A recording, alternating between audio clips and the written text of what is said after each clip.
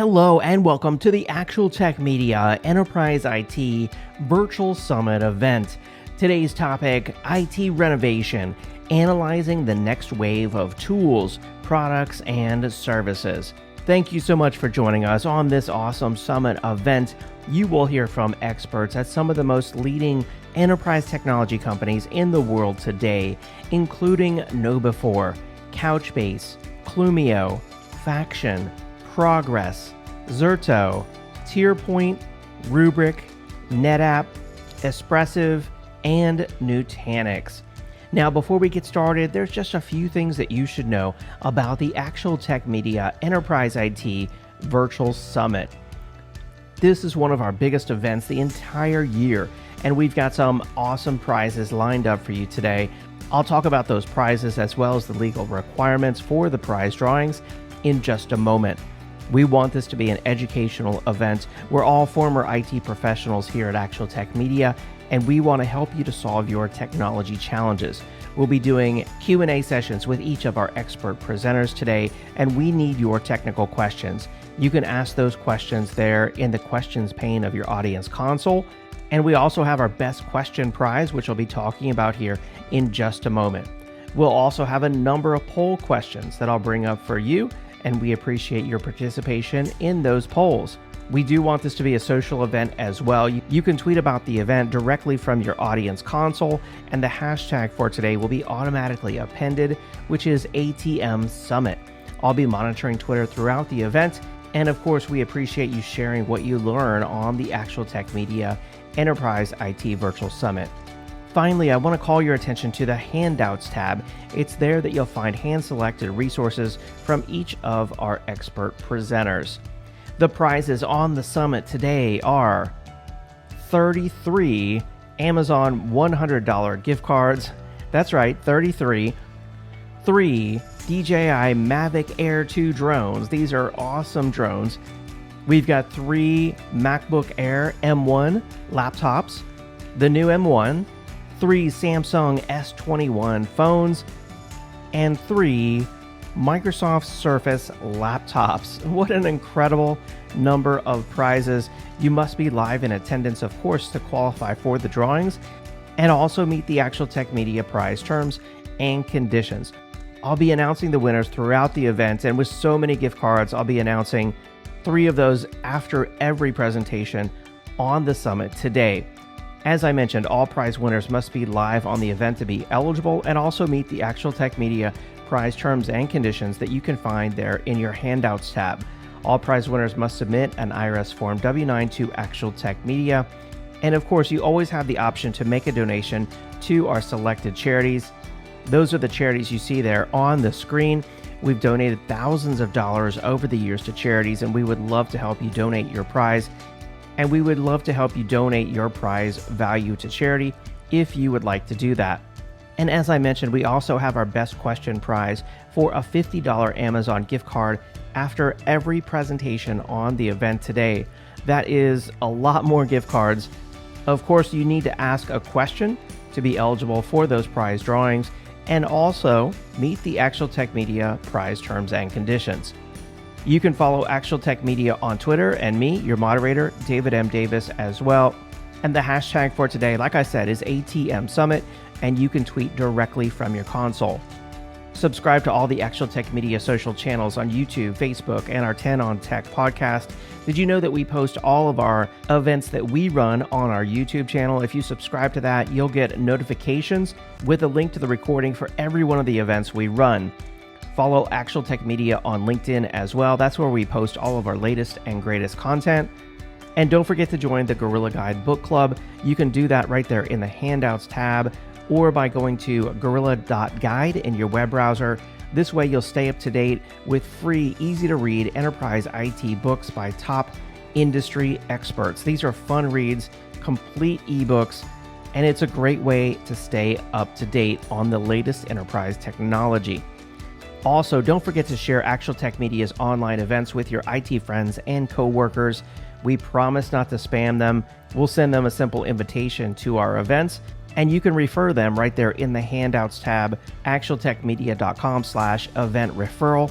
And at the end of the summit today, you'll be automatically redirected to that page.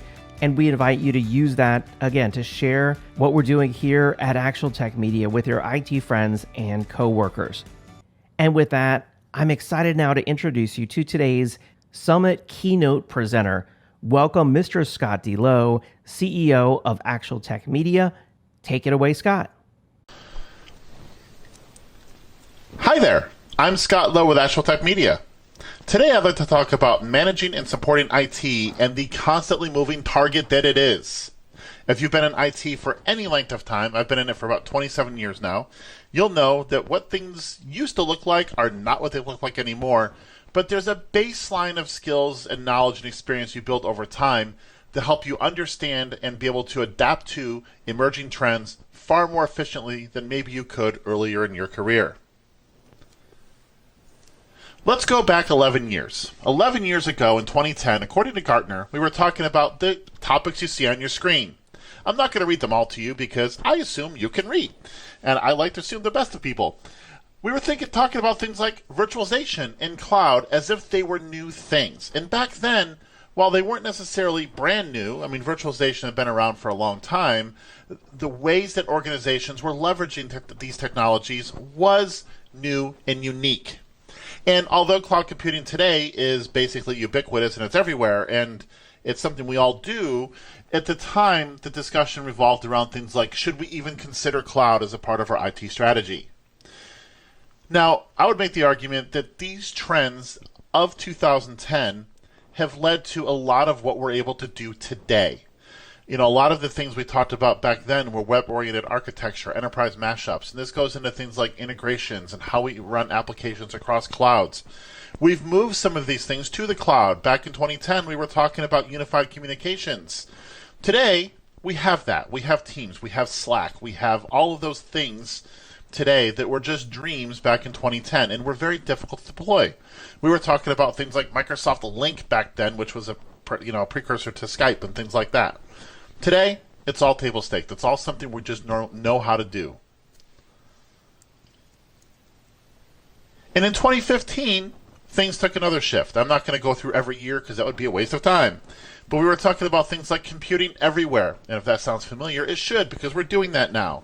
The Internet of Things was a relatively newish term at that point, and organizations are looking for ways to leverage the Internet of Things as a part of what they do.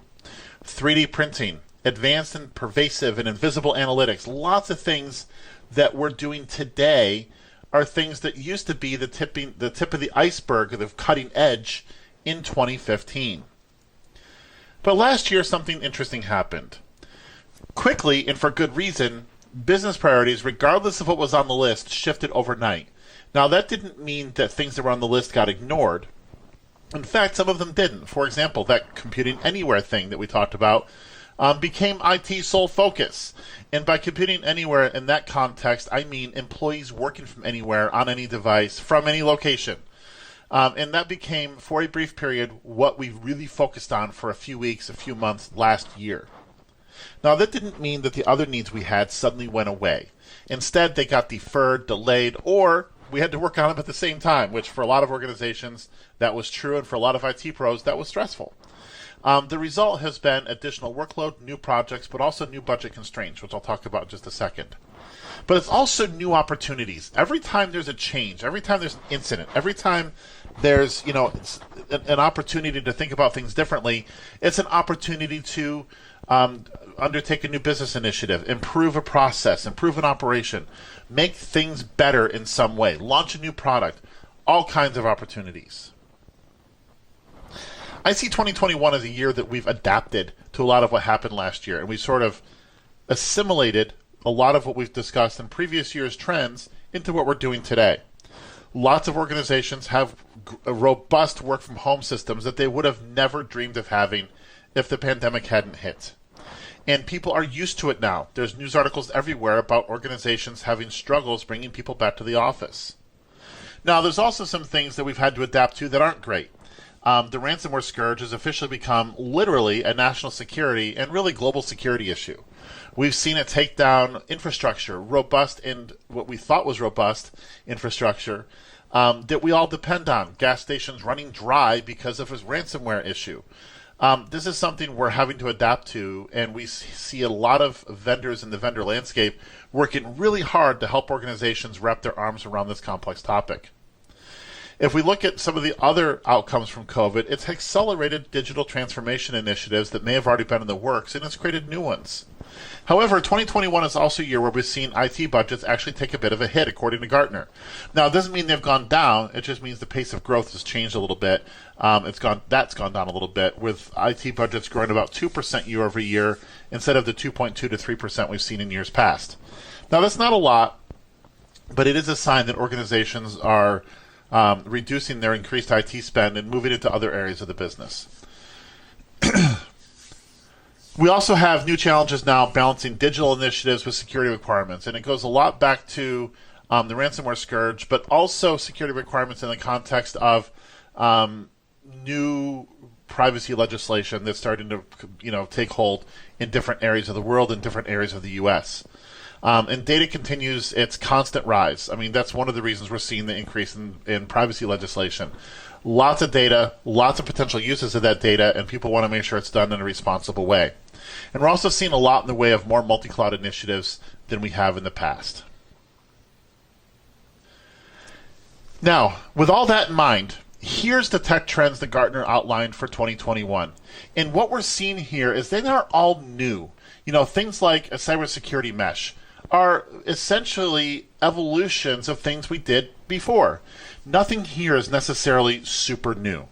And I think that the advice I would like to give people is make sure you stay on top of some of the trends, because the trends that you see right now are going to impact what happens in 10 years. And that might seem very obvious, but as these lists come out sometimes, because of the terminology that's used, they can feel very, very different. And that can be intimidating to people a bit because they think they have to learn all these brand new things all the time. If you stay up with things and keep up with some of the trends that are in the market, you'll be in a position to be able to leverage these trends and really accelerate your career in ways you may not otherwise be able to do if you don't stay with these, keep up with what's happening in the world. So I'm going to wrap this up because I don't want it to make it too long. My advice for IT decision makers and IT pros is make sure you continue to understand what's going on in the world. And that also means understanding what's going on in the vendor community. Now, there are new vendors every day hitting the market, and the vendors that are in the market every day are releasing new products. And those vendors that have products are releasing new versions of those products.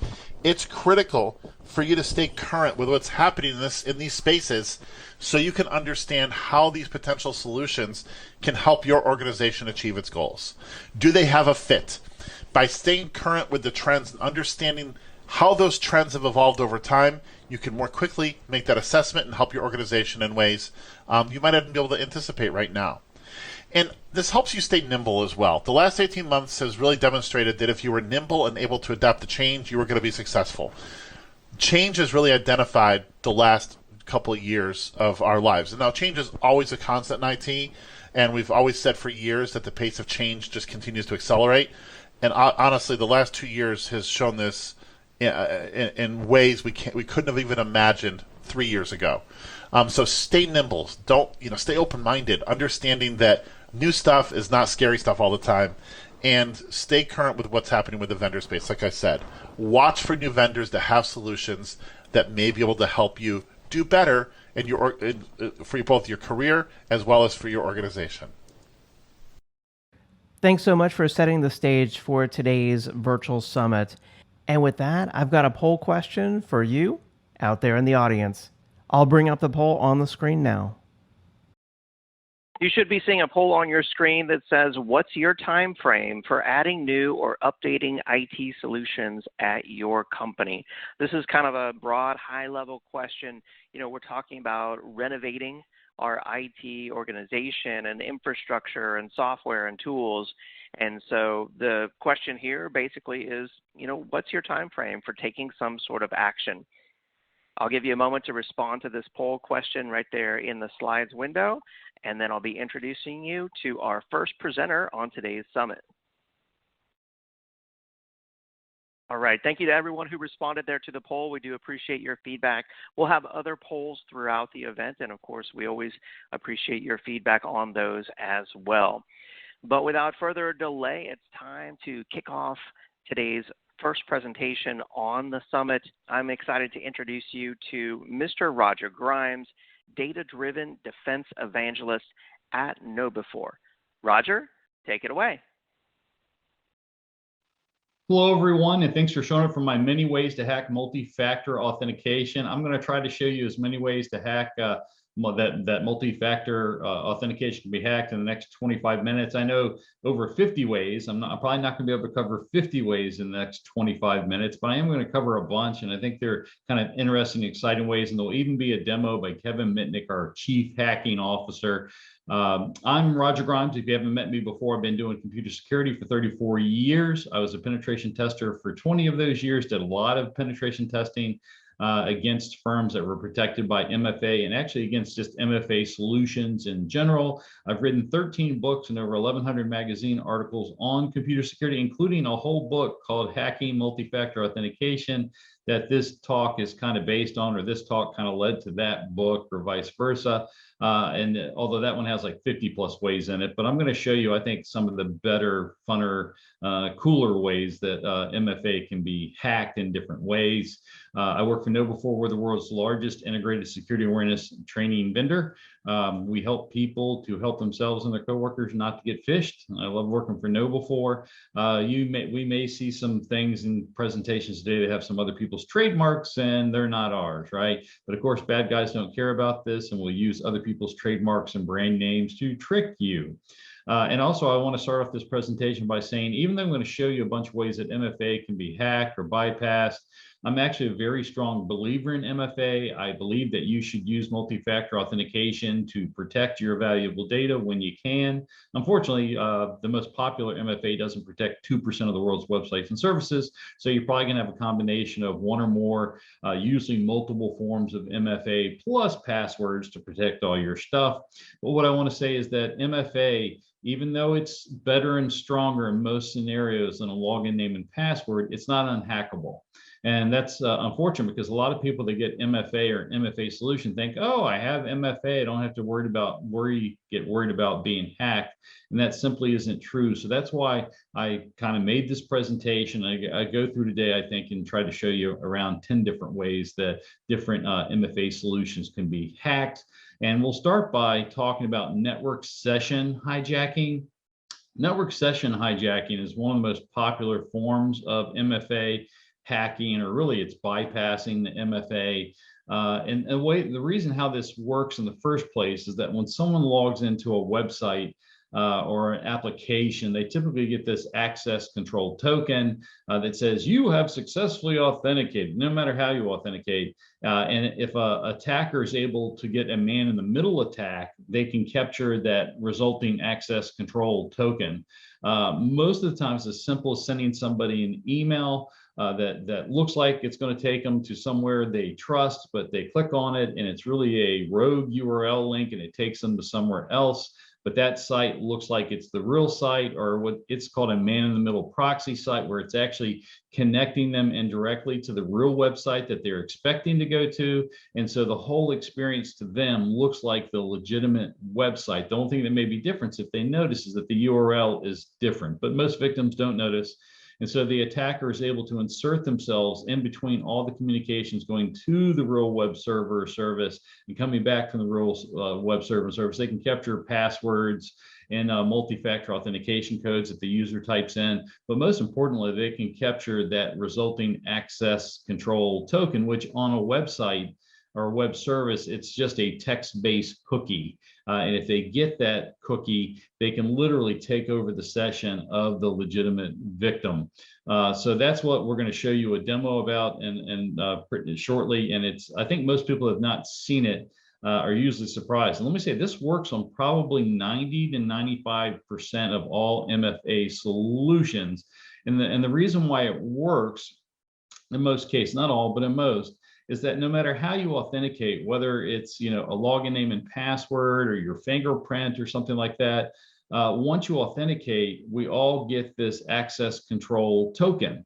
And that access control token is the same no matter how you authenticated. And so it's not like your fingerprint is or a retina scan is traveling all around the network after you've logged on in. It's just this access control token. And if the hacker can get a man-in-the-middle attack, still your access control token, they can essentially become you at least for that session. So this demo that Kevin Mitnick, our Chief Hacking Officer, is getting ready to show you, what he does is, he's going to be both the victim and the hacker, but he's going to send this fake email that looks like it's a real brand name. That if just by the victim just clicking on the email link, they're taken to this rogue man-in-the-middle lookalike website. It's eventually going to prompt the victim to put in their MFA credentials. The victim puts it in. The bad guy can capture those credentials, but he really doesn't even need to do that. What he does capture, though, is that resulting access control token that tells the victim that they have successfully logged on in, and the bad guy takes over that session. And it's if you've never seen it before, just know that this has been done literally hundreds of thousands, millions of times. The first time I wrote about network session hijacking, like I'm showing you today, was back in the late 1980s. So it's been around for quite and it was around many years before that, but it's been around forever. With that, I'm going to let this Kevin Mitnick video run. And again, most people that haven't seen this are usually a little bit surprised at just about how easy it is for an attacker to bypass somebody's multi-factor authentication token. So with that, we're going to let this video roll. Kevin Mitnick, KnowBe4's Chief Hacking Officer. So I'm logged into my Gmail account, and if you take a look in the second email here, I'll go ahead and open it. It appears to be an email from LinkedIn. And ordinarily, when somebody wants to join your network on LinkedIn, LinkedIn will actually send an email to your email address notifying you of that.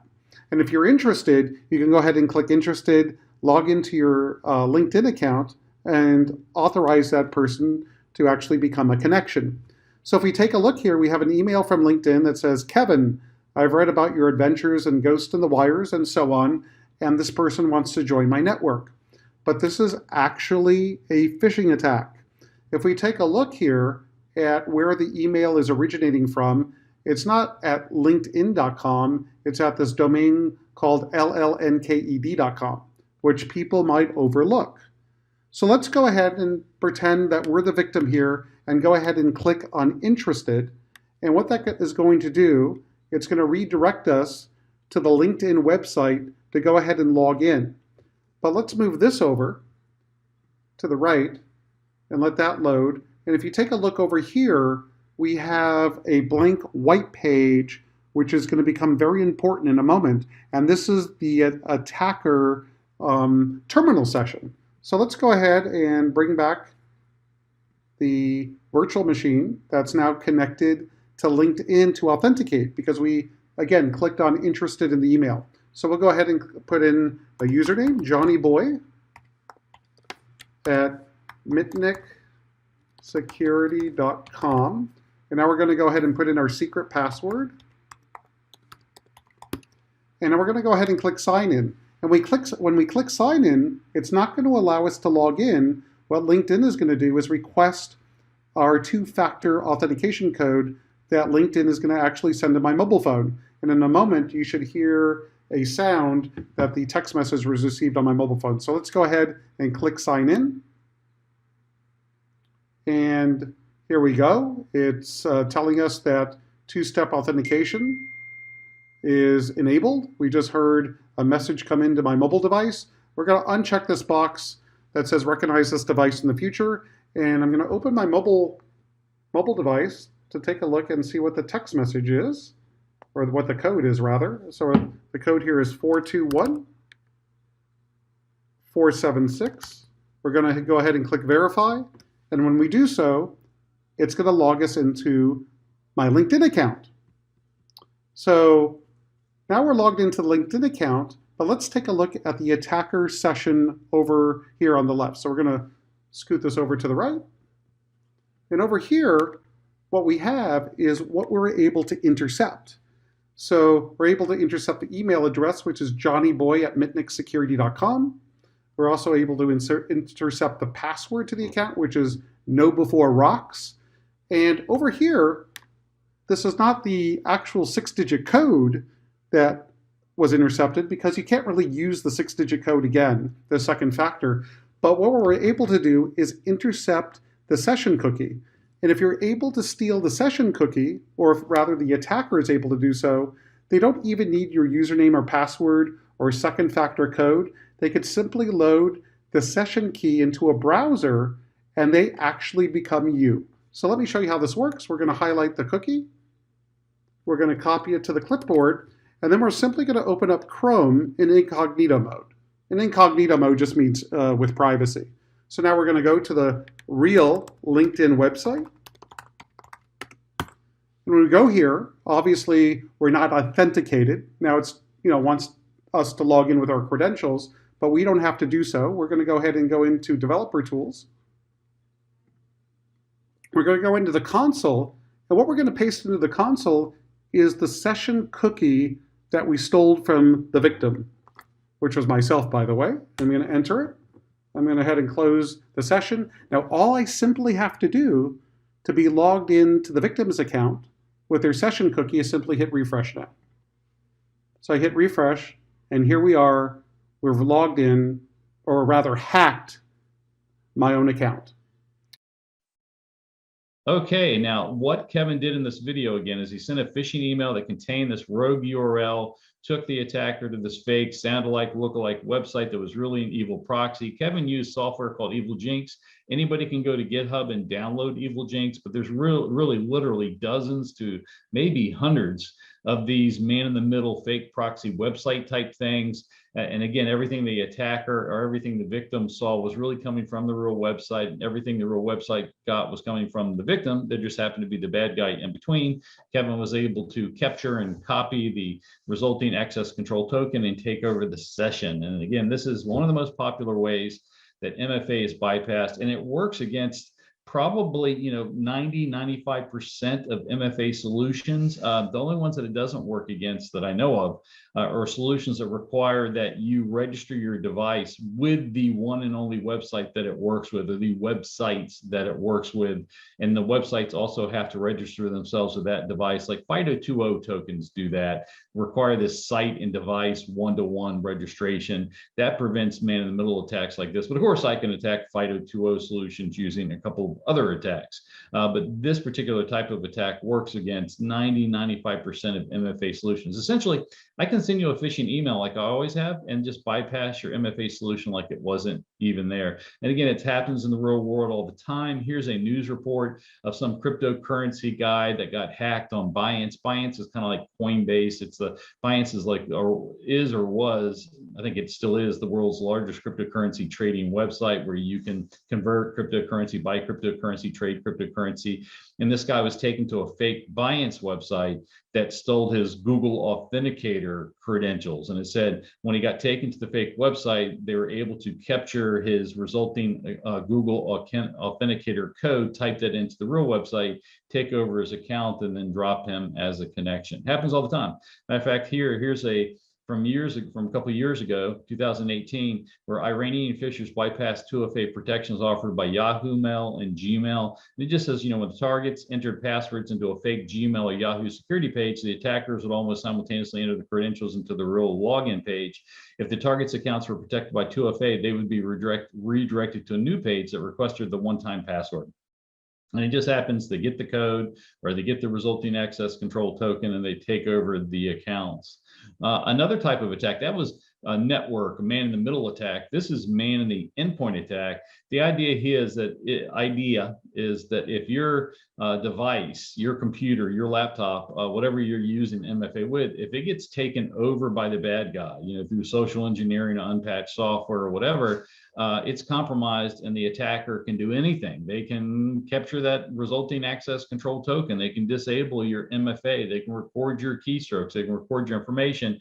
What they can also do, which they've done for decades, is start a second hidden browser session. So you go authenticate. In this case, I'm going to use the example of Bankos Trojans or banking Trojans. The reason why it says bancos, that's Portuguese or Spanish for bank, because that's where this type of attack originated decades ago. But you as the victim get compromised by a token, and it kind of by a Trojan, and then it hides, but it does look to see what URL you're going to. And then when you go to a URL that has been pre-programmed to look for, like Bank of America or your 401k, or your Fidelity, stock trading account, whatever it is, once it notifies or it figures out that you're going to that site, it starts paying attention, and then it waits for you to log in. And it doesn't care how you log in, whether it's a login name and password, or whether it's a two-factor authentication solution or retina scan. It doesn't care. What it does is, once you've successfully logged on in, and it detects looking at the URL, it knows what page indicates that you have successfully logged in. It then starts a second hidden browser session. In all operating systems, it can do this. Starts a second hidden browser session that the end user does not see, and then it steals all your money. The bank or the stock trading site doesn't know that it isn't you, because you've just successfully logged on in. You're coming from the device that successfully logged on in. You may even have it registered with that, saying, "Oh, always use it with the site." But it just starts the Trojan starts a second hidden browser session, steals all your money. So you think that you're just going to, check your bank balance or send $50 to your kid, but it just robs you blind. And these crimes have been going on for decades. First time I wrote about this type of attack, 1989. And you can see it's still very popular today. Like, here's an example news story from last year of the Gaznem malware group. It says they stole $100 million from 41,000 victims of the help of a stealthy banking Trojan. So 11 members of a single malware gang stole $100 million. And not to disappoint anybody, but there's hundreds of these gangs, and they still collectively they steal billions of dollars a year. And of course, there's a lot of mobile phone malware that does it. I'm not going to show you the demo of this, but you can go to the link later on if you download this slide deck or look for it on the internet. It's there. But this is a Trojan that hid itself as an optimized Android app. It said, "Oh, is your Android phone battery life, draining too much? Run this, and we'll optimize your phone so you'll get more battery." But really, what it was a banking Trojan, although it was actually, this particular one was affiliated with PayPal, and it would just sit there and monitor. And when the user went to PayPal, as soon as the user logs in successfully, with or without multi-factor authentication, it then starts a quick macro and transfers a bunch of money from the user's bank account to their bank account. And if you watch the video, it just happens in seconds. Like, the person logs in, and all of a sudden, there's the screen starts flipping. By the time the end user is going, "What?" It's over with. Your money is gone. And today, the most popular malware for mobile phones are these mobile bank stealing Trojans. There's the most popular one out there is called EventBot. And you can see this as EventBot targets over 200 different financial organizations around the world, including PayPal and Barclays and Capital One and whatever Coinbase cryptocurrency traders. And it says it also intercepts the two-factor authentication code as well. So these posed as legitimate applications, such as an Adobe Flash update, or try it if you're unpatched, it would install that way. But then again, it just monitors your URLs. And then when you go to one of the 200 different financial applications, it robs you blind. Very, very common type of attack that is used to steal billions of dollars a year, and has for decades. Any SMS-based MFA is, I don't want to say worthless, but I wouldn't use it if I didn't have to. Unfortunately, SMS-based, short messaging service-based MFA is the most popular MFA on the planet today, but we all know how it works. You're going to some website, your bank or hotel or whatever it might be, your stock trading site, and they're like, "Oh, we're going to send you a code." And on the screen here is examples of real codes that I got from my banks, from even an identity management service, from Marriott, from Facebook, from Office 365. Here, type in this code. The problem is if anybody gets your phone number, is able to redirect your phone number to their phone, these messages that allow them to authenticate to these accounts will be sent to their phone. And for a long time, for at least a decade, attackers have been doing what's called SIM swap attacks. SIM stands for subscriber identity module. Essentially, it's this little bit of memory. It used to be on a micro SD card, and you would have to, when you got a new phone, you'd have to get the old SD card and pop it out with a paper clip, or pop it out from behind a battery and then put it into the new phone. But the SIM information essentially means this phone is your phone. It has your phone number. It ties it to a particular service. It usually has a global unique identifier, so you can take your phone anywhere and it'd still follow you, and your phone number would still follow, and you could still be charged.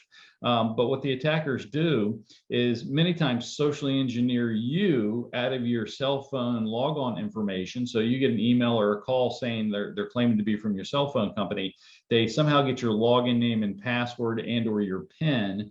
They then call your cell phone provider and get that your phone number. They call up and act like you're you. They give in your information, your address or whatever, and then they say, "Oh, I got a new phone. I need you to do a SIM swap to the phone." Sometimes they have insiders that are inside these companies, but in any case, they get your SIM information moved to their phone. They've got some burner phone on the same network.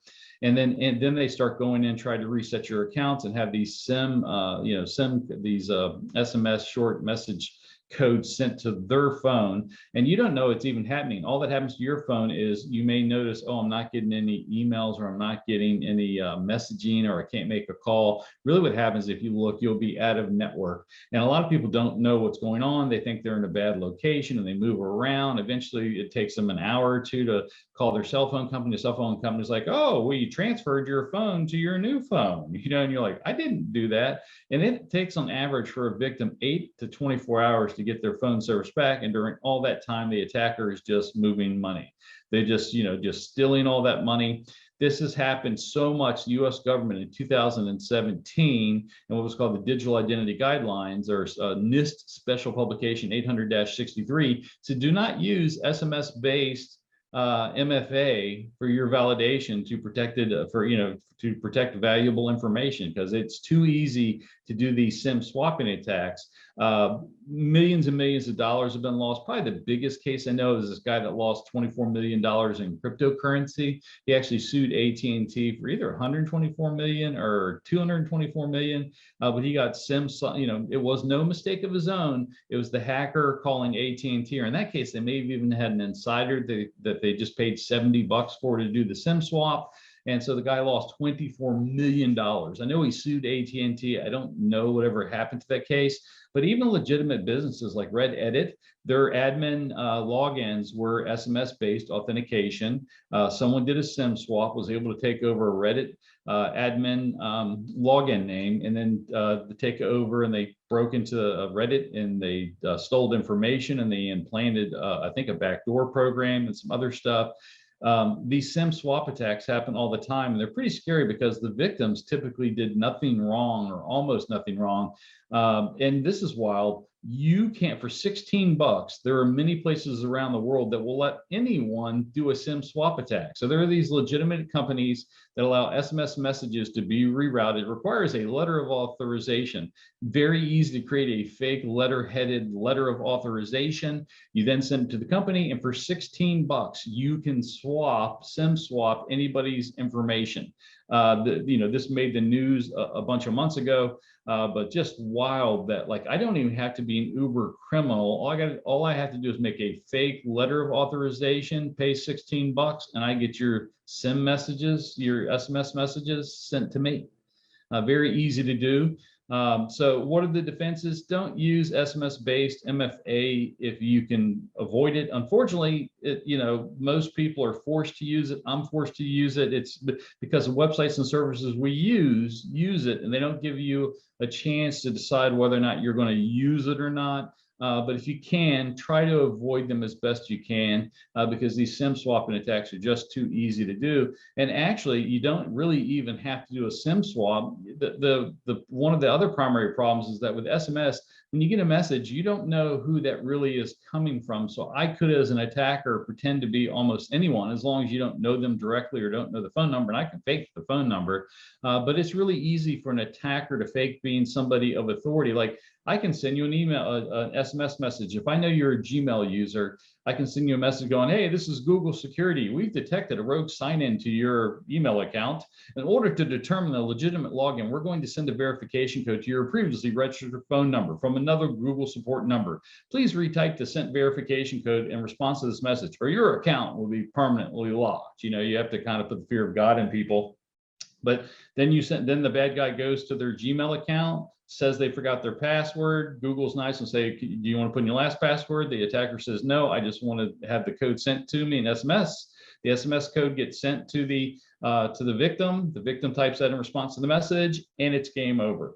And the same thing can actually happen with voicemails. They can call you, someone can call you, hey, Mr. Grimes, we're from your bank. Did you get 2 tickets from Dallas, Texas to Nigeria? We didn't think you did.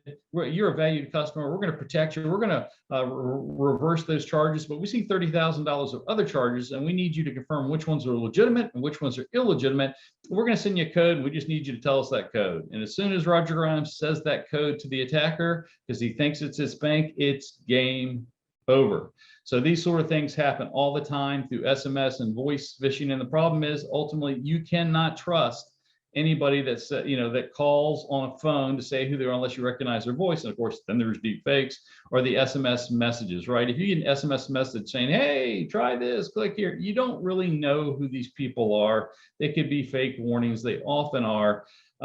There's a lot of different ways to compromise any MFA solution. I can compromise the most secure MFA solutions at least 3 different ways. I can compromise most of them somewhere around 10 different ways.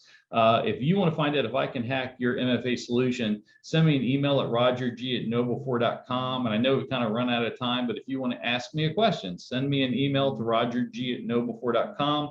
I promise to answer your question within 24 hours. And of course, you can follow me at LinkedIn and Twitter. And with that said, continue to fight the good fight, and I'll talk to you next time. Excellent presentation. Thanks so much, Roger. Really mind-blowing stuff there. It's almost too amazing to be true, but yet at the same time it is, and it's just so frightening. We've received so many questions. I see over 43 questions here for Roger and the KnowBe4 team. They are responding as quickly as they can, so thank you for your questions. Also, don't forget about Roger posted his email address there so generously in the presentation, rogerg@knowbe4.com, if you want to contact Roger directly and reach out to him with one of your questions. We've just brought up a poll question on the screen that says, what additional information would you like about the KnowBe4 solution? And we'll leave that up while I announce our first 3 Amazon $100 gift card prize winners. These are going out to Geetha Pemasani from Nebraska. Congratulations. Jack Sai from Virginia and Gothard Jansen from Texas. Congratulations to those prize winners. I will post your names in the questions pane as well. If you haven't responded there to the poll question, please do so, because we are moving on now to our next presentation on today's virtual summit event. All right, and with that, it's now my pleasure to introduce Mr. Mark Gamble, Product and Solutions Marketing Director at Couchbase. Mark, thanks for being on the event. Great, thanks so much for having me, and thanks to ActualTech Media. I'm excited today to talk about the advantages of a managed cloud database service model and how it can provide a nimble deployment method with a great return on investment, especially when you leverage the right cloud-native technologies. So my goal will be to describe how Couchbase Cloud is the best database as a service offering, and it provides the best performance and lowest TCO on the market. And I'll also be showing a live demo, so let's get underway. So for starters, what is Couchbase? Well, Couchbase is a distributed NoSQL database that delivers versatility, performance, scale, and value across cloud, on-prem, edge, and hybrid deployments. And when we consider how Couchbase is different from other modern databases, there are really 3 key areas where we win with our customers. First, in agility and flexibility for developers. So Couchbase accelerates application development by capitalizing on a ubiquitous query language, SQL. It offers full-text search, transactions, analytics, eventing, along with seamless data synchronization, and these are all core features of the software. Couchbase also offers predictable performance at scale. The server can handle any volume, volatility, or speed of data, any number of sources, any number of end users, and it does it with an in-memory dataset process, smart optimization, extremely highly performant indexing, and built-in replication that ensures data integrity and high availability. And it's the easiest platform to manage. Couchbase helps you streamline setup and configuration, take advantage of multi-cloud agility, and it helps ensure availability with the coveted 5 nines, 99.999% availability. But don't take my word for it. Couchbase Server is the basis of our value, and the readers of Database Trends and Applications voted Couchbase the best database overall in last year's DBTA Reader's Choice Awards. Couchbase also won Best in-Memory Database for the 3rd consecutive year. We also received finalist distinctions in the categories of Best NoSQL Database, Best IoT Solution, and Couchbase Cloud made its debut on the annual Reader's Choice list as a finalist for Best Cloud Database.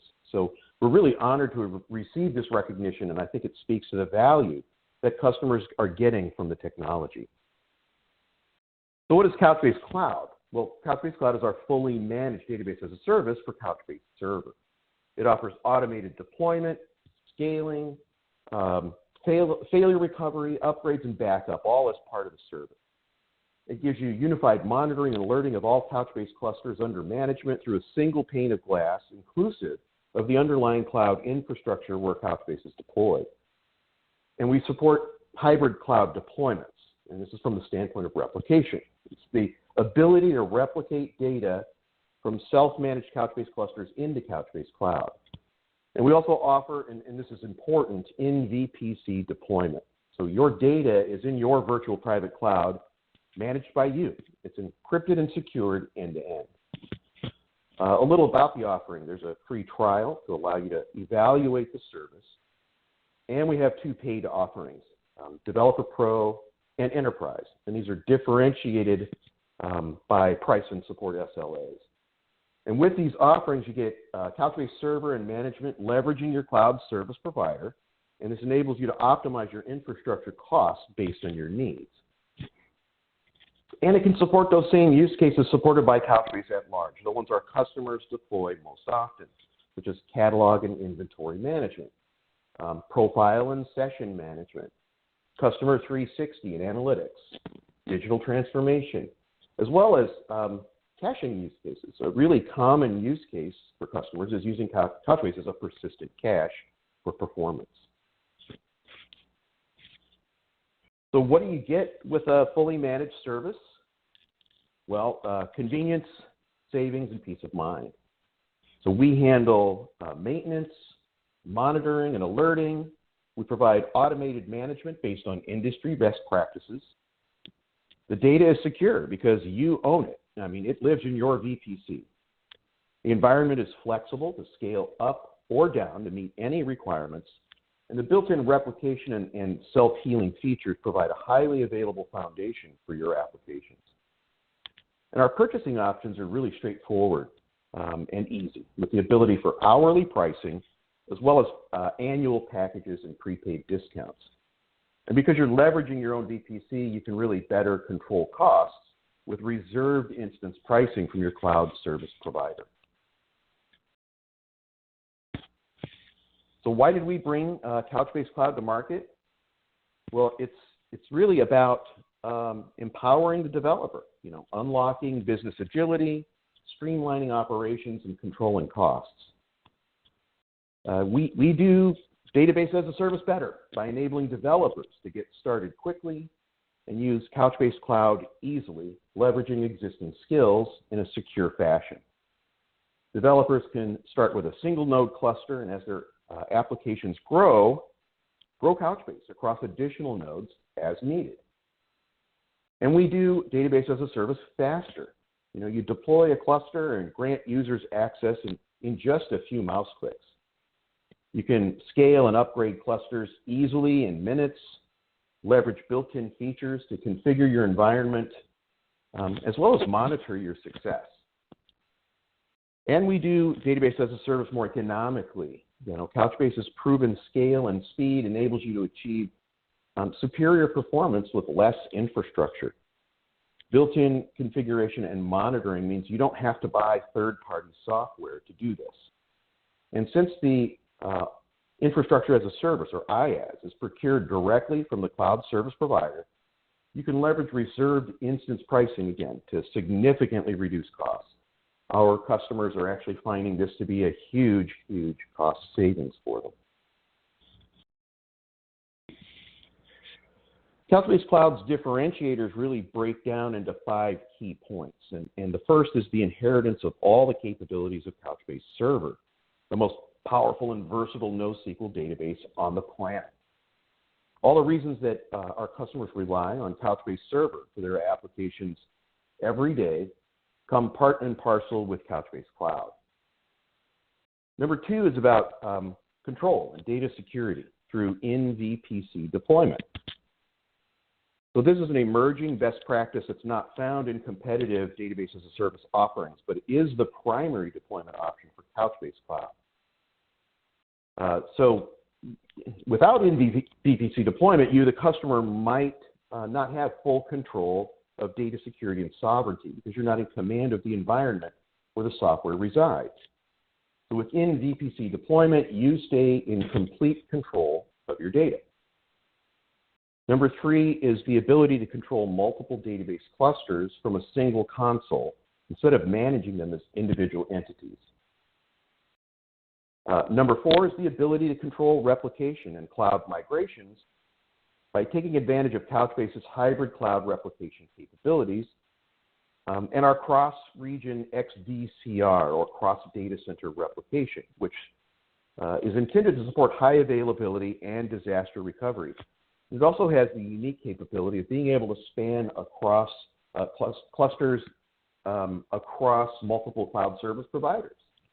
So it even helps you avoid vendor lock-in, which is another big benefit. And number 5 is really about controlling costs. Couchbase offers the best price performance and the lowest TCO of any NoSQL vendor for their workloads.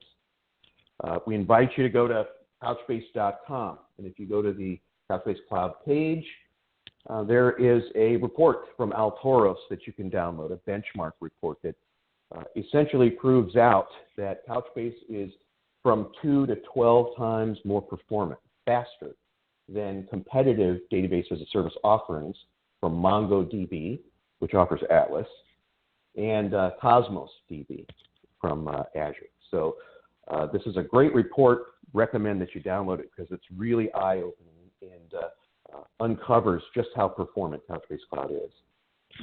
And then lastly, number 5 is about controlling costs. And Facet Digital told us that they reduce costs by 50% and increase application performance by 2,000% by switching to Couchbase Cloud.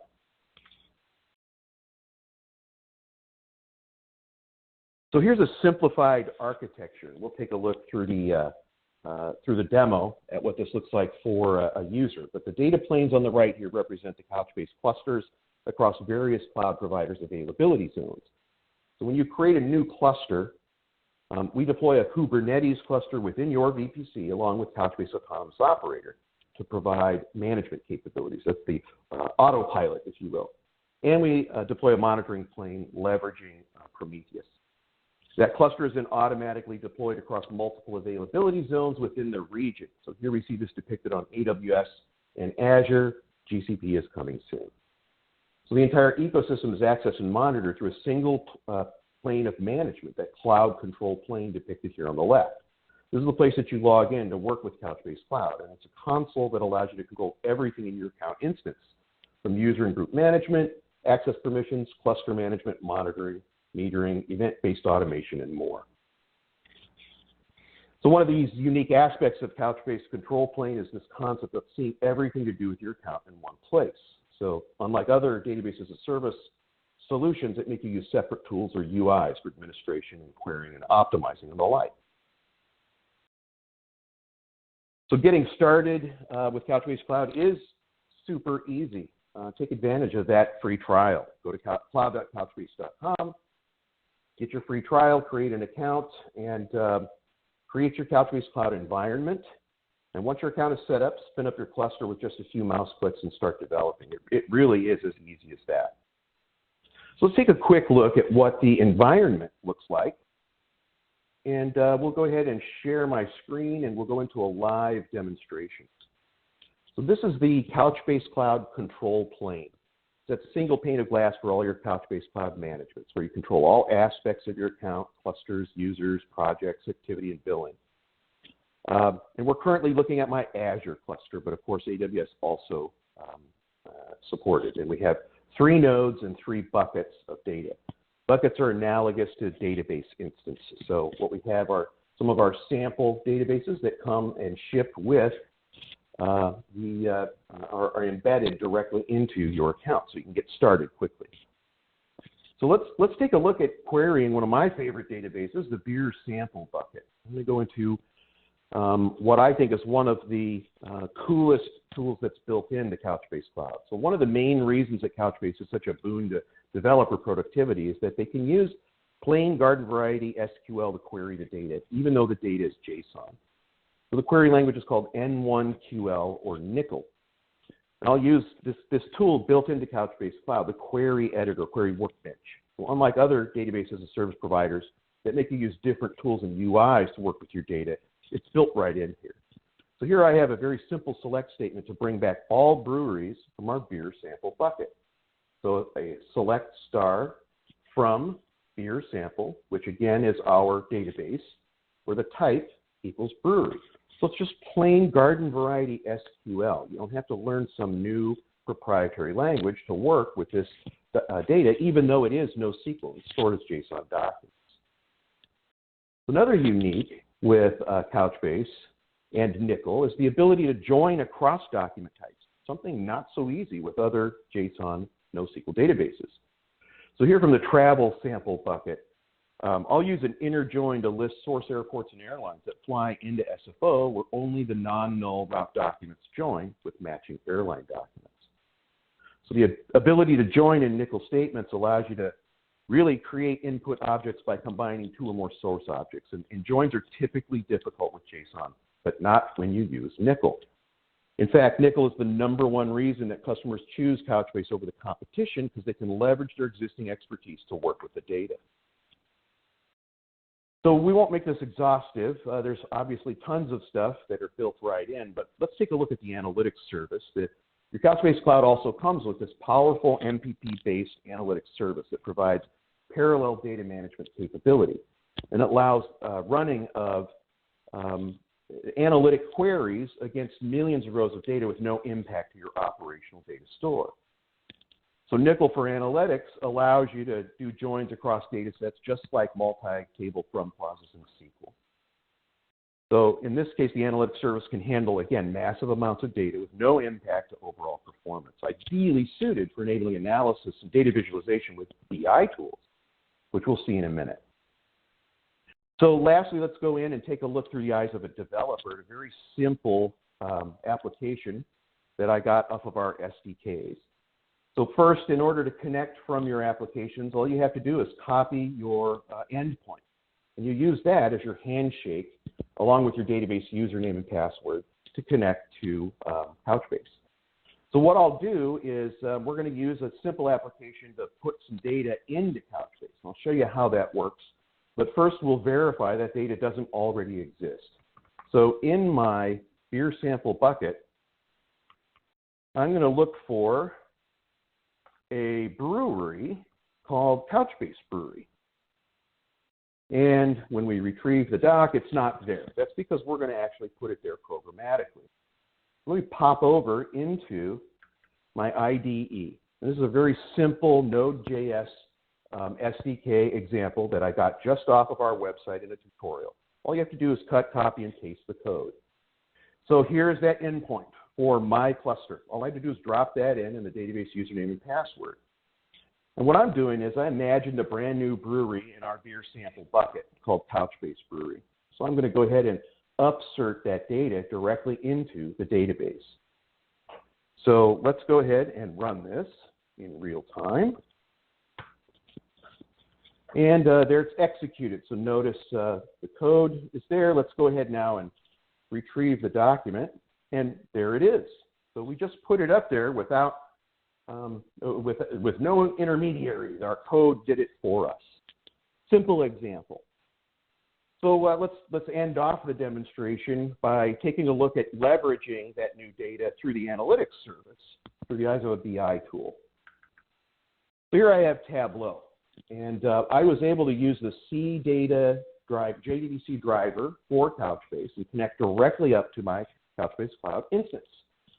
And because the driver recognizes and talks natively to Couchbase, it recognized also my data sets in my analytics service. So I went ahead and pulled out our default breweries, and it automatically recognized all of the fields. And in fact, I was able to very quickly plot out, using the lat and longe, all of the breweries that happen to be in our database. So here I've zoomed in onto California. And in fact, what I've done is that I've placed a brand new brewery, Couchbase brewery, that I want to add onto this map. So let's go ahead and refresh this. And we'll take a look here at one of my favorite areas there. So just popped into place a brand new brewery, Couchbase brewery. And I imagined it in one of my favorite vacation spots, Carmel, California. So what we've done is we've programmatically placed new data into the database.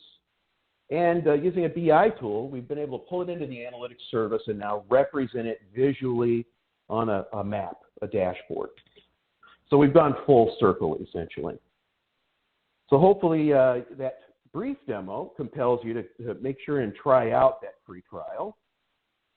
So, can't emphasize enough. Get the free trial, get going. And when the trial proves itself and it's time to develop your own applications, move to Developer Pro. And then once your apps are ready for deployment, the enterprise configuration is what brings that totality of scale and support to the table. So we've got a plan to support your entire journey, from testing to development to application deployment. So to close out, just want to talk a little bit about customer success. I mentioned Facet Digital earlier. Facet Digital develops and hosts web, mobile, and desktop applications for their customers across a variety of use cases. And their value point is that they promise the best performance and security at the lowest cost. But behind the scenes, Couchbase Cloud is what they leverage to apply those tenets. It was the only database as a service that addressed these important points for their customers. So they switched from another database as a service offering to Couchbase Cloud to achieve the flexibility and performance that their applications required. And according to Scott Bradley, one of their chief engineers, Couchbase was able to reduce their costs again by 50% and increase performance by 2,000%, just incredible numbers. And they were able to consolidate from 3 products as a database backend to one Couchbase platform because of all of the built-in features. And they went from 3.5 days, 3.5 days of setup, down to 20 minutes to provision a new customer. So really, again, phenomenal results, and wanted to emphasize that. Get that free trial. And as I close out, I'd like to make sure that everybody gets signed up. Register for Couchbase Connect online, our virtual conference coming up October 20th and 21st. 100% free. Over 90 developer-focused and architecture-focused sessions, and I think you'll really enjoy it. So encourage everybody to take advantage of that. And with that, I will go ahead and end the presentation, and we can get into our survey and any questions. Absolutely, yeah. Great presentation, Mark. I really love the demo. Thank you for sharing that. We do have a few poll questions for everyone out here in the audience, and we'll bring up these polls while we take your questions. The first poll on the screen is, what stage are you at in implementing cloud-based database as a service? And we appreciate your response to that. Mark, I guess I'll start with this. There's a few questions out here around security. What advice can you offer, in regards to concerns around, ransomware and protecting the data that folks put into Couchbase? Sure. So, well, once again, I'll kind of go back to the fundamental tenets is that everything is encrypted at rest and in data movement within Couchbase at large. But an additional security consideration and advantage of Couchbase Cloud, our DVAS, again, is I'll go back to that in VPC deployment. So that basically means that you're not reliant on the public cloud provider and their SLAs to secure your data and your information. This means that it's in your own virtual private cloud. So you, as the owner of the VPC, also own that particular data. And this is a way, it's actually an alternative to some of the other offerings out there that they own the IaaS, and you essentially rent space.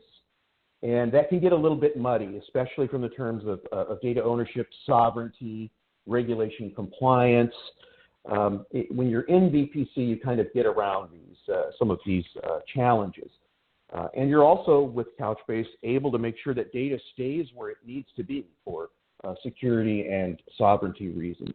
So by being able to have a distributed environment, for example, even down to the edge, you can leave highly secure data, such as healthcare data. A lot of our healthcare customers never send that up to the cloud. They leave it processing in the edge, but use the cloud as a back-end aggregation point. So the private data would be aggregated, only obfuscated, and the aggregated information is actually stored up in the cloud. So there's a variety of different means in which we can meet stringent security requirements, and we have a professional services organization that are dedicated to helping our customers meet those goals. Excellent. Yeah, thank you. Thank you for your insight on that, and you answered at least one of the questions I see out here as well, in addition to the questions around security. Patrick was asking if Couchbase is Hipaa compliant, and you said that a number of companies out there already use Couchbase for healthcare data. Is that right? That's correct. Yeah, we have several clients that are leveraging Couchbase for healthcare, and in fact, another little plug for our conference, I'll be moderating a panel between 3 of our healthcare customers who'll be talking about their experience with Couchbase in making sure their data is secure, but also in leveraging our edge capabilities. And those customers are Arthrex, Molo 17 with their Zulu E application, and then Backpack EMR. All 3 great customer stories of Couchbase and able to secure that data. Excellent. Excellent. All right. Thank you to everyone out there who responded to the poll question on the screen. I'm going to bring up the third poll question now, and that is, are you moving from a relational database model to NoSQL? A simple yes or no. Let's see. Another question here. They're asking about getting data in and out. How easy is that to do, and can Couchbase help with that? Sure. So this is probably a migration question, and absolutely. We have, in fact, webinars dedicated to migration from self-managed Couchbase clusters into Couchbase Cloud, which is arguably one of the easiest migrations. But we have tons of customers that are making the move from relational to NoSQL. So Oracle migration into Couchbase is a common one, or MySQL or SQL Server. These are all very common migrations that our professional services organization helps customers with all the time. So yes, our professional services have packaged engagements to help with things like migrations, and they're lean and nimble. We don't try to plant consultants at your organization for the next 3 years. We want you to be self-sufficient. So we specialize in coming in, helping you get up and running, get your migrations underway, and getting you self-sufficient super quick. So yes, absolutely. Excellent. All right, and thank you to everyone out there who responded to that poll. I'm going to bring up the final poll here in this set, which is just a high-level question. What additional information would you like about Couchbase? And I'll leave that up while we take a couple more questions. There are a couple questions around the licensing model. How's that work with Couchbase? Sure. So Couchbase Cloud is what I'll kind of focus on. Again, we offer hourly consumption pricing. You can go to the pricing tables for hourly prices at couchbase.com on our cloud page. There's a table right there front and center.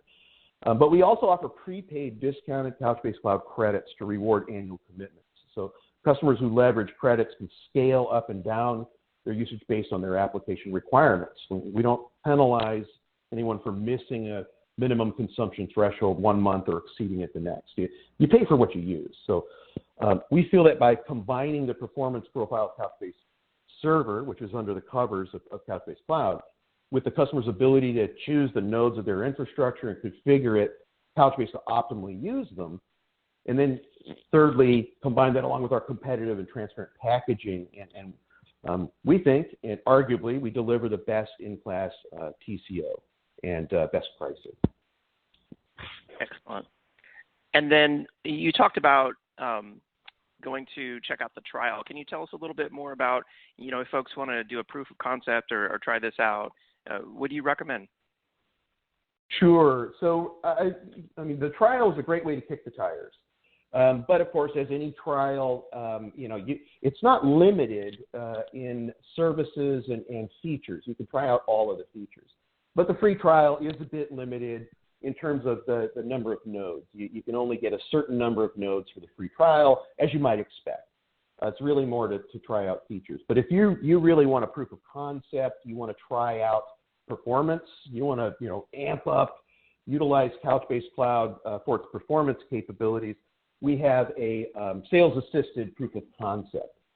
So if you, again, go to couchbase.com on the cloud page, you can see there's a button there to actually arrange a sales-assisted account. What that is a free trial, but you have a technical resource on the sales side who will understand your requirements, help you get the configuration specific to your proof of concept, and understand the goals of your proof of concept and really help usher that through. So the sales-assisted proof of concept trial is really the way to go for those types of proofs of concepts. Excellent. All right. Well, Mark, I'm afraid we're out of time in our live Q&A. I see 40 questions in the queue for you. Maybe you can get back to some of those folks electronically. Obviously, a lot of excitement around this. So thank you so much for being on the event today. Thanks for having me. Thanks to ActualTech Media, and thanks to everyone for watching. And we will answer your questions after the fact via email. Excellent. Thanks, Mark. And thank you to everyone who responded to the poll. I do want to announce our next 3 Amazon $100 gift card winners. They are Jake Kim from Pennsylvania, Tom Taylor from Indiana, and Mohsen Hamid from Illinois. Congratulations to all the prize winners. Let's keep the virtual summit rolling here. It's now time to introduce you to our next expert presenter on the event today. Welcome, Mr. Alan Waters, Senior Solutions Marketing Manager at Nutanix. Alan, are you there? Hey, David, can you hear me? I can, yeah. Great to have you back on. Take it away. Oh, great. Thanks, David. Great to be back with you again, actually. Been here a couple of times now. And hello, everyone, and welcome to the presentation. As David mentioned, my name's Alan Waters, Solutions Marketing here at Nutanix. And I'm going to spend some time talking about why move to a hybrid cloud, talk a little bit about the key use cases that we're seeing from our customers that are running the Nutanix hybrid cloud solution. But really, before we jump into that and jump into the use cases, I do want to spend a few minutes talking about hybrid cloud, some of the features that you might want to look for when you're looking for a hybrid cloud platform to really start your cloud journey. So for the past few months, I've been sharing this slide, and I think it means more today than ever, given the pandemic and COVID-19. IT teams really find themselves with the added stress to increase their agility, trying to provision new workloads, for example, on demand, scale capacity, bring new users on board without compromising security. For example, real stories. IT groups went home on Friday and they were told, by Monday they had to have 500 employees, working from home. Can you do that? A lot of times, in order to do that, sometimes it's going to require a more modern IT strategy, one that really spans public and private cloud environments. It's a strategy that can allow IT managers to place workloads on the right cloud for the best economics, best performance, SLAs, service level agreements, and control. And really, a correctly built hybrid cloud platform can be the answer. And it provides integration, all the integration between your on-prem private cloud and your public cloud. So hybrid cloud can be the goal since it gives you the best of both worlds. You can see from the visual here, all the predictable, the performance, the low latency of the on-prem private cloud, combined with all the goodness from the public cloud, elastic, cloud native, multi-geos, and so forth. But really, you know, even if you don't plan to use a public cloud today, because there's plenty of organizations out there that are on-prem, really a good example is, what if your customer support team or your dev team comes and they have a new cloud application that they want to roll out for applications? So, you know, what's going to happen at that point? And really the idea behind it is, if you pick a platform that's not agile, it's not adaptable, if you're all on-prem and you need to get to public cloud, you know, what are you going to do at that point? Basically set up another silo to support these new apps. Maybe it's someone in your organization that now they have to spend 50% of their time managing AWS. But really, you know, when you pick the correct platform, getting to public and combining it to create that hybrid cloud can really be easy.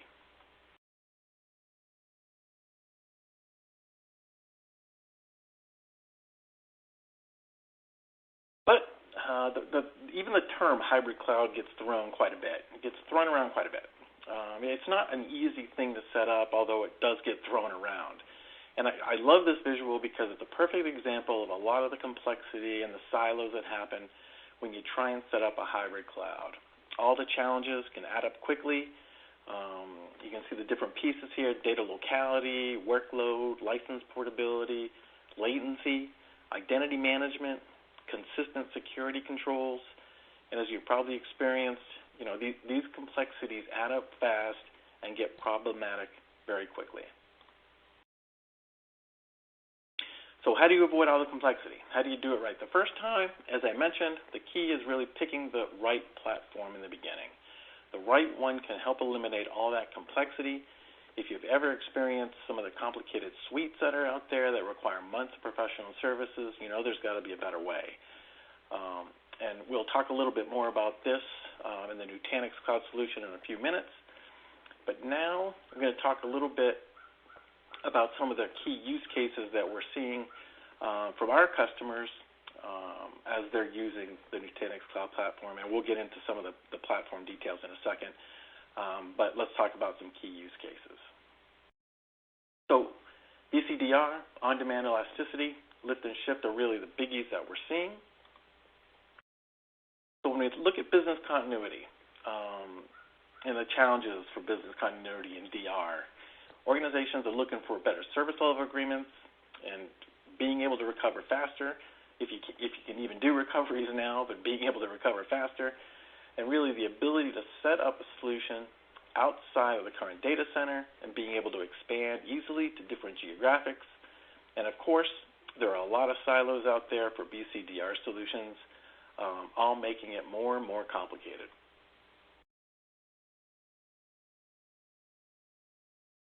Take a slide advanced, Tommy. And down at the bottom, how Nutanix can help. We can provide a business continuity and DR solution without cloud lock-in. You can actually pick the public cloud that you prefer and be able to change it down the road if you need to. And of course, having the ability to recover in minutes, it's a necessity, all while reducing costs and not having to stand up another data center and expand your footprint. So on-demand elasticity, another key use case, bursting, that we're seeing our customers use quite a bit. And this is another term, you know, on-demand elasticity, bursting. I think those terms get thrown around quite a bit as well. And when you really look at on-demand elasticity, it's not an easy thing to do. Although people, you know, there's a lot of organizations that throw it around out there, but when you look at the security and compliance requirements, the latency, the load balancing, the platform compatibility to actually get it to work, there's really a lot that goes into it, and there's a lot that can be worried about. Then, of course, there's the over-provisioning side of it, spending too much money. Sometimes you might have to buy double the licenses and so forth, or prepay for all those licenses that you'll never even use. So all of these challenges can really add up quickly. The great thing about the Nutanix solution is that we remove a lot of these worries. Since on-prem is just like public cloud, it's all managed the same, and we'll talk a little bit more about that in a second. But really, when you need more capacity, you can easily burst into the public cloud. And really, a unique feature that we also offer is the ability to hibernate your cluster that's up on, say, a public cloud with simple one click. So when it's not needed, you click hibernate, and money can be saved without that whole environment and without those clusters still running. So a good example of this is it can be useful on, say, the test dev side. When a cluster is not needed, maybe the test dev uses it for a few days, maybe some folks are going on vacation or they're not going to get back to it for a month or so, you can actually shut that cluster down, you can hibernate that cluster, and the entire environment gets paused, which of course saves dollars and your budget.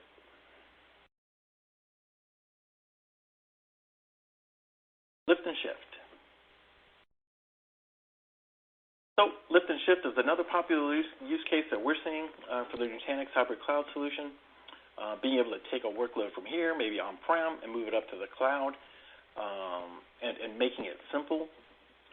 But do you have to re-architect it? How long will that take? Do you have the right people to do all that work? And how much money is that going to cost? So there's a lot of challenges with that whole lift and shift to make that happen. So there's challenges to think about when going to the lift and shift use case. But the good news is it's all simplified with the Nutanix hybrid cloud solution as well. Having the ability to move a workload from your on-prem cluster to a public cloud, it's made easy, it's made seamless. There's no re-architecting, there's no complicated migrations, and it's all done with this same management tool. If you're familiar with Nutanix management, it's called Prism, so it's all done within Prism. So it's the same environment and the same control between the two.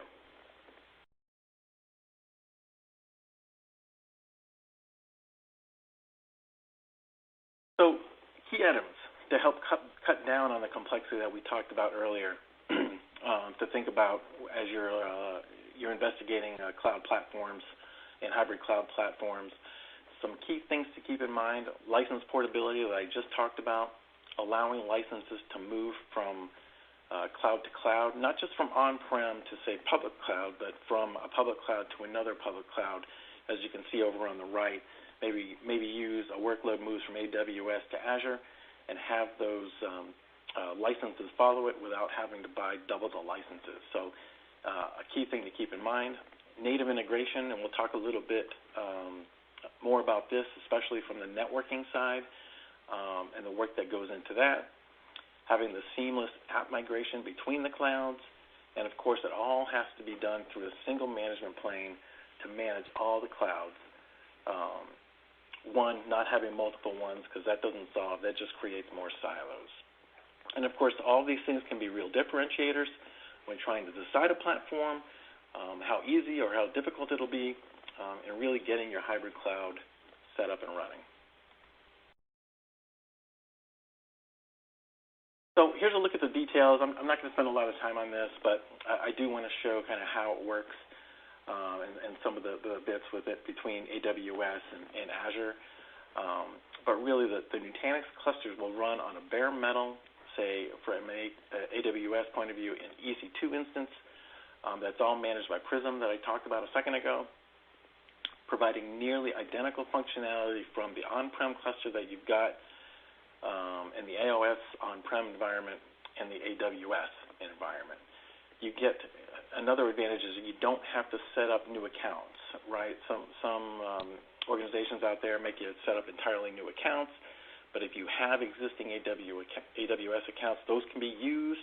All your credits can be used, VPCs, VPNs, even the direct connect configurations. So we spent a lot of time working on the integration between, say, AWS and the on-prem with Prism and that really helps get up and running quickly. You can literally get the Nutanix hybrid cloud running within 45 minutes. That's how fast, and that's a lot of effort that was spent on the integration and the work that we did with AWS to get the hybrid cloud functionality working.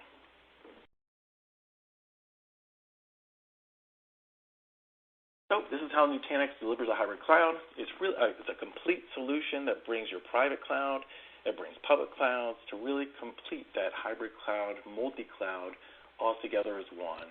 You get a full hybrid cloud experience that can be configured, as I mentioned, in less than an hour. I've been saying less than 45 minutes, capable of supporting all your on-prem and cloud applications. And it's easy, it's intelligent, and it's resilient, all with that single control plane that I've mentioned a couple of times at this point. But it's hybrid cloud easily delivered. It's your private, public hybrid cloud. It's all together. So hopefully at this point you're probably wondering, can you see all this in action? And the answer is yes, of course. If you go to Nutanix.com/test drive, you can experience the entire, a majority of the Nutanix platform firsthand. For example, there are instructor-led exercises where you can see how easy it is to get tasks completed using the one-click simplicity and really experience many of the features that we talked about in this presentation today. So that concludes the presentation. I think we've got plenty of time for a question and answer. I'll take a look, but David, I'm not sure if I'm supposed to hand it over to you at this point. Yeah, absolutely. Great presentation, Alan. We do have a number of questions for you. While we do that, I'm just going to bring up this poll for everyone out there in the audience that says, what additional information would you like about Nutanix? So let's see. First question, there's a lot of questions here. What about... Yeah, I see Naresh. Naresh has a great question. Okay. He's asking about, let me see, how much prep, it just bumped down here, how much prep or input is required from the end user for lift and shift migration.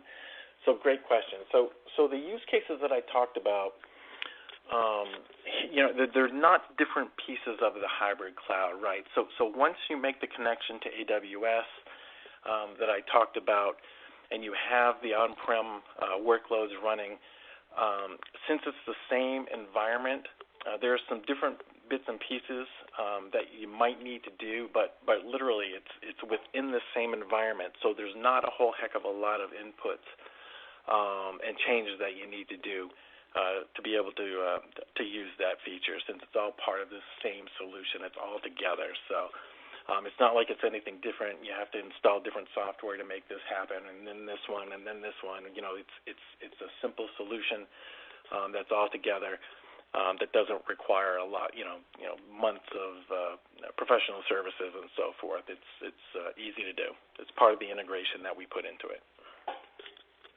Excellent. And then there's a question from Isaac who wants to know, how is using Nutanix in the cloud, say, different from just using public cloud like AWS and Azure?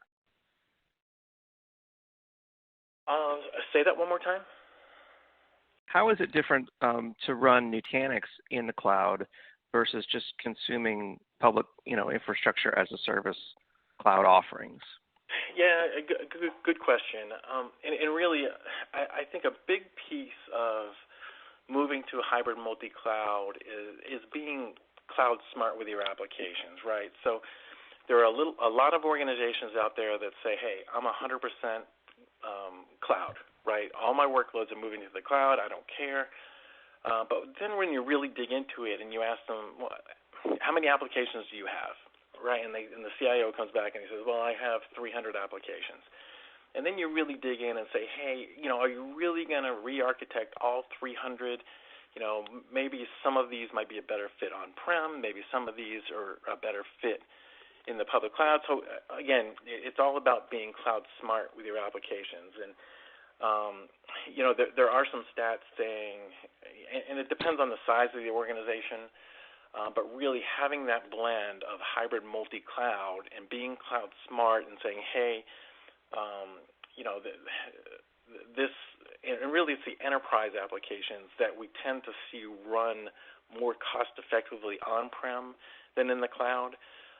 So it's really taking a look at the applications and deciding, yeah, this is a great fit for on-prem, or yeah, this is a great fit for running in the cloud. But having that cloud platform that enables that and makes it easy without months and months of re-architecting is key. And hopefully that was a part of the early part of my presentation that I tried to get out. That once you have your hybrid cloud, Nutanix hybrid cloud solution up and running, making those decisions with your applications gets much easier.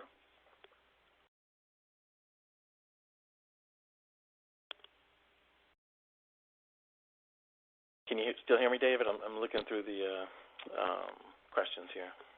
Sorry, yeah, excellent explanation. Thank you, Alan. There's another question here. They want to know, once we're using Nutanix, does that make it easy to move or migrate between cloud providers? Easy to move, migrate between cloud providers. Yeah, and really there are vendors out there that say multi-cloud, right? So being able to take an application and run it on Azure, and then taking an application and running it on AWS. And yes, that's true. You are being multi-cloud at that point.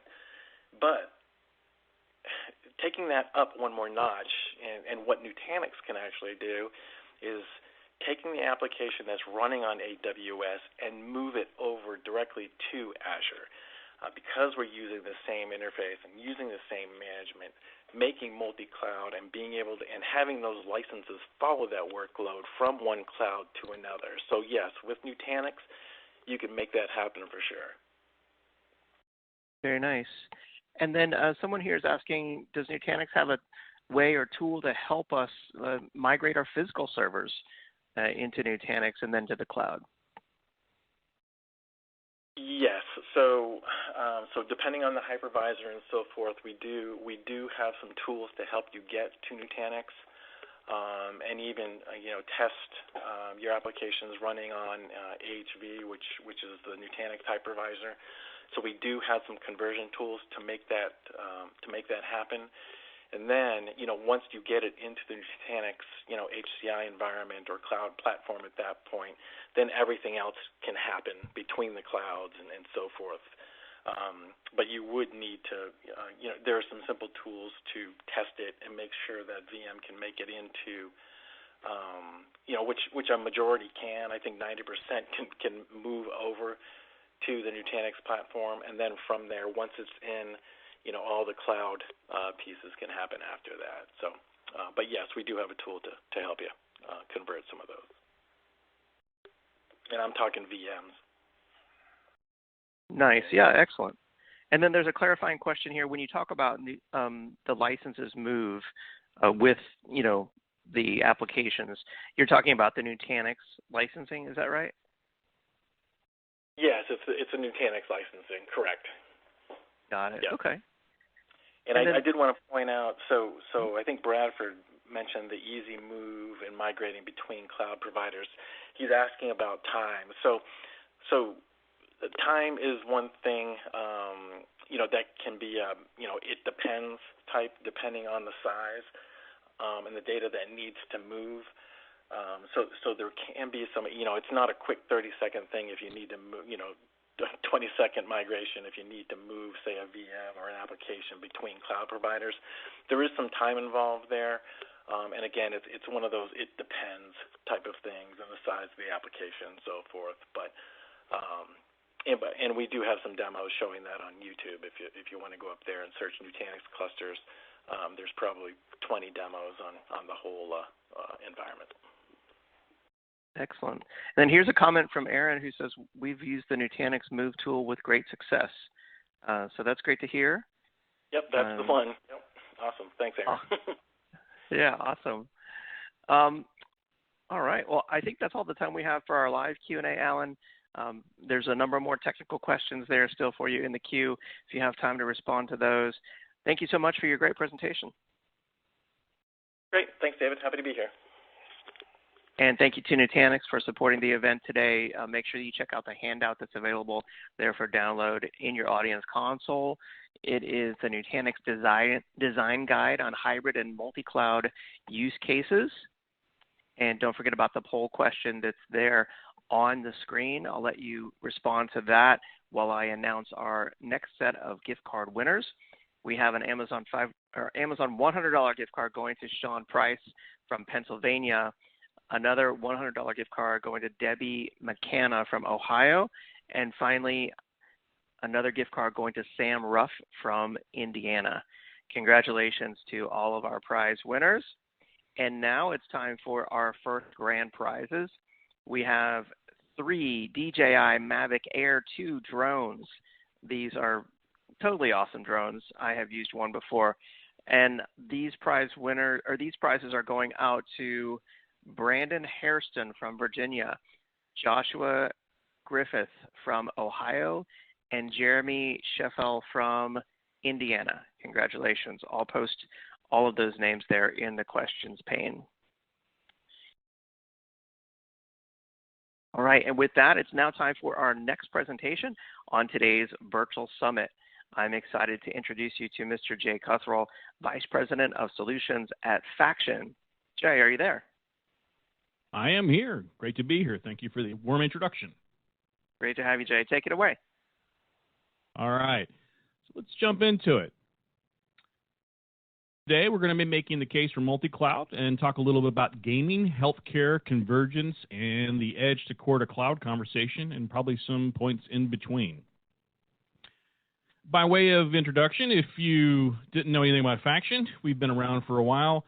We have several hundred petabytes under management, 9 different cloud locations around the planet, thousands of end-user customers, history in innovating around the multi-cloud story. Great to see so many multi-cloud stories so far in this great webcast. If you had any experience with us in the past, you would have known about our tie-in with Dell Technologies. We actually are a Dell Technologies Capital company, as well as a strong VMware partner and several cloud relationships as well. A little bit about me. I have been with Faction for quite a while now. It feels like it's been years, but it's actually only been months, but it'll soon be a year. And I joined the company after spending time at Dell Technologies, EMC before that, VCE before that, Cadia. I had my own consulting practice. I was CTO of a company called Digitel, Neonova. I'd spent time during the dot-com days at Scient, IXL, kind of like the boutique consultancies. Cut my teeth in telecommunications at Nortel and Analyst International before that. I was even a co-op at IBM back in the days of AIX 412, OS2, Warp Connect, and other such, I guess, not that pressing stories, but, OS2 Warp does live on. In fact, if you've ever used like ATMs, things like that, it is still alive and well. It's out there. But in my spare time, I do blog at fudge.org. I also have a newsletter at sunday.fudge.org, which comes out on Sundays, and I call it Fudge Sunday, but spelled A-Y. A lot of what I do is play around with the way in which I present the blog and CI/CD systems, so eventually I'll write some blog articles, though, but I like playing with the technology probably more than doing the blog posts. I'm also on Twitter. Feel free to tweet me at jcuthrell, or if you have any questions about this afterwards, there's my email address. So for today, we're going to break it into 3 sections where we get to learn a little bit about a solution, identify some of the use cases, and then we'll get to the questions section. I've tried to anticipate some of those questions because we have a finite amount of time. We will be collecting all the questions, and I will be getting you answers. So if you do put questions in, they will be answered either while I'm talking, which would be a neat feat, but most likely afterwards. So let's start with some basic definitions. So the first thing I want to introduce is the concept of the multi-access edge compute. Some people call this edge computing or fog computing. Some people call it 5G. It has many names, but effectively what you're talking about is taking some of those compute stories we associate with today, the cloud, and moving it far, far closer to the phenomena, the experience of you, the user, as you're doing things, going through life about your merry ways and days. Or maybe you're a machine and you just want to talk to another machine and talk to other machines. And so there's the machine-to-machine communication part of it too. There's also the human and machine cooperation or augmentation. And then on the right side, we're going to talk about serious games. And when I say serious games, I don't mean the latest release of whatever you are familiar with playing at home games.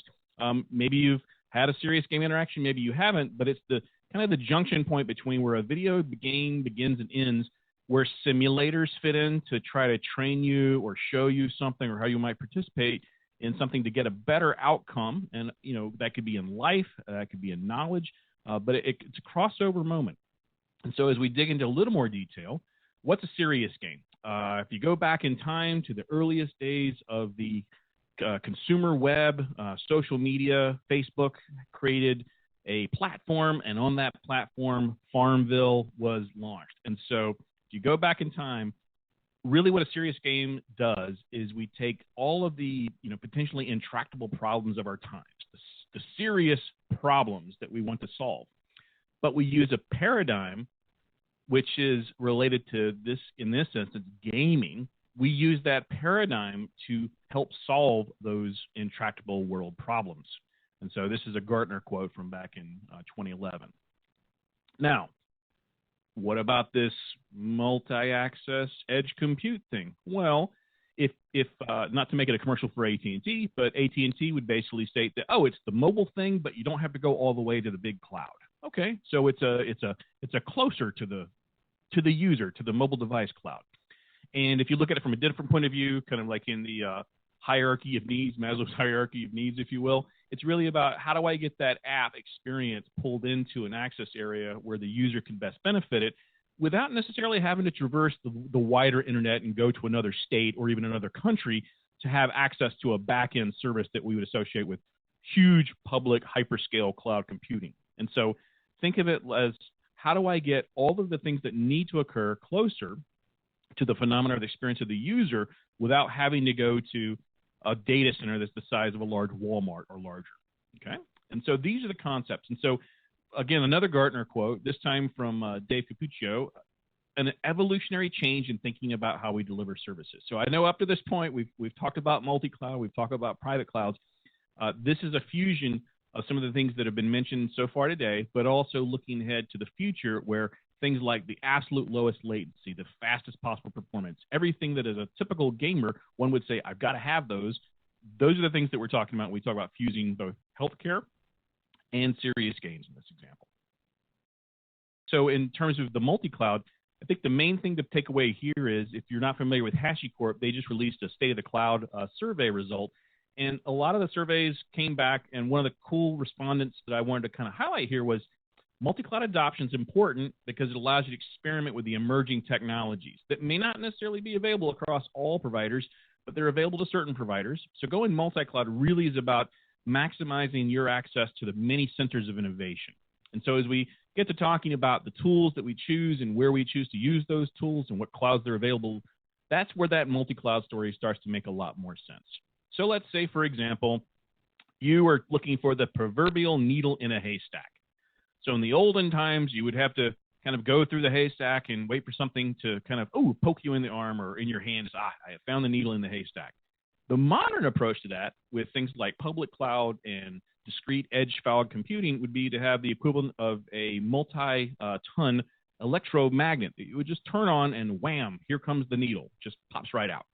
So in using that kind of analogy, if we look at what a conversion point would be, and these are just some examples, and if you would like to click on any of these later, all of the links to this material are included in a little bibliography slide at the end, so don't feel like you have to kind of copy anything down or take screenshots. So, for example, on the upper left, you might have something related to an IT experience or something from Splunk. On the upper right, in the lower left, there could be something related to big data and analysis.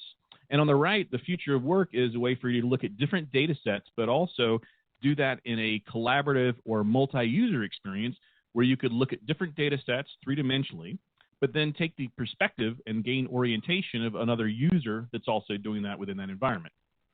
And so now let's take it back into that whole gamification of healthcare or healthcare and gaming or serious gaming.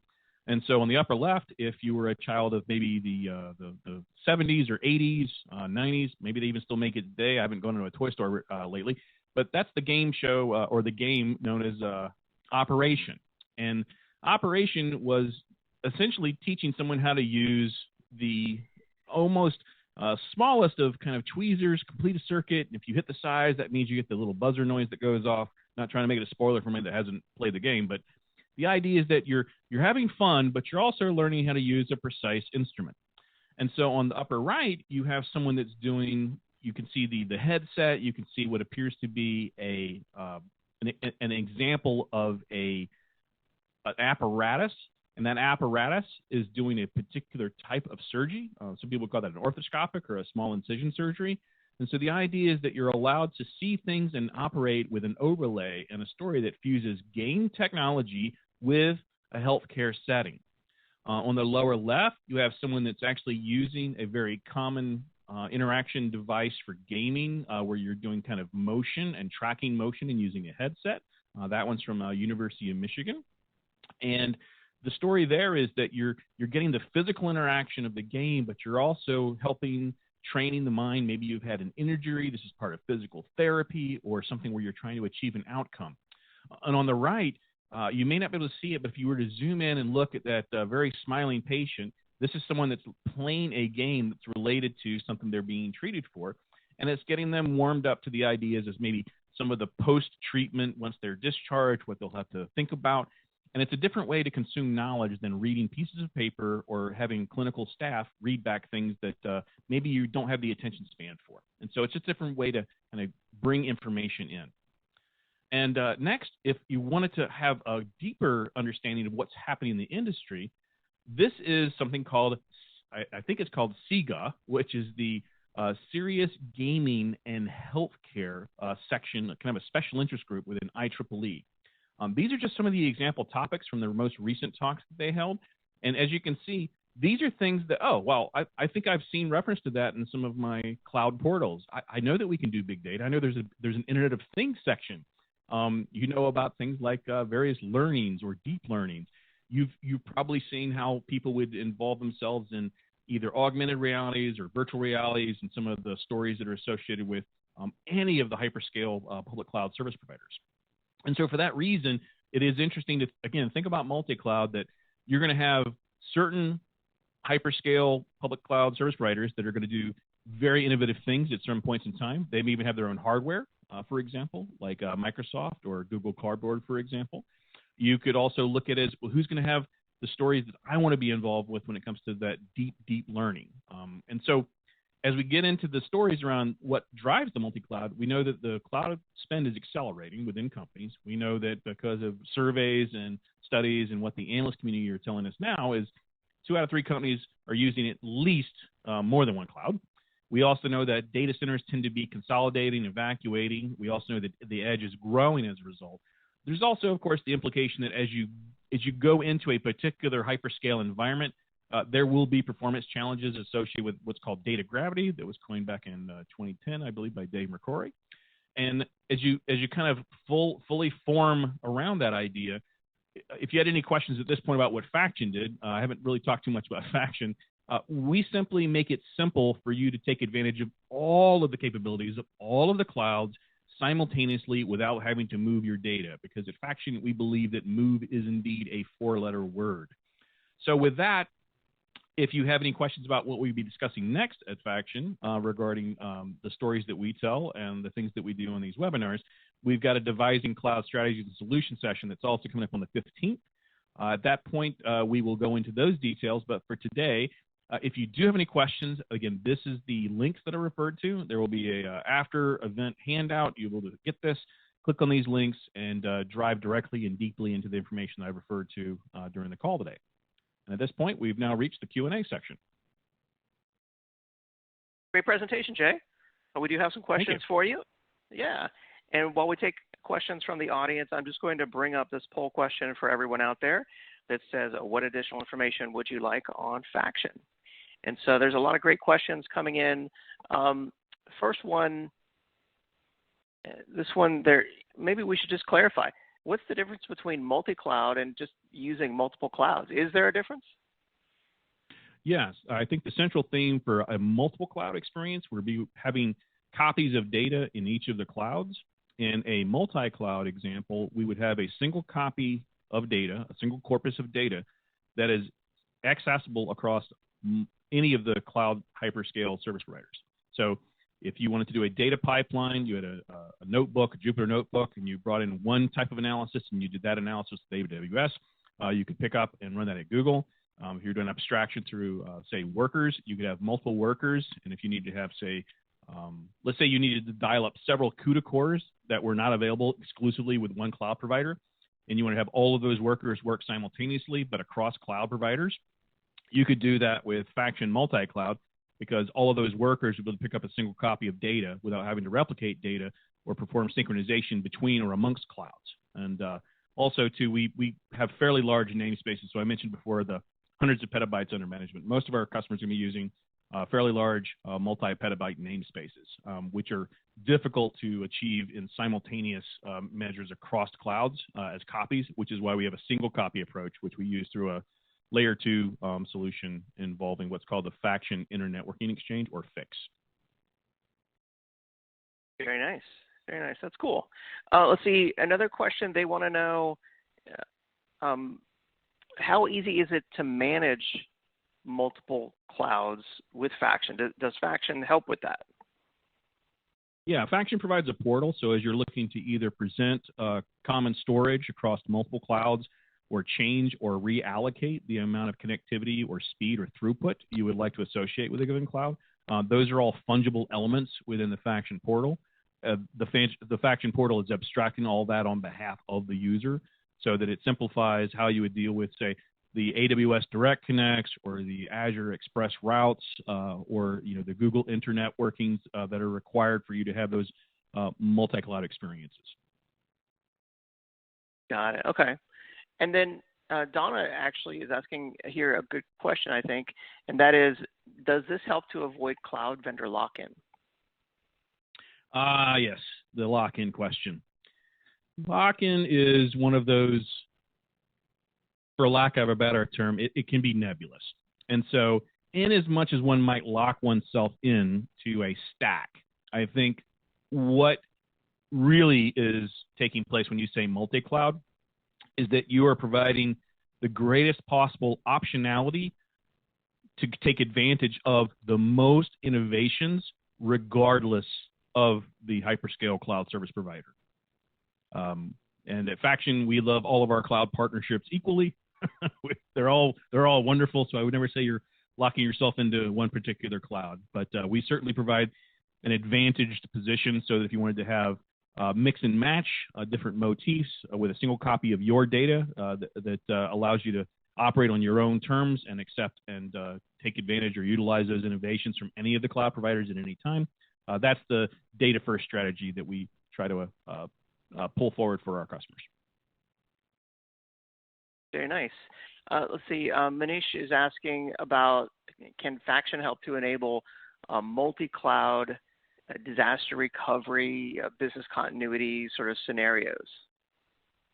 Yes, obviously in the news these days, you don't have to go too far before you hear something about either cyber events, ransomware, etc. So one of the parts of our business that's quite vibrant is related to cyber recovery stories. So we provide, in partnership with other companies, the ability to do air gaps, immutable copies, other things that help you defend against the threats of ransomware and the new vectors that we see every day in the news. It's a scary time for that. That's becoming more and more critical. What about? I like this question about cost. I mean, of course, I don't think we can go into specific costs on how to move exactly 500 terabytes of data, but can Faction help with cloud cost control? Well, again, move is a four-letter word. So depending on the cloud provider, and not all cloud providers are the same in terms of how they assess fees for both the ingress and egress of data. But there are examples of cloud service providers that have, at the level of consumption that we're talking about for multi-cloud, they actually do waive egress fees. So Azure would be an example of one of the organizations that would waive egress fees. There are also examples such as Oracle, possibly even IBM. Other instances, it may be different. Some instances, you have to have a certain commit rate. But in terms of costing, I think one of the other advantages of a multi-cloud strategy is that, again, you're dealing with a single copy of data, and so you're really only having to pay for that storage as a service once. Whereas if you're trying to replicate and keep multiple copies of data in multiple individual discrete clouds, that will become an additive cost over time. I think the other benefit, of course, is that in the model that I'm referring to for faction, for example, if you're trying to do something with file can be very difficult in the hyperscale public cloud services, whereas what we're approaching it as, we seek out the nearest adjacencies, and it's really a physics problem that we solve, which is providing the lowest latency, highest throughput connectivity to a high-quality enterprise-class file service, for example, which has obviously a huge impact on potential costs if you were trying to do that or replicate that across multiple clouds. Interesting. And Michael's asking, how does faction eliminate data gravity? Is that possible? Elimination of data gravity in the sense that if you move into any one hyperscale cloud exclusively, you will have to either pay either in time, energy, or actual fees to repatriate that data or move that data to another hyperscaler.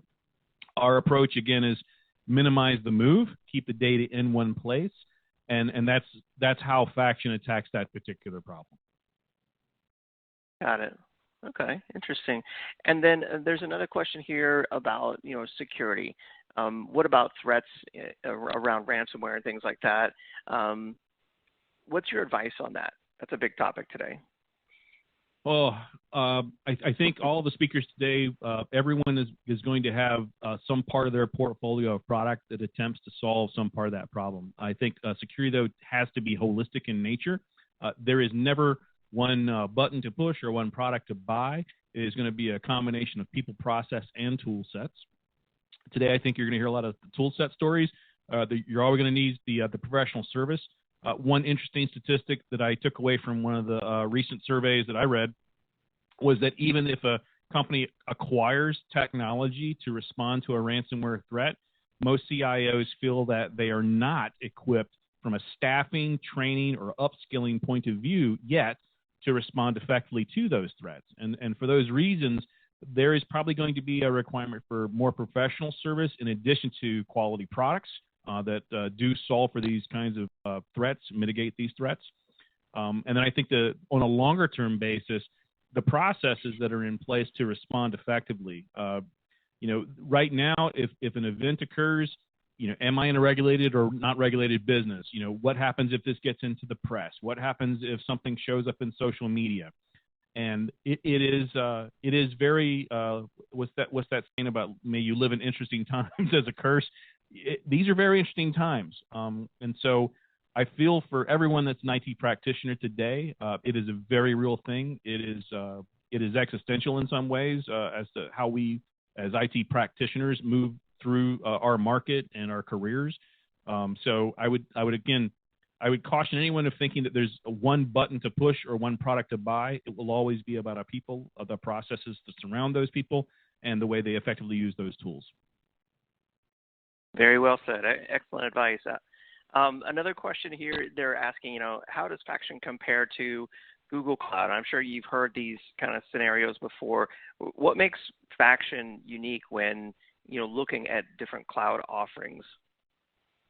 Sure. I'll tell you. I actually bought a domain name. It's called defydatagravity.com, and defydatagravity.com. It just does a simple redirect to something that one of our founders said on LinkedIn, and effectively, Google's great, Amazon's great, Azure's great, Oracle's great. All the hyperscale cloud providers. I feel like I've been North American exclusive or EMEA exclusive at this point. Alibaba, AliCloud, also great. IBM. There's so many options that are out there, but what you're going to find is the larger the cloud, the longer it takes for you to have uniformity of service. And I'm not picking on Amazon, but for example, it only was just this year that they were able to do 100 gig direct connections universally across the Amazon footprint. I think most recently they turned on MaxSec a while back. Some of these are very low-level things, but those are things that Azure and Google had already. And so Amazon, who we all I think regard and every analyst regard as like top in the market, wasn't necessarily top in getting the latest and greatest feature sets that are essential for performance and more importantly for security. So I think comparing us to a Google is only interesting in the sense that Faction is really about the data and giving you efficacy control over your data. If your data is in Google, that's great. That means you have access to it. If you're in the right region, you can go consume TPU resources if you're in the right place. On the other hand, if you need something that's from AWS or something that's from Azure, having things inside of Google may not necessarily benefit you today. The one thing I would say about Google that is very interesting is they are working closely with their partnerships across other cloud providers. You may go, what? And I say, yes, it's true. So if you look at Anthos and what Anthos stories are like within Google, it's the ability for you to say, I want to do something related to running a workload, but do it in a different cloud, but still have it managed as a control plane within Google. And so I think the canonical example now would be about a year ago, they announced, Google announced BigQuery Omni. And so if you're familiar with BigQuery Omni, the primary difference or value would be is they still have BigQuery, but now you can run BigQuery Omni, which allows you to dispatch, say, the Anthos managed environment to AWS or to eventually Azure. And so I think there was an alpha and a beta. I think AWS was first, and I think Azure is a fast follow. But it's interesting. It's kind of a, I don't know if I would call it extending an olive branch or moving us closer to truer multi-cloud adoption within and amongst or interoperability in and amongst hyperscale service providers. But I do have to take my hat off. Kudos to Google for having the foresight to think about BigQuery Omni and the use cases where a customer might have different data in different places, but want to have a centralized or single control plane in place. So I think that is interesting. Absolutely. Yeah, very interesting. Let's see, probably the final question I would say we have time for, maybe this is a fun one. Who are some recommended people to follow on Twitter for serious games? You mentioned gaming. Oh. Yes. So I would go to Niantic Labs is also on Twitter, and their CEO John is he's got some great quotes he'll share sometimes. But I think following Niantic is interesting because they're more associated, I think, with Pokemon Go today. But that whole AR VR overlay of fusing the physical world and then the world around us, it's not too much to imagine that. If someone took a tablet out and kind of held it like in the old Star Trek days, like a tricorder above you, and then they were able to see, real-time information about you as a patient or something you're doing in a healthcare setting. But it's that overlay part of it that really kind of gets me jazzed and energized. So I would definitely check out Niantic Labs on Twitter. I love that. I think of that every time I go to the doctor. Why don't they have those tricorders yet? Why is there not a tricorder? We were promised jetpacks. That's right. That's right. All right. Well, this has been a lot of fun. Thank you so much for your presentation, Jay. Hey, thank you so much for having me. Take care. Bye-bye. For more information on Faction, check out the handout. It's there in your audience console. It is Jay's entire slide deck there in PDF, the case for multi-cloud, and he's got all his resource links there, third slide from the bottom, so make sure that you check those links out. A lot of additional resources there are on that deck. Thank you to everyone who responded to the poll question on the screen. I'll leave that up for you to respond to still if you haven't, while I announce our next Amazon $100 gift card winners. These are going out to Gary Hickey from Maine, Ryan Hess from Georgia, and Dennis Rudge from Minnesota. Congratulations to all the prize winners. All right, and with that, it's now time for our next presentation on today's virtual summit. I'm excited to introduce David Atkins, Principal Solutions Architect at Progress. David, it's great to have you on. Take it away. Thank you very much, David. Appreciate it. It's nice to be here. And thanks, everyone, for joining today. So I'm David Atkins. I'm a Principal Solution Architect or Solution Strategist at Progress. And let me introduce Progress, because you may not have all heard of us. We are a trusted provider of the best products, tools, and technologies to develop, deploy, and operate and manage high-impact business applications and digital experiences. This is our 40th birthday this year. And I like to include some of these numbers because Progress is a company that its impact on the world is much greater than its name recognition. And you may recognize us more for some of our brands like Ipswitch, Data Direct, Chef. more than you do Progress itself. But as you can see from these numbers, there's thousands of software companies whose entire go-to-market is built upon technology from Progress. And through their applications and their millions of developers, they impact millions of people on a daily basis. So we achieve that by providing a portfolio of products that addresses various layers in the application development or the digital experience stack, if you will, as well as some complementary monitoring management and infrastructure tools.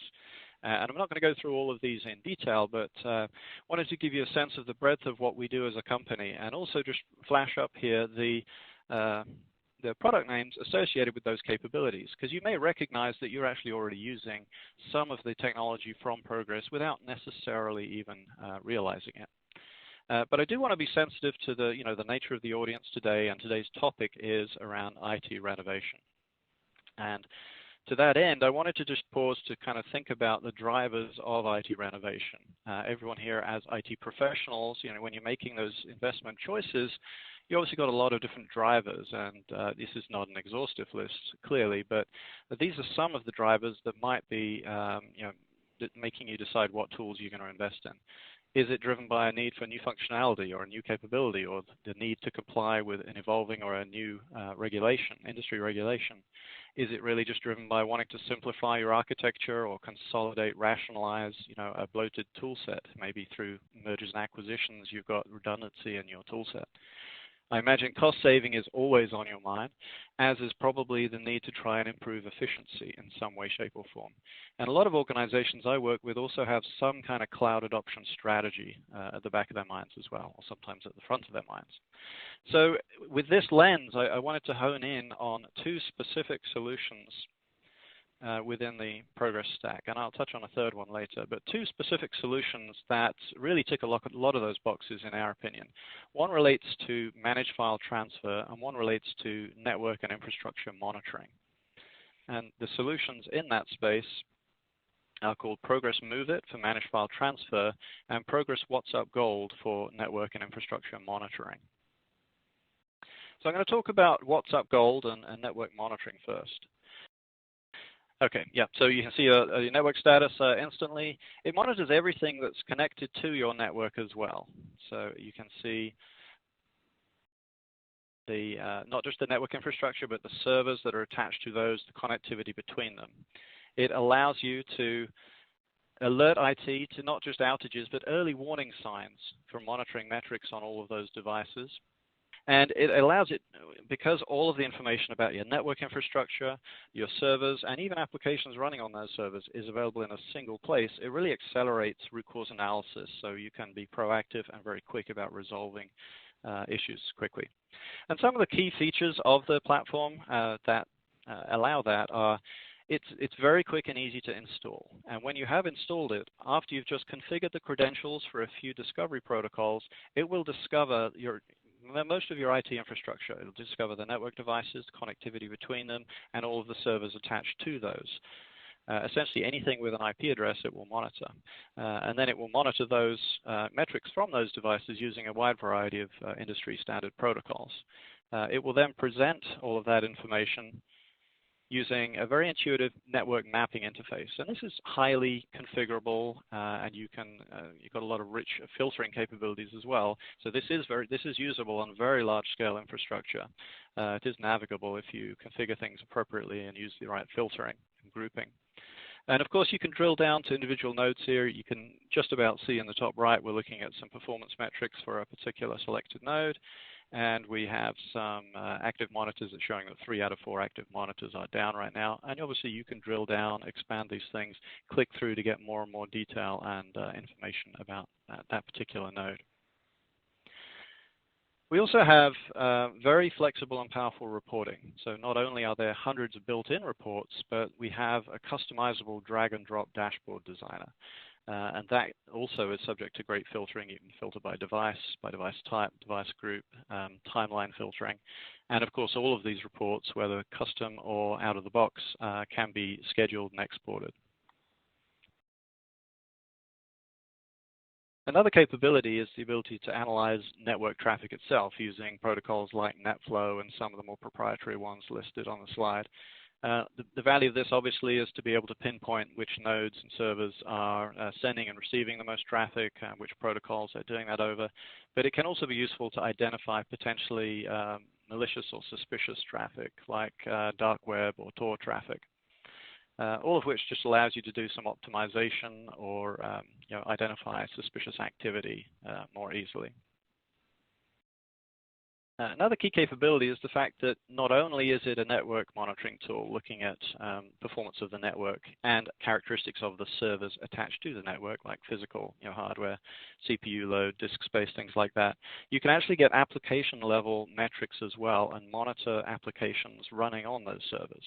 So we have a wide variety of pre-built profiles made up of monitors to monitor different characteristics of a variety of applications. So we've got Exchange Server, SharePoint, SQL Server, DNS, Tomcat, Citrix, Oracle, and others. And it's very easy to create your own profile with your own custom monitors to monitor your own in-house applications or any off-the-shelf application that we don't have a pre-built profile for. And some other characteristics on the right-hand side of the slide, we can certainly monitor all of your virtual infrastructure. We can query those hypervisors to get information about VMs running on them. We can monitor all of your wireless network infrastructure. We can even monitor those assets in cloud providers, those AMIs in Amazon, those Azure VMs. We can do configuration management of the nodes, specifically checking that configurations do not change unexpectedly. Obviously, that's one of the first things that any bad actor will do if they do get into your network is try to configure it to make it easier to get back in. So we can alert on changes in configuration to alert on accidental or potentially malicious network configuration changes. We can also do log management where you can set alerts and monitors based upon events from event logs, various different types of network appliances and servers. And all of the information in WhatsUp Gold is made available through a very extensive and powerful REST API. And another key differentiator really is how we make it affordable as a comprehensive monitoring solution through the licensing being device-based, which is, I mentioned, because it's different from many other tools on the market, which are more monitor-based. From our perspective, if you want to monitor 20 characteristics of a network switch, that's still one licensing node as far as we're concerned. So a good use case or a good example of use of WhatsUp Gold is Ford Motor Company. They actually monitor all of their North American manufacturing locations using WhatsUp Gold. They don't only monitor the network infrastructure, though. They monitor all of the manufacturing equipment that is attached to that core network. And they take a very proactive approach, meaning they have a lot of monitors to detect the early warning signs of network congestion or anything that might be an early indicator of a potential problem. Because as well as alerting on those things so that humans can be alerted to take action, you can also trigger remedial processes to potentially automate remediation of some of those possible issues before they arise. Another great use case that I really like to dig into, because I happen to know the person who evaluated WhatsUp Gold and other tools for Clayton Financial several years ago. He's now one of the product managers for WhatsUp Gold. So he loved the product so much that he eventually left Clayton, came to work at Progress, or originally Ipswitch, and then Progress acquired Ipswitch.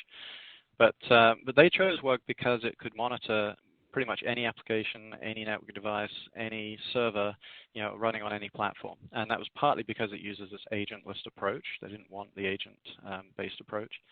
And also ease of configuration and speed to get up and running was a big factor. And it was very cost effective, not only because it was cheaper than alternatives, but they could consolidate from 4 monitoring tools that they'd acquired over time down to just WhatsUp Gold. And that alone saved them $60,000 a year in licensing savings. But Jason told me a nice anecdote that one of the devices that they had previously been unable to monitor was a fax server. And because WhatsUp Gold is more flexible, it was able to detect the fact that that fax server went out of commission, out of hours.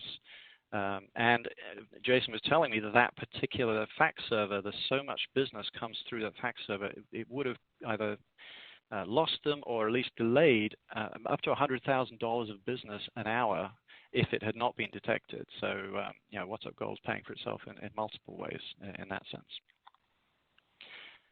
So tying it back to the drivers of innovation, of renovation that we talked about earlier, I hope you'd agree that from what I've said, WhatsUp Gold definitely can provide new functionality and capability. It can allow you to monitor more of your infrastructure, have a more complete view. It'll simplify the architecture by being just a single tool that gives holistic visibility of everything.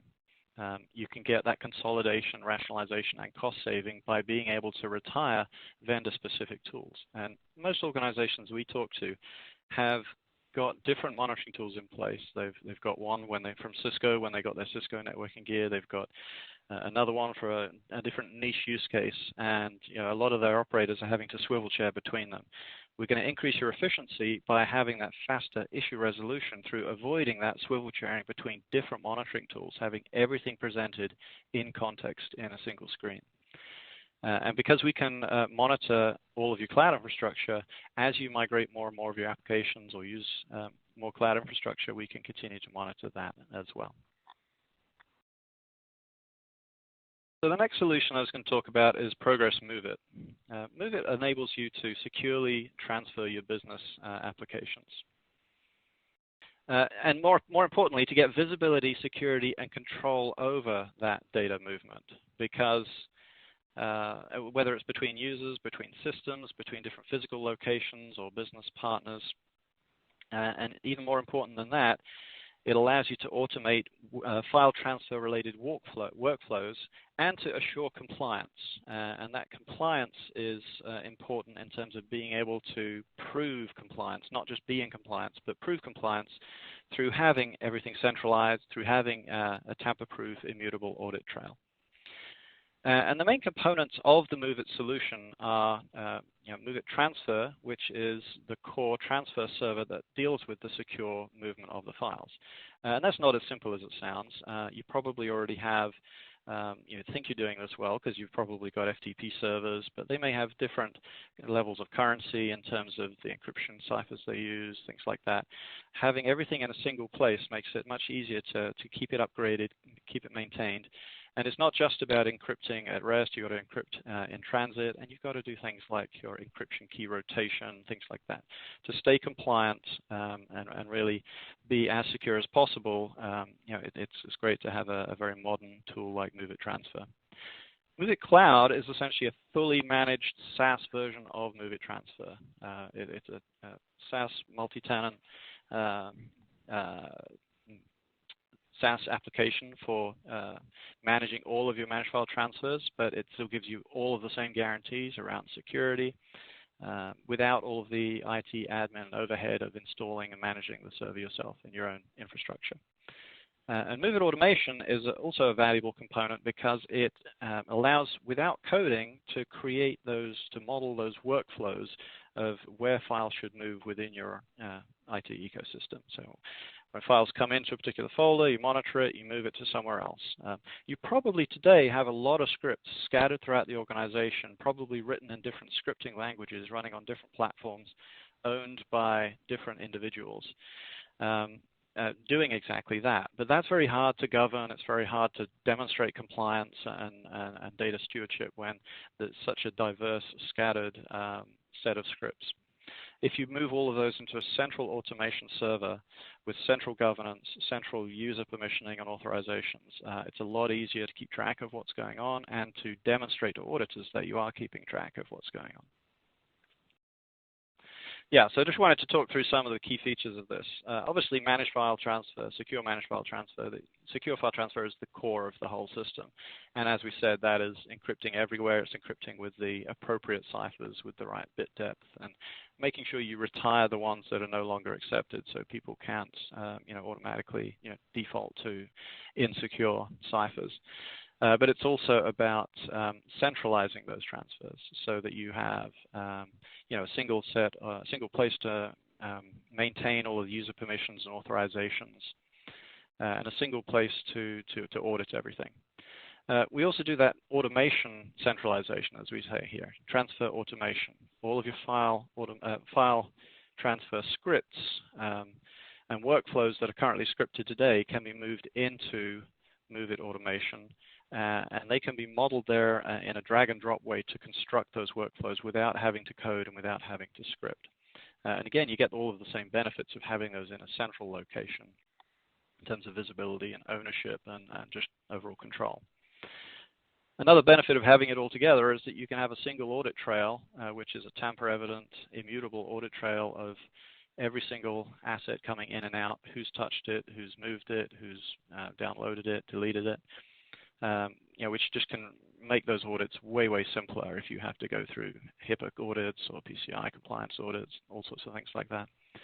But in addition to the audit trail, we have dashboards to provide a more of a real-time live view of what's in the system, what transfers are taking place, who's logged in. And to try and make it as easy as possible to use MoveIt and not to circumvent the system, we have a variety of different ways to send files using MoveIt. We have a web client, we have a plugin to Outlook, we have a MoveIt client application you can use, and you can see in a couple of bullets later we have a mobile app as well. So if you have more of a mobile scenario, field agents or warehouses, then certainly we have a mobile application that can extend secure managed file transfer safely to mobile use case. And all of that is supported through best practice secure access control with multi-factor authentication, password resets, and sign-on acceptance processes. And we also have the APIs for .NET, for Java, and REST. So if you want to embed this kind of file transfer capability into your applications, your systems, it's very easy to do that. And if you use MuleSoft and have Mule applications, we have an Anypoint Exchange connector as well to make it very easy to use MoveIt in a MuleSoft ecosystem. And all of this is horizontally scalable. As you'll see in a minute, we have some very large scale deployments of this and can support fault tolerance for DR and continuous business continuity. So a good use case for this is obviously this type of technology is very strong in regulated industries like finance and healthcare. And one of our sort of flagship healthcare customers is the Texas Children's Network of Hospitals and caregivers.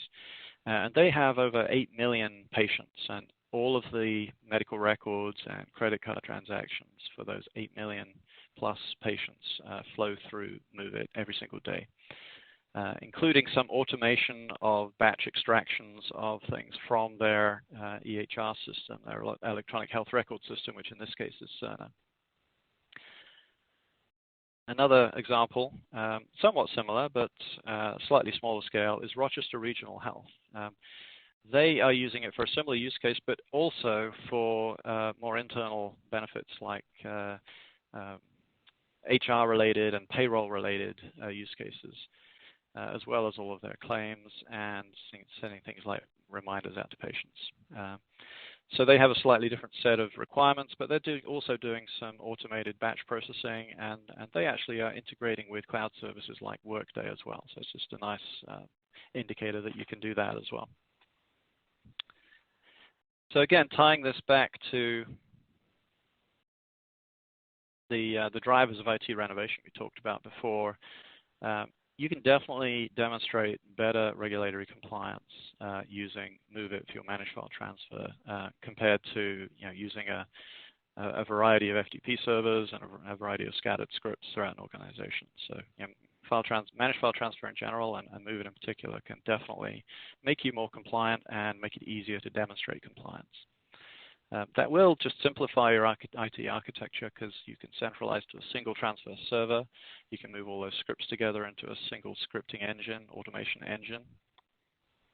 Obviously, that's going to allow you to potentially retire multiple sort of redundant FTP servers, FTP clients.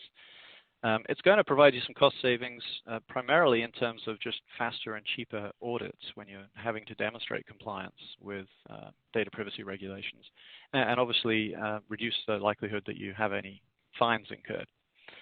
But it's also going to increase efficiency of administration, especially around things like user administration and authorizations, because you're defining all of that in one place.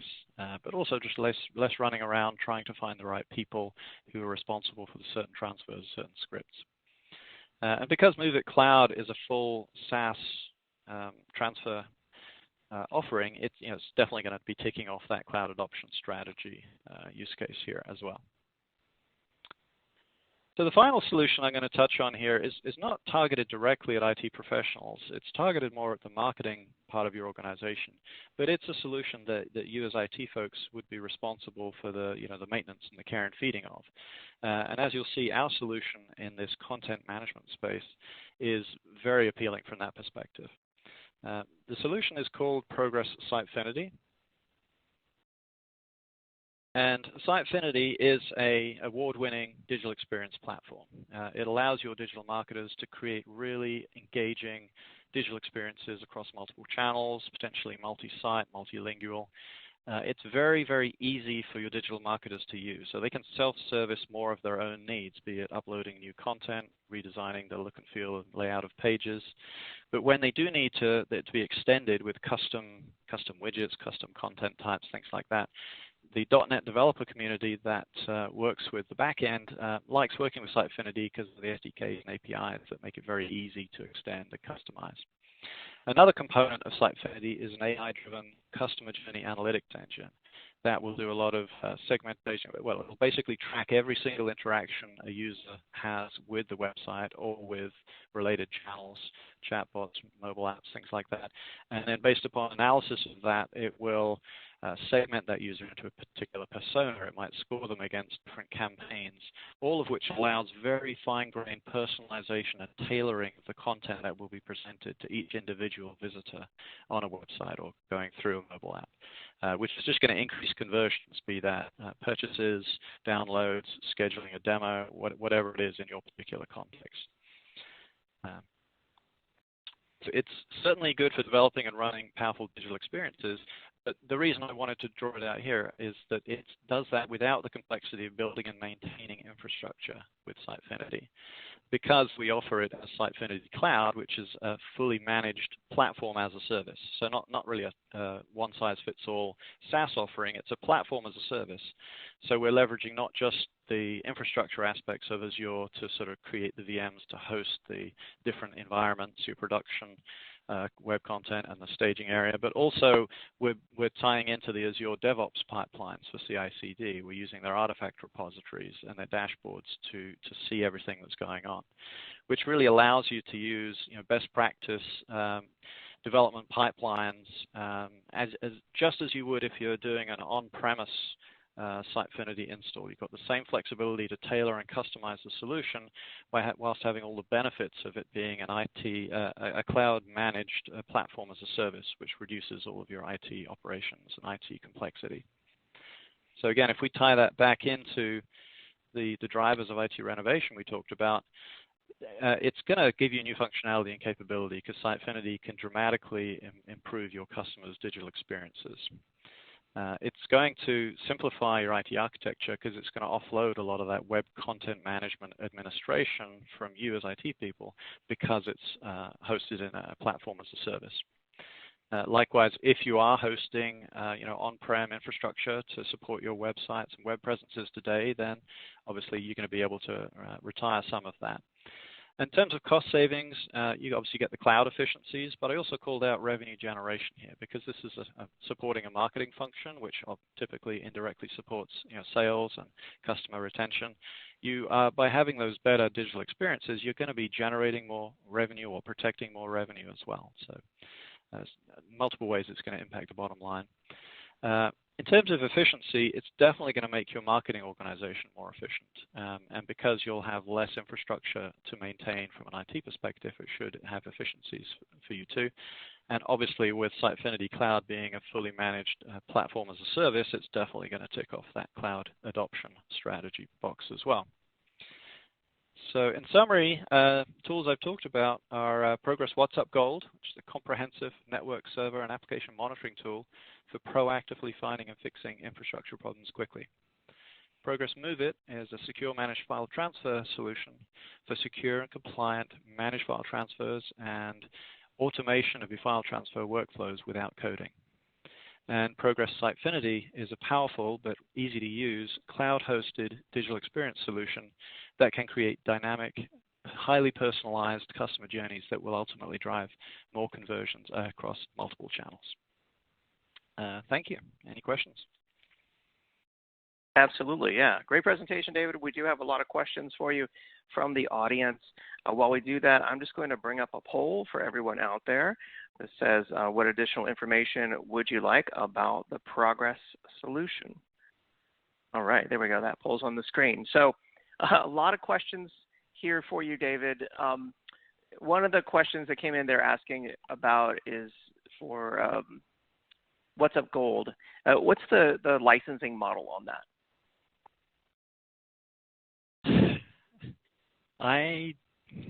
It uses a points approach, and different types of devices and different types of monitoring consume different points.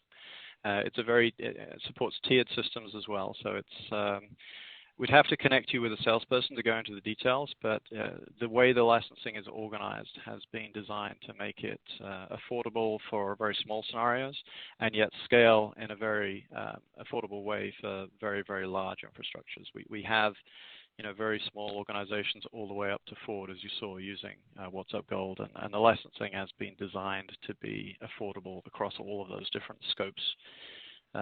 I would have to defer to a sales rep, but we can definitely put you in touch with a sales rep to dig into what the cost would be in any particular scenario. Excellent. Yeah, I used to use WhatsUp Gold as an IT manager myself. A great product. So let's see. Another question here they're asking about is, you mentioned that WhatsUp Gold can monitor anything from anywhere. Can you go into a little bit more detail on that? Like, where does does it run on premises still, or does it run in the cloud, or is it a SaaS, or? It's not a SaaS solution, but you can deploy it on-prem or in the cloud. I would say the majority of installs are installed on-premise, close to the network infrastructure and servers that it is monitoring. And essentially, yeah, anything with an IP address. It uses such a wide variety of level 2, level 3 discovery protocols to kind of find everything. It can pretty much discover any node that's out there, and you can also manually add additional nodes that it can ping as well. Obviously, the variety of the richness of monitoring it can do, the richness of metrics and characteristics it can monitor, varies across depending upon the type of device. Some network appliances, there's hundreds of metrics that we can capture. Other things, it's really a ping and everything in between. So you can also create your own custom monitors. So there's very powerful capabilities to script or create your own wizards or scripting to create your own custom monitors.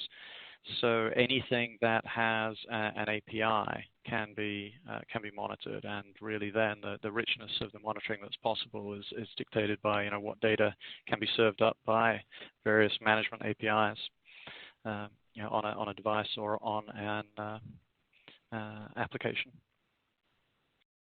Very nice. And then next question here, they want to know just really around trends when it comes to adoption. Like, what kind of trends are you seeing in cloud adoption? Well, a number of our products, beyond even the ones we talked about today, have sort of cloud-based SaaS offerings now, and we are over time gradually seeing more and more adoption of those versus installing on-prem. Also, on the application development side of our business, we're also seeing a market trend towards the application partners who are building solutions, not selling those as on-prem solutions to their customers, but offering them as fully managed cloud-hosted SaaS applications as well. And an interesting related trend to that is as those development partners are moving towards cloud adoption, cloud deployment, they're really modernizing their sort of DevOps practices as well. And some of them are even doing it in a multi-cloud, cloud-agnostic DevOps automation approach. And that's something that we've been able to help some of them with through the acquisition of the Chef company last year. Chef has a great tool set and a great customer base in DevOps automation, and multi-cloud DevOps pipeline automation is their sweet spot. and they're actually now they're extending their tool set into sort of compliance as well. So it's some complementary to WhatsApp Gold. Even with Chef now, they're not only supporting deployment and infrastructure provisioning across cloud, abstracting across different cloud providers, but they're also providing compliance of server configurations, whether they're on-prem, whether they're in the cloud, using their Chef compliance offering. So yeah, a lot of trends towards greater use of the cloud. Another interesting observation I would say is that I always used to hear that security concerns was the thing that held back more of our customers from moving to fully, cloud deployed, cloud managed solutions. But now it's actually going full circle because the cloud providers are so mature and providing so much value add with additional services and best practice architectures and deployment templates that a lot of people now think it's easier to actually implement security best practices in the cloud than it is to have to reinvent all of that yourself in on-prem. Yes, you can definitely be more secure on-prem if you know what you're doing, but a lot of people really don't know what they're doing as well as the cloud providers, and cloud providers will give you a lot of that security best practices for free. So, great advice. All right. Well, David, I'm afraid we're out of time here in our live Q&A session, but I see 22 questions there for you in the queue. Obviously, a lot of interest in, the solutions from Progress Software, questions around Move It and WhatsApp Gold. So thank you so much for your presentation. Thank you. Thanks for having me. For more information on Progress, check out the website, progress.com. The link is right there in your Handouts tab. And don't forget about the poll question that's on the screen there. I'll leave that up while I announce our next set of prize winners. We have 3 more Amazon $100 gift cards. These are going out to Amy Cox from Oklahoma, Joshua Valdez from New Mexico, and Stephen Edding from Wisconsin. Congratulations. That's 15 gift cards already we've given out on the event today. Make sure you stay tuned. We've got another 15, and we've got more grand prizes as well on the way. All right, and with that, it's now time for our next presentation on today's virtual summit. Welcome Andy Fernandez, Senior Product Marketing Manager at Zerto. Andy, it's great to have you. Take it away. Hi, everyone. My name is Andy Fernandez. I'm Senior Product Marketing Manager here at Zerto Software, and welcome you to today's session, which is really focused on backup, disaster recovery, data protection, and disaster recovery as a service. We're going to talk about it as Zerto's approach regarding these use cases via continuous data protection. So if you have any questions, please add them to the chat. If not, we'll try to answer all of your questions towards the end. Also, take a look at any of the resources that we provide during this session within the link in the chat.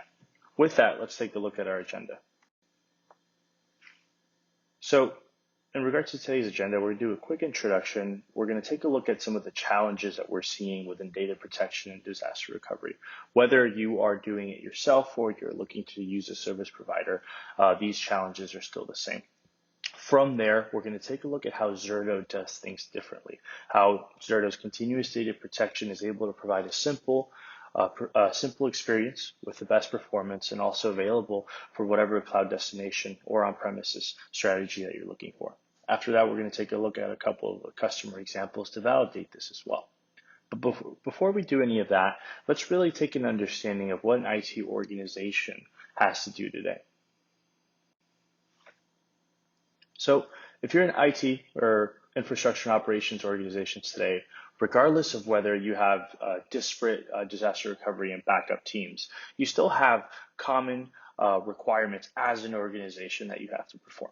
And this comes from a reactive perspective, right? You have to be able to restore a file locally, meaning if somebody deletes a file, it's corrupted, or even a minor ransomware attack specific to a folder, you have to be able to restore this effectively without an impact to production and get this as quick as possible to whoever is requiring this information. But you also are required to retain data for certain periods, especially if you're within healthcare, financial services organizations, or even other types of governmental agencies as well. You need to be able to host retain data for a long period of time, but also be able to recover said data as well. And that's more of the backup experience, right? Both restoring locally and being able to retain data long term. But also there's a DR component. That same organization, you're responsible for performing a failover if there's a natural disaster. And not just your traditional natural disasters that you see with hurricanes, tornadoes, fires, but also planned disasters as well. Being able to preemptively move data somewhere else, or even worst case scenario, have to deal with a large-scale ransomware attack. We're seeing ransomware kind of toe the line between a backup and a disaster recovery scenario, depending on what happens. So these are common things that have to be done, and we've already talked about ransomware, but there's another one too from a plan perspective. This same organization, usually your same department, is also tasked to migrate to the cloud, whether it's actually moving your protected DR or backup workloads to the cloud, or something entirely different. Whether you're facing a merger or an acquisition or just a cloud initiative, you have to have the capabilities to do so. So IT organizations are aware of this, and they have to find the right tool set to be able to unlock these capabilities. But with that comes a lot of complexity. If you think about many organizations, most of them start on premises. You have a primary data center, and you realize that you need to be able to fail over to another warm site. So you build a secondary data center. This is the site where you're able to fail over all your applications if something happens to fulfill a DR scenario. Usually you're using a tool like Recover Point, and you require homogeneous storage to be able to do so. So you have kind of fulfilled at a very basic level what you need for DR. But then you also realize you need a little bit more sophisticated orchestration and automation. So you have to bring in another tool. Let's use SRM, or Site Recovery Manager, as an example as well. Now you're kind of dealing with two tools kind of perform the same activity within the same business unit. After that, you're also expected to still perform your local restores of files, folders, and VMs, but also from a compliance perspective. So you need backup as well. And then, you've had all this built on premises, and you've now received the cloud mandate to be able to move to the cloud. Whether you have to move your DR to the cloud or you have to move your backup to the cloud, you then have to now acquire another tool in order to do so. So within this same space, to accomplish the core capabilities of what we've talked about, you need a DR tool, you need an orchestration tool, backup tool, and something to be able to migrate, because you want the best performance for each one. So now you're managing multiple UIs, completely different training and professional services requirements. You're spending a lot of time and resources on not just the initial installation and configuration, but just managing it, managing the upgrade process. This takes a lot of time, a lot of people, and a lot of effort for something that's more focused on a reactive approach than anything really focused on building your business. And that's on the technical side. Let's not even get into what are the ramifications from a licensing and pricing perspective, just on managing disparate backup and DR tools, let alone another tool for orchestration, let alone another tool for data migrations as well. This presents a lot of complexities, a lot of wasted time, and also a lot of lack of structure and continuity from a performance perspective as well. So how does Zerto do it differently? Well, we focus on all of these use cases being able to be performed from one user interface and one specific action. Let's take a look at that. So what I've done here is kind of gift the Zerto UI, specifically a failover, to show the simplicity of what you can accomplish within a few clicks. And if you think about what you thought about Zerto 10 years ago to what it is today, there's a lot that you can perform. Within the same Zerto user interface, a specific just software-only approach, you're able to perform what you would require from a backup perspective. You can restore files and folders instantly without an impact to production. You can recover a VM or an application from long-term storage as well, whether it's a secondary site on premises or in the public cloud. You can perform a complete failover, as you're seeing here on the screen, and you're able to also migrate on premises or to the cloud. So within one interface, one experience, one licensing structure, you're able to perform all these things that required a full, what I would call, data protection stack. And that's what's different about Zerto, that you're getting the best performance and you're not making any sacrifices on specific use cases. And what I mean by that is we see a lot of organizations using their backup software to perform DR. But we know that's just not feasible to be able to use backup, because backup is only effective in the scenarios where you're experiencing data loss. You can't have planned operations when you're doing backup. You can't effectively move your data. And we're seeing our customers experience that and start to consolidate Zerto and use Zerto explicitly for both backup and DR. And the reason that is I'll show you on the following slide. Zerto, it gives you the ability to do things for both the unplanned aspect of your business, but also for the planned side. For the unplanned, both DR and backup, you're able to recover from ransomware. You're able to do it in performance that is unmatched and simplicity that is unmatched as well. You're able to restore files, folders, and VMs. You can recover from long-term retention, right? That cost-effective storage. You can fail over to another site in the case of a outage or some type of malfunctioning with your hardware, or you could even do it in the usual case of natural disasters. That's just the unplanned side. But what about the planned side of the business, specifically the one that usually is tied to actual revenue? Well, with Zerto, you're able to simply, in a simple manner, migrate to the public cloud, or you can do it to another data center. You can do it to a service provider. Let's say that you realize that maybe from a DRaaS perspective, you need the capabilities and the expertise of the service provider. With Zerto, you can simply move to them and experience the value of Zerto's technology, coupled with the efficiency, the service catalog that a service provider can provide you as well. But also preemptive failovers, right? Let's say that you know a hurricane is coming within 1 or 2 days. Why not fail over quickly before any type of risk happens and you're able to do so? You can't do that with backup. So that's what we pride ourselves at Zerto with, being able to deliver one experience for all unplanned and planned activities, regardless of the use case, right? Data protection and disaster recovery. But how does it actually work? What gives us the best performance? What gives us the best simplicity when it comes to executing on these specific capabilities? Well, at the core of continuous data protection is our near synchronous replication. What differs Zerto from the rest is the fact that we're not tied to array-based storage replication. This is replication that sits at the hypervisor level.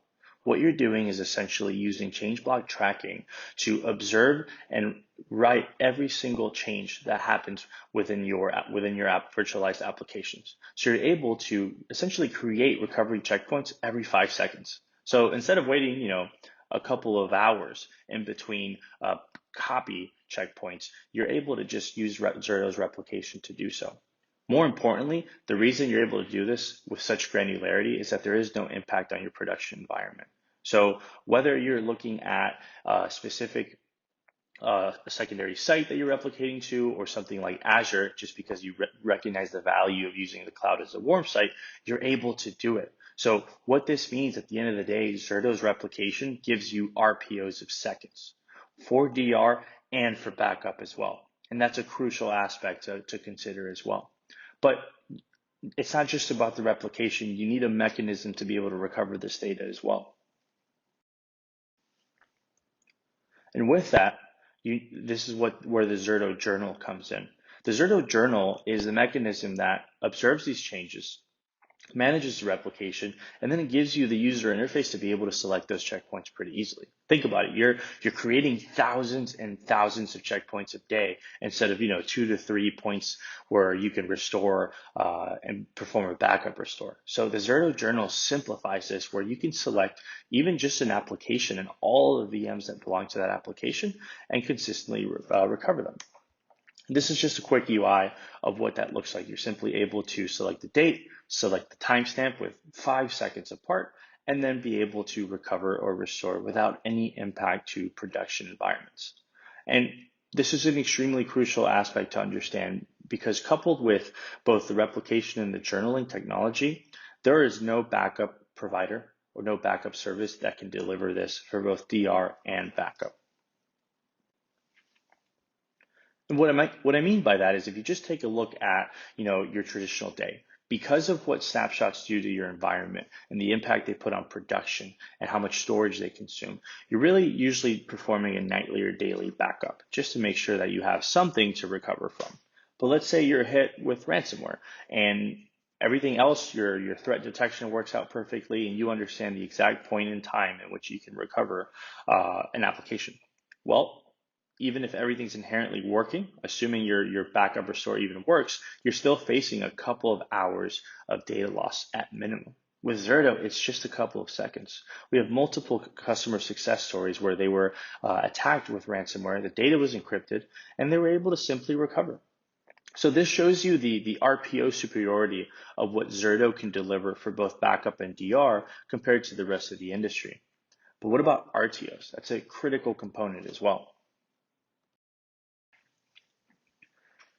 If you think about the nature of your enterprise applications, right, there's a lot of dependencies there from a multi-VM perspective. You have sometimes almost a dozen or more VMs that belong to a specific application. When you are copying this or performing a traditional backup job, you use incremental snapshots. And that's fine when you're just trying to back it up, right? That's traditional backup technology. But what happens when you actually have to recover and recover quickly? You then have to do the math and find the common denominator and understand exactly at which checkpoint are all of these VMs at a consistent, specific checkpoint. That's incredibly difficult to do, especially scaling it across multiple applications. But with Zerto, it's completely different. What we do is we treat your applications as one consistent entity, one cohesive unit where you configure what we call a virtual protection group. You designate all of the VMs that belong to that application, put them in the virtual protection group, and then with any incident or move operation, you simply select that application and can recover all the checkpoints at the same exact time. This saves a lot of time on RTO. Sometimes we only focus on RPO, but RTO is extremely important at the enterprise level as well. And then you have another important aspect too is, well, where am I replicating? What is the difference between what I want to do on-premise or in the public cloud or with a disaster recovery service provider? Well, let's take a look. Because of our software-only nature and the fact that we're agnostic, we allow you to utilize the infrastructure that's best for you. Whether you want to use a traditional public cloud like Microsoft Azure, or you actually want to be able to use VMware in a public cloud like the Azure VMware solution, you can do so. You can do that without any impact on production, without any difference in performance, and utilizing a scale-out architecture as well. But we also know that this session also talks about disaster recovery as a service. We have over 450 service providers that you're able to utilize in order to be able to replicate to them and have them manage your disaster recovery capabilities.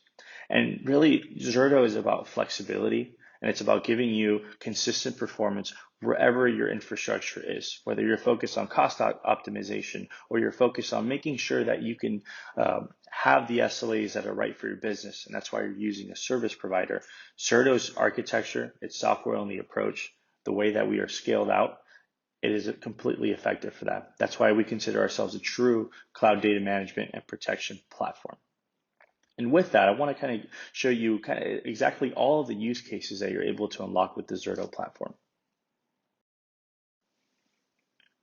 As we covered in the beginning, we saw all of the planned and unplanned operations you can do with Zerto.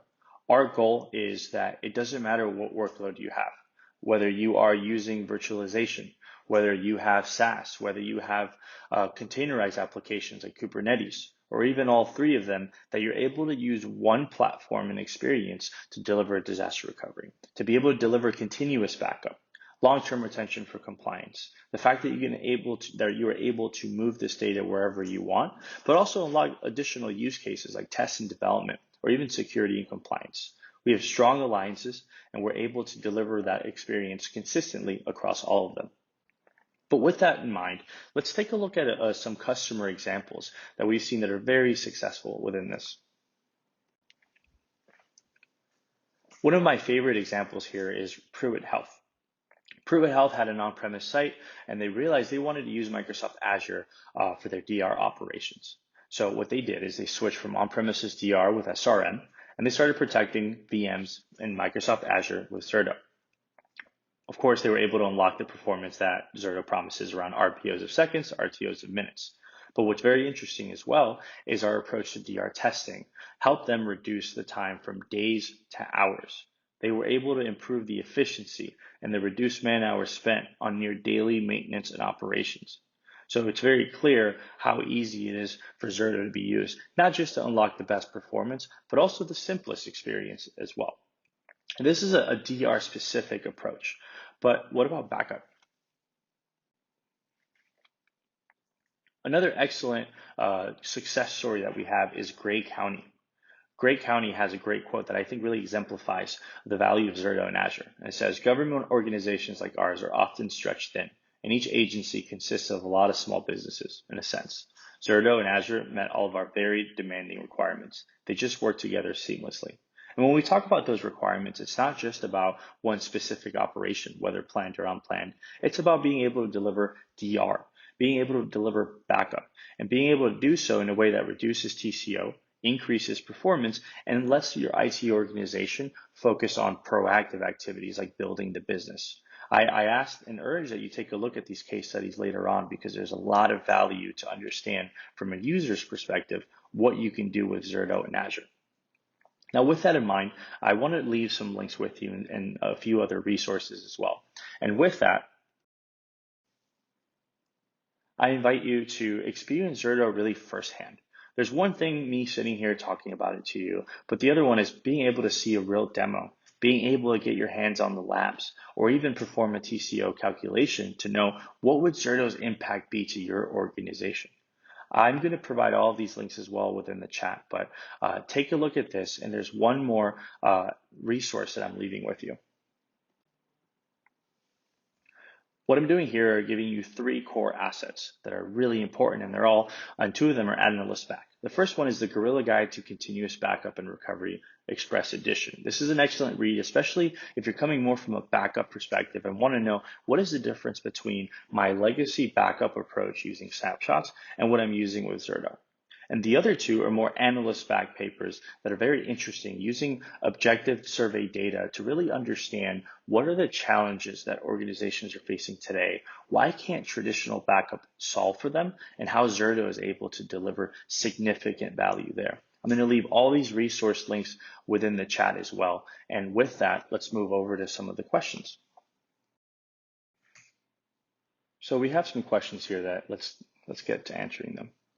This first one is, do you have a solution for Kubernetes or containerized applications? The answer is yes. We've actually just released at ZertoCon Zerto for Kubernetes, which means disaster recovery and data protection as code. I definitely urge you to take a look at our ZertoCon site, watch our sessions, and even read some of our assets and interesting articles around why we're delivering a very unique approach and how we're bringing continuous data protection to the table for containerized applications. And that also applies to SaaS, meaning Microsoft Office 365, Salesforce, Google Workspace, and a few others as well.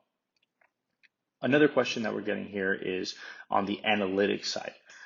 Does Zerto have analytics? Yes, we have Zerto Analytics, which is actually browser-based, meaning that regardless of where your site is, you have the ability to monitor your data center and your protected VMs from anywhere. Whether it's on your phone or on your desktop or laptop, you're able to do so.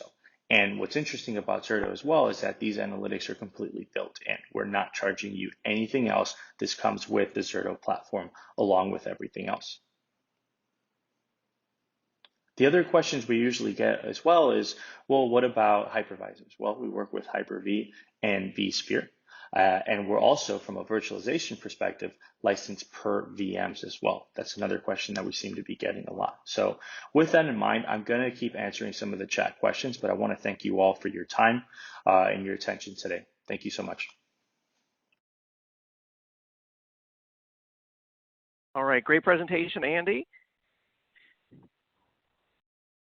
I just brought up the poll question for everyone out there that says, what additional information would you like about the Zerto solution? And the question is on the screen now.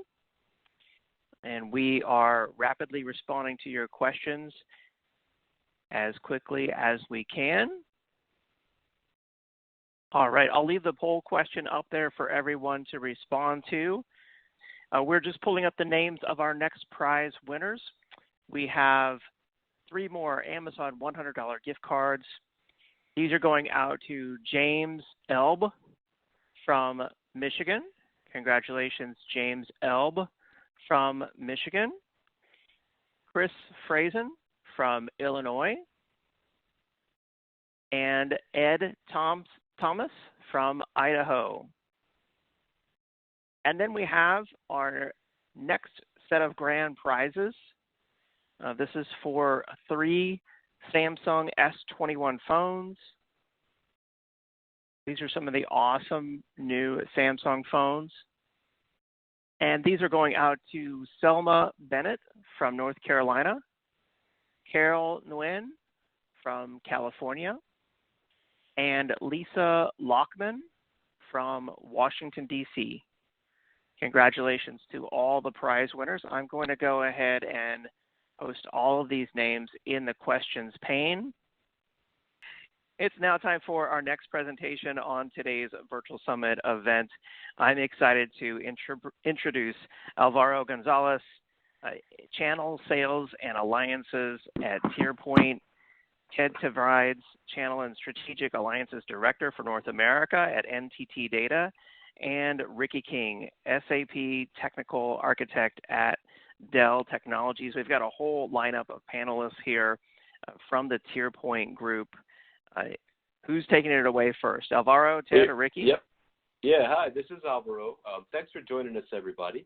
I'm Alvaro, and as you were just being told here, joined by Ted from our expert SAP partner, NTT Data, and then Ricky King also from our great friends at Dell. And we don't have a lot of time, so let's just get right to it. We're here to talk today about migrating to the cloud in S/4HANA.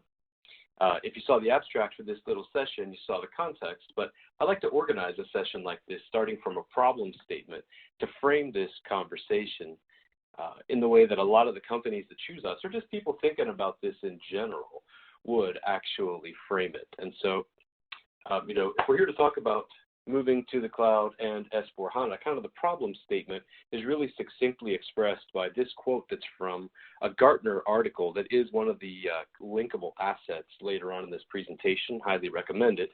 Essentially, a generation change for an ERP is a really heavy lift, but people wouldn't do it if there weren't good reasons to do so.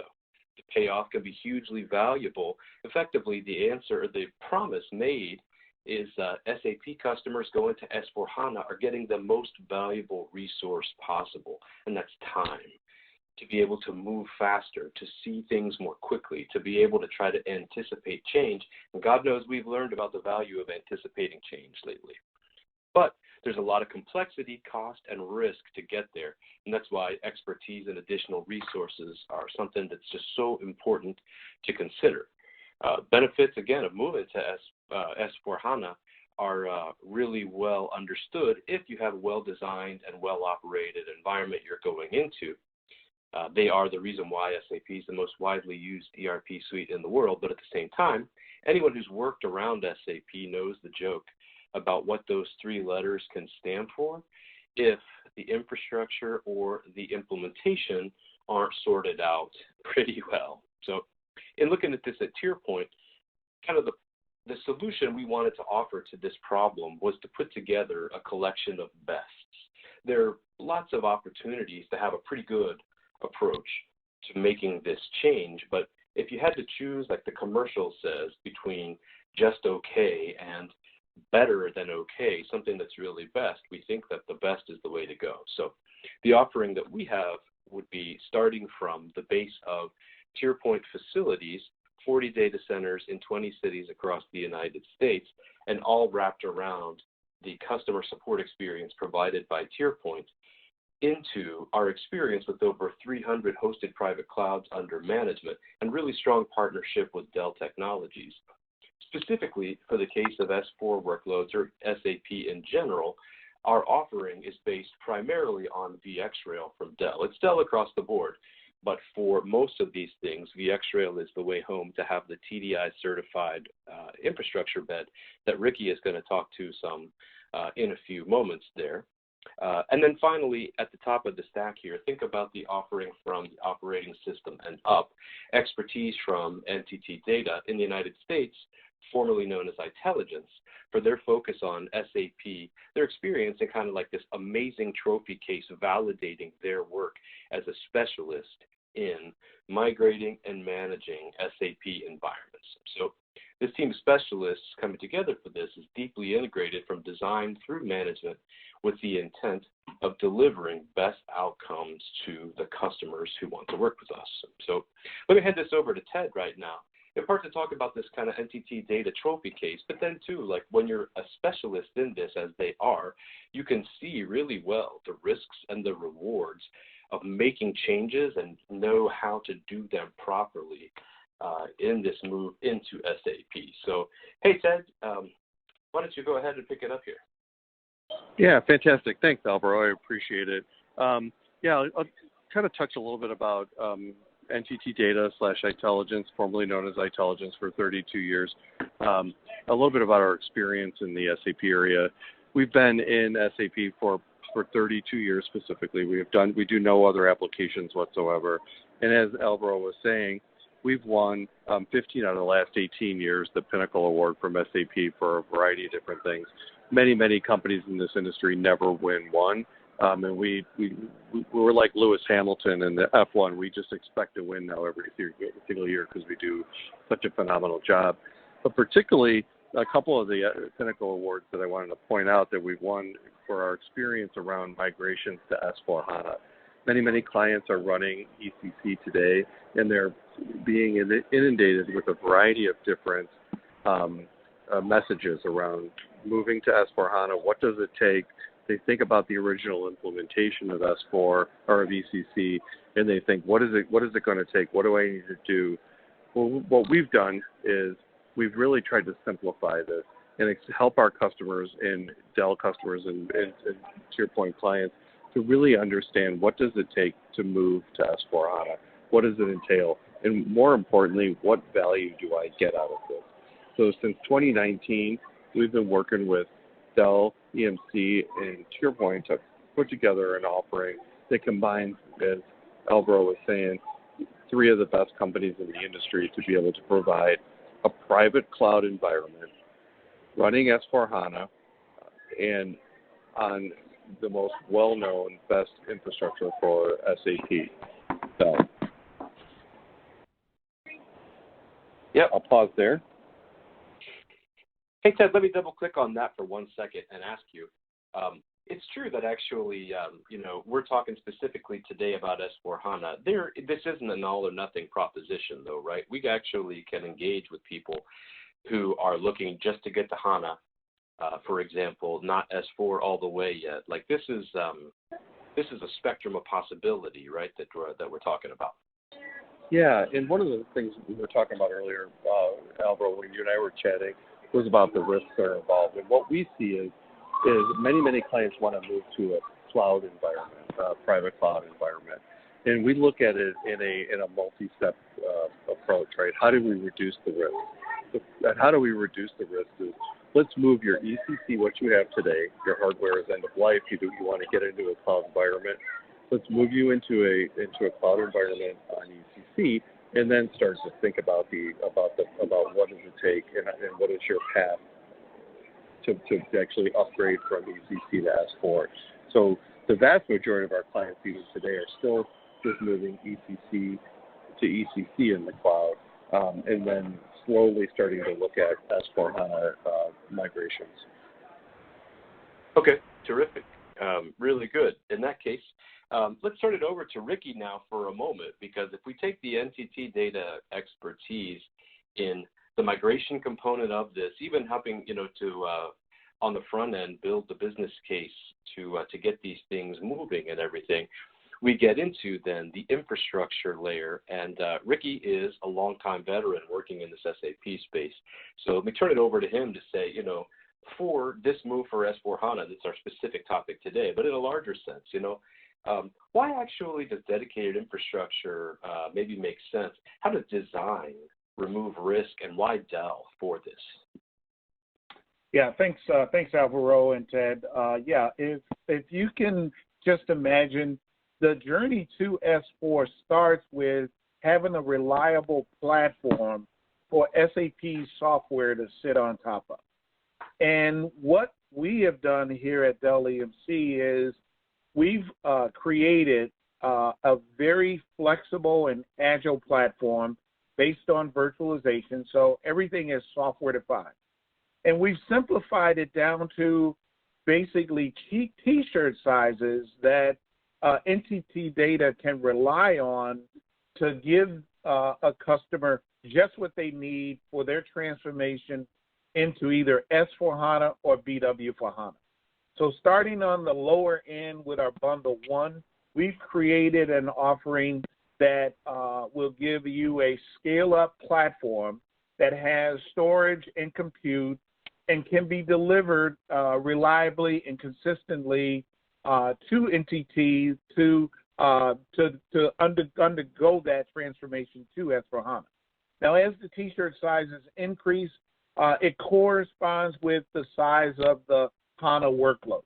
So we've tried to make this easy by aligning T-shirt sizes to workload sizes and limit the options for the infrastructure and articulate it in terms of your database is this size up to 9 terabytes. And then we have a custom bundle that we can put together using what we call 3-tier elements, where the compute would be a certified TDI node, the storage would be a certified storage node, and with expertise from NTT together can deliver that platform.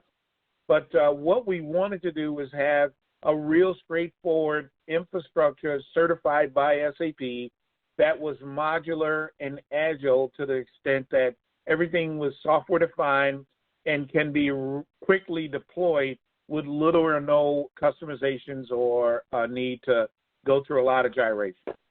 So why Dell? We are a leader in virtualization technology, especially as it pertains to SAP HANA. We're a leader when it comes to computing.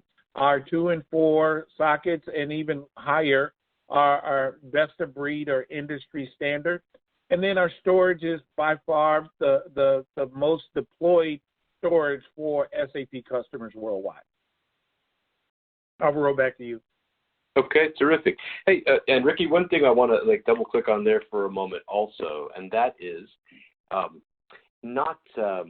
just to be certain that we get everybody who might be listening to us kind of onto the same page. What is it about HANA? You mentioned the database up to 9 terabytes.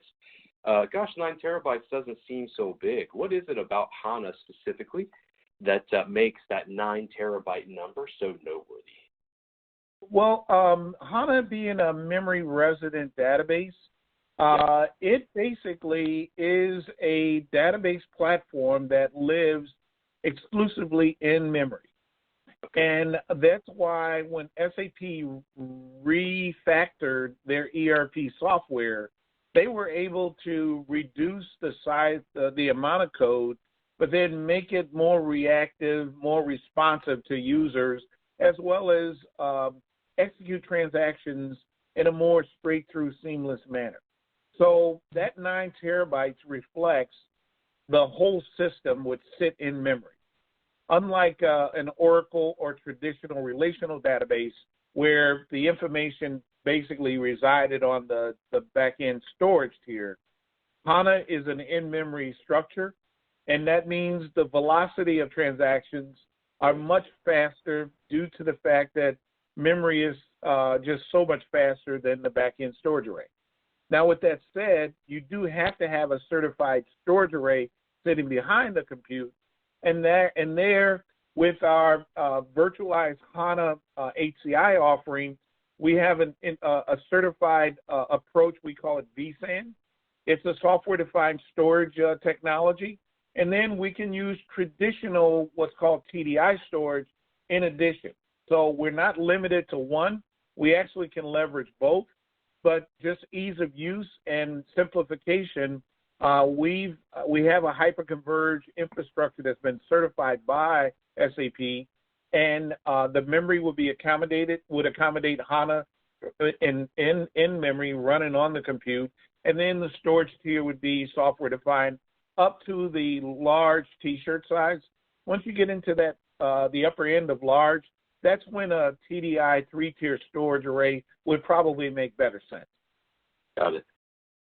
So for me to continue leading my witness for a second here, actually, what you mean to say is two things, I think. One of them is that the infrastructure can actually be sized to meet the specificity of the environment, and that's pretty handy because it allows you to know exactly what it is that this is going on, That's and it correct. makes the performance really predictable, right? That is correct.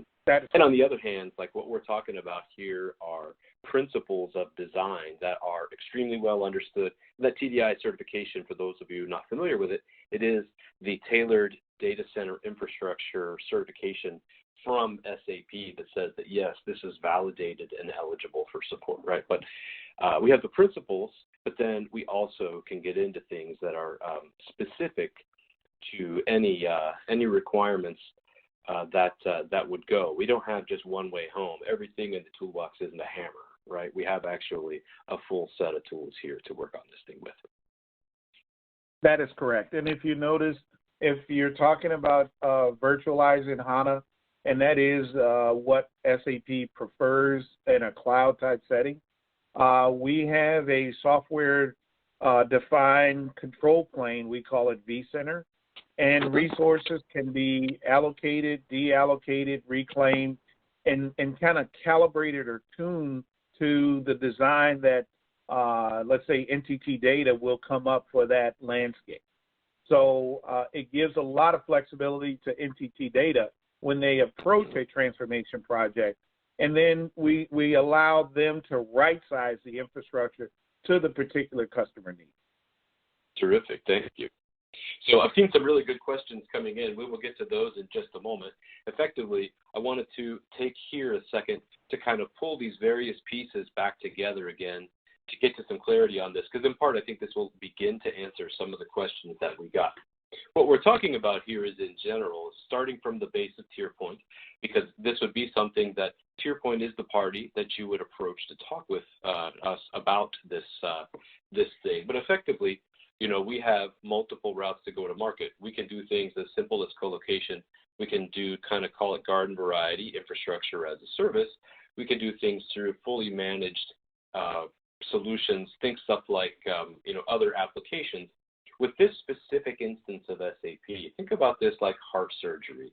What we're proposing here and what we're offering to engage the expertise of all the different people that we're talking about here would be that TierPoint has the facilities, and we are responsible up through the hypervisor level for operating this infrastructure. We are a Dell Platinum partner. We have 300 managed clouds, hosted managed clouds, private clouds under management, in addition to a very large multi-tenant business that's running similar to that. But effectively then, we are the point of support. We are the people who own the facility and the infrastructure up to where we hand off actually to our friends at NTT Data is in that SAP basis layer, what's going into the care and feeding of the SAP application itself to not have multiple cooks in the kitchen there. Effectively, we handle software up through the virtualization. They take OS and up, all running on this Dell infrastructure so that on day two, effectively, once you have launched, then TierPoint is the integrated point of all support and access to all of the expertise behind it to be able to move this thing forward.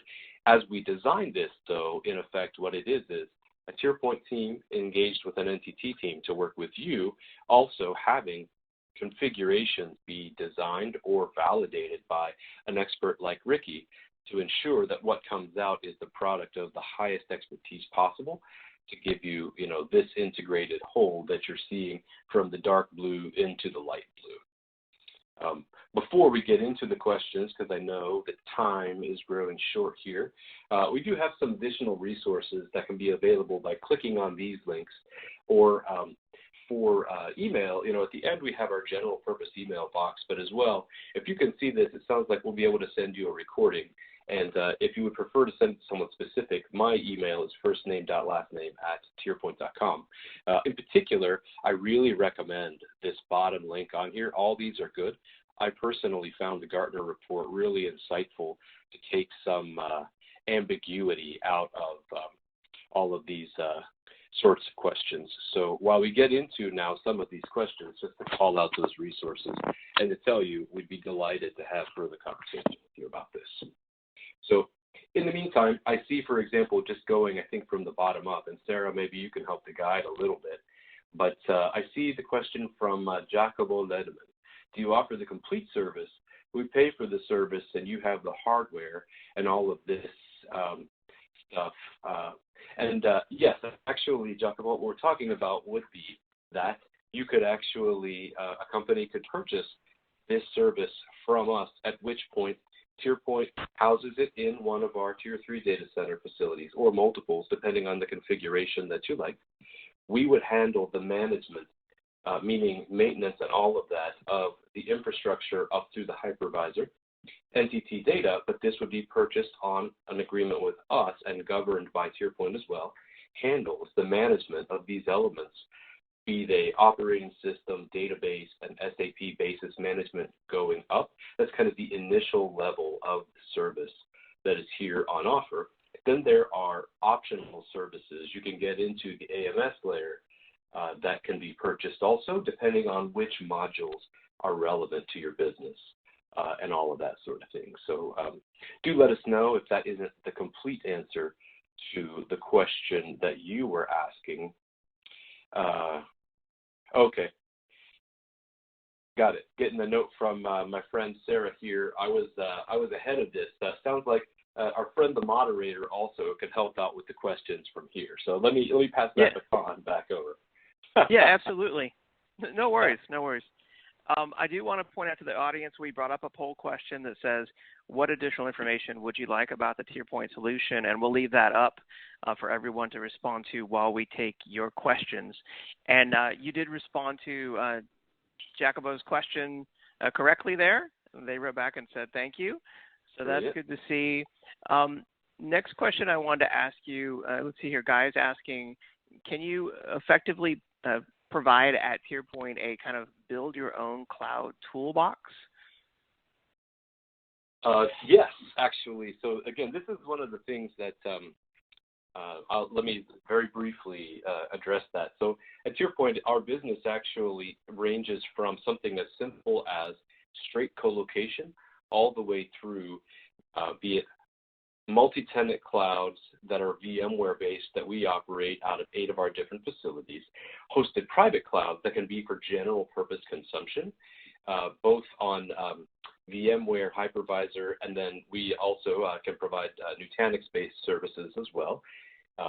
Then into the specificity of this, we get into then this, VxRail or 3-tier, but all Dell-based hosted private cloud elements that would have the TDI certification from SAP to be able to do that.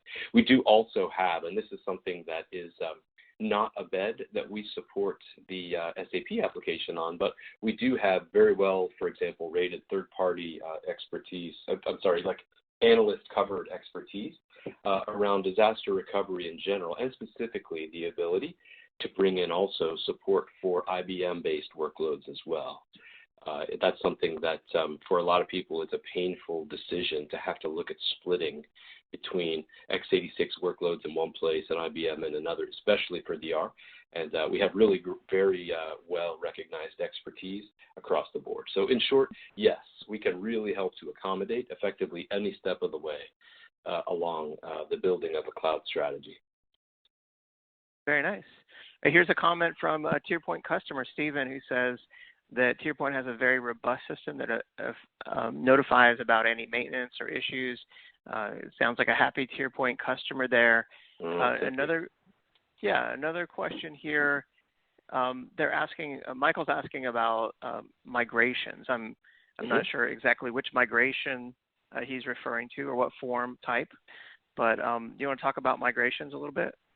Yeah, so let me do the general purpose of this, and this may cross over into an area of expertise more for Ted, but in general, yes, really, if you think about the way this engagement would go overall, would be kind of the pre-sales phase to be able to identify what are the workloads to be moved, what are the databases and other elements coming along with them, what is the infrastructure that it has to go into, and then to be able to give the plan to execute the move.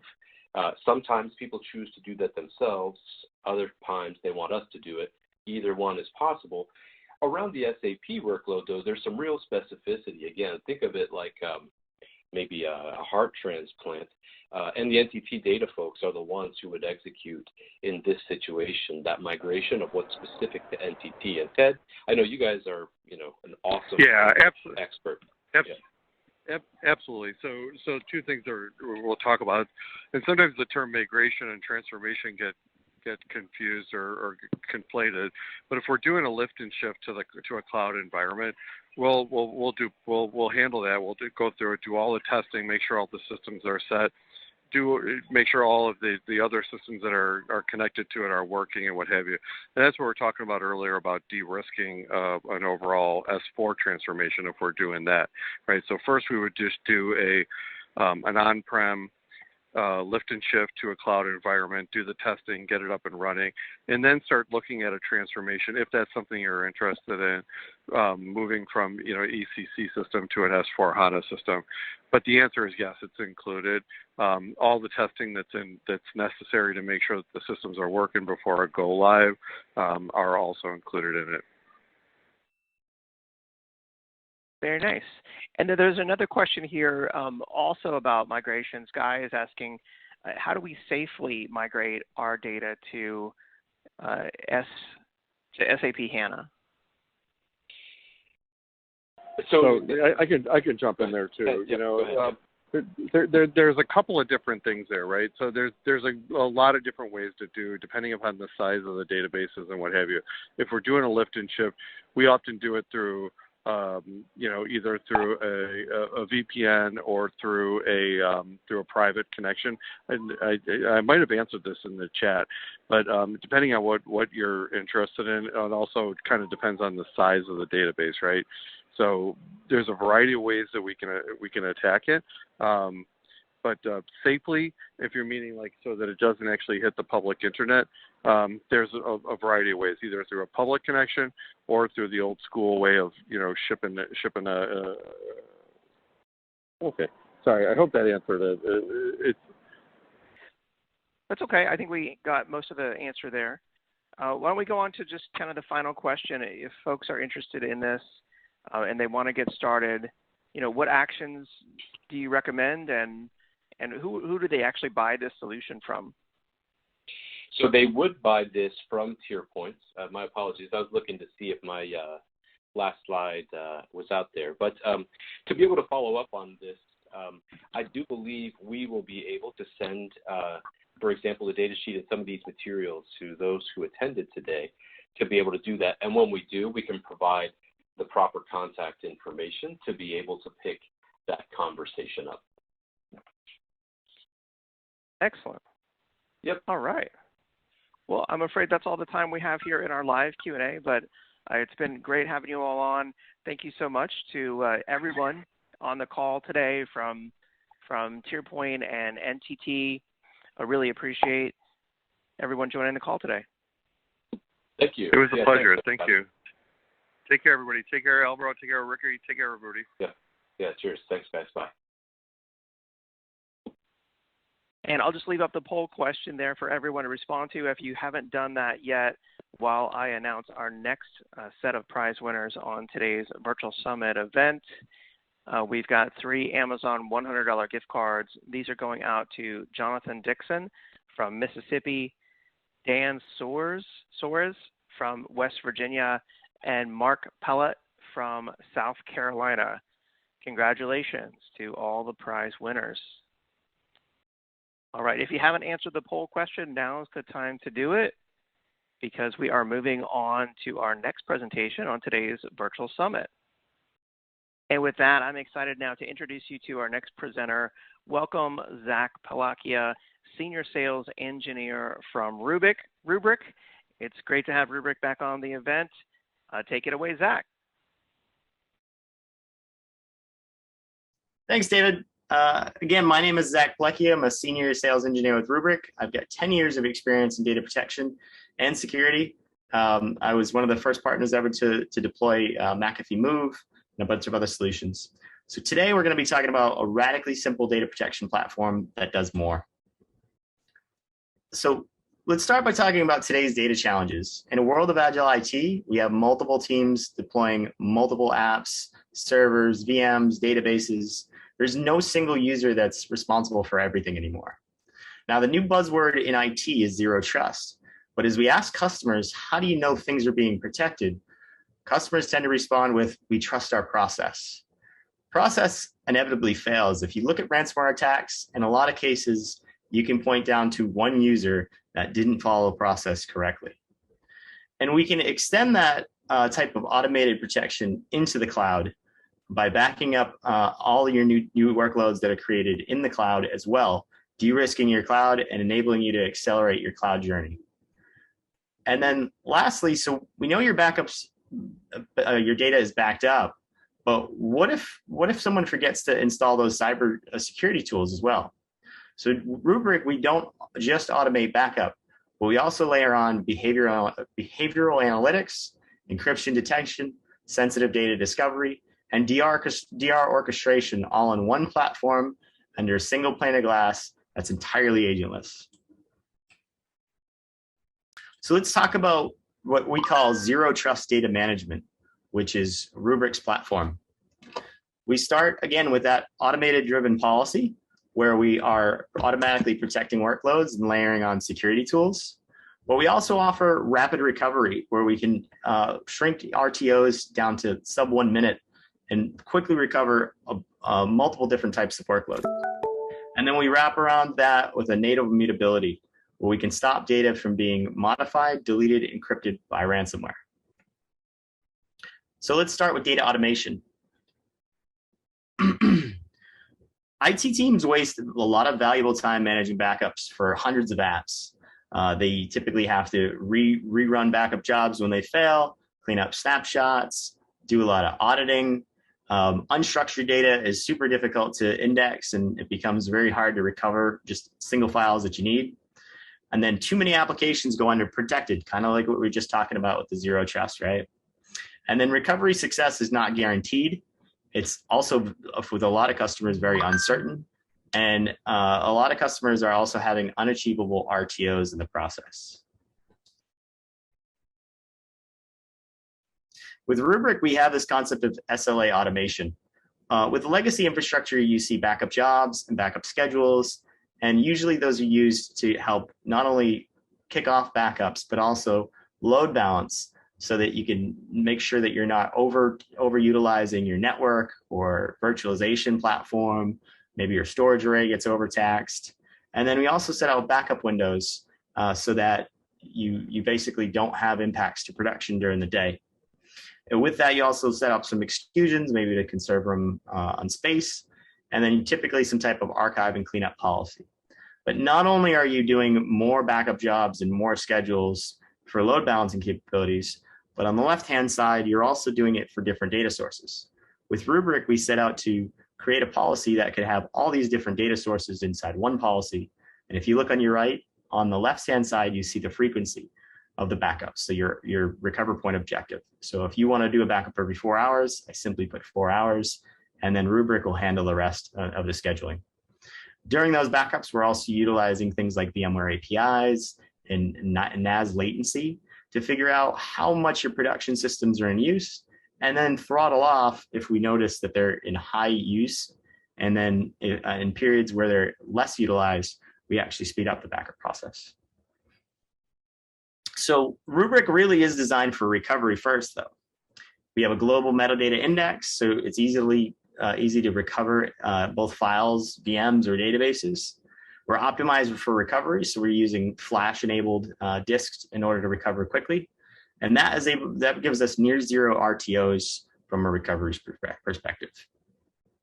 And with Rubrik, it's all API first, so I can automate everything from monitoring through Splunk to service catalogs or ITOMs like ServiceNow, VRA, VRO, automation tools like Ansible, Puppet, SaltStack, etc.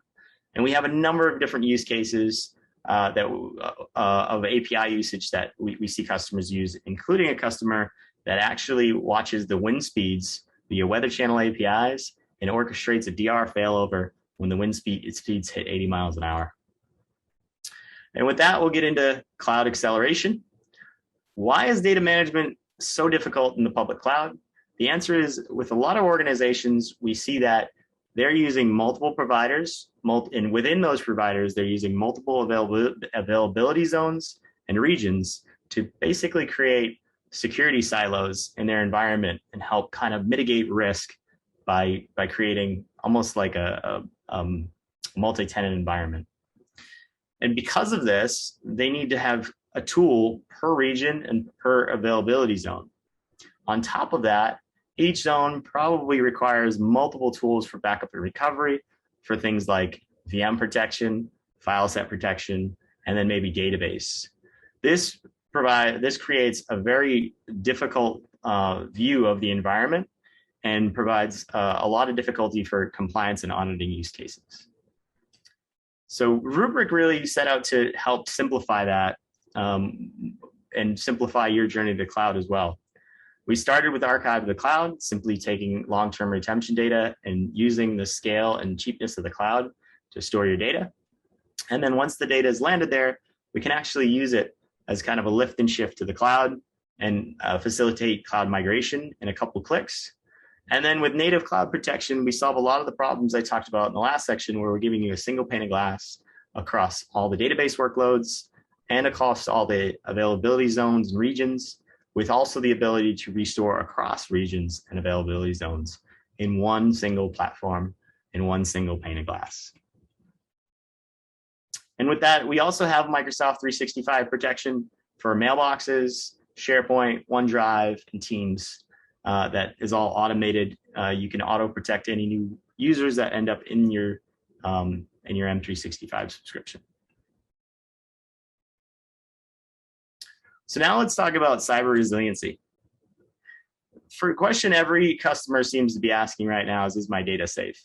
And most customers have a lot of perimeter defenses, north-south protection when it comes to network security and endpoint security and things of that nature. But bad guys are still getting in, and they're still getting access to your data. So what Rubrik provides is a built-in cyber resilience natively. There's no extra tools, there's no setup costs, and bing, in the event of a ransomware attack, you can be assured that your data is secured at the point of data. So let's talk a little bit about today's threat analysis and what an attack actually looks like, or remediation looks like. Typically, the ransomware attackers get in, lock down your critical systems, and from there, you receive a ransomware note. You have two options at that point. Option one is pay the ransom. We're seeing a lot of customers go this route because they've invested in cybersecurity insurance, and it's just kind of, why not use what you've already paid into? But cybersecurity insurance is becoming harder and harder to get because the insurance agencies are realizing there's no money in it. They're paying out way more often than they're not. Option two is attempt to recover. And when you go that route, you have two teams you need to engage. These two teams typically don't work well together. They usually see each other as a hindrance, right? The SecOps team thinks IT is creating risk. IT thinks SecOps is slowing down their ability to be agile.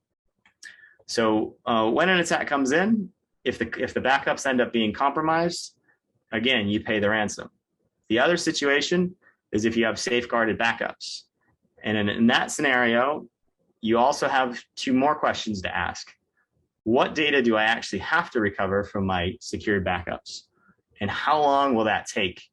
And if the answers to those two questions aren't efficient enough, then again, you end up paying the ransom.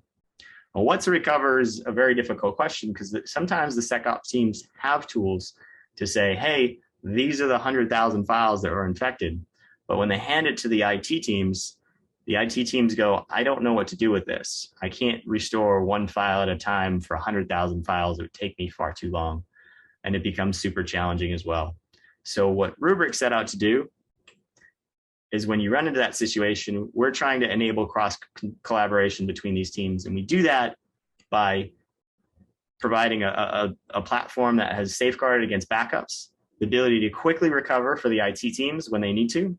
But for the security teams, we're also giving them a scope of attack and doing sensitive data discovery to let them know out of the data that was encrypted that may have also been stolen or exfiltrated, was any of its sensitive data. And then with that, we're also providing the IT teams with one click recovery of just the affected files, rather than basically deleting all your VMs and starting from scratch. This altogether gives you the ability to recover data quickly and recover from an attack quickly. So let's talk about some of the key principles of data protection, just to kind of get a level set as well. These are very common in the industry. The first is air gap. If your backups are online and you have no air gap, essentially it's really easy for the bad guys to find that data and encrypt it. Now, the bad guys know if I can get access to your backup data, then you have no other choice than to pay the ransom.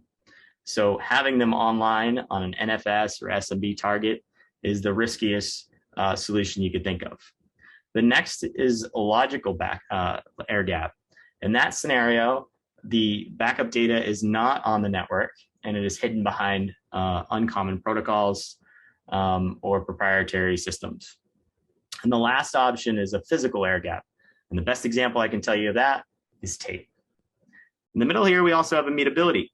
It comes down to, as my data is written to disk, is that data, backup data, able to be edited, or is it immutable? So I can't edit it. It basically comes down to mutable and immutable. And in the third category, we have zero trust, with a traditional approach of trust but verify, and then zero trust is never trust and always verify. I think everybody can probably agree that these are probably the most secure ways to go in the event of attack for securing your backup infrastructure. So let's take a look at traditional architecture. First, your ransomware gets into your production systems, the payload's set up, and then what they do is they first go after your backup systems, because again, they know if I get your backups first, you have no choice but to recover. You can see I have multiple points of attack and they don't stop there. I can also go after your disk-based backup targets.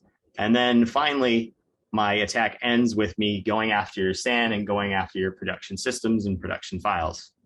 There is pretty much no security in this setup. And so this is where a lot of legacy architecture recommends having a physical air gap, because they have no other choice. There's no other way to secure the data. But that is complex and expensive. So with zero trust architecture, the ransomware gets in, hits your production servers, goes after the rubric appliance and the storage array, but can't get into the rubric appliance because of our logical air gap and immutable file system. The way this works is we don't use SMB or NFS, which are the most common protocols out there. And because they're the most common to store backup data on, that's what attackers go after. We're doing this with proprietary API calls to access the file system, where we're using zero trust to make sure everything re-authenticates every single time to get to the file system. Now, if the bad guys can get through all of that, we still have a proprietary file system, which we built from the ground up. That's append only, which means there's no real delete function. It's all about at creating patch files to track changes within the file system, an append only file system, meaning you can't manipulate it even if you're able to get to it. And so with all those layers, Rubrik is what we call a zero trust architecture.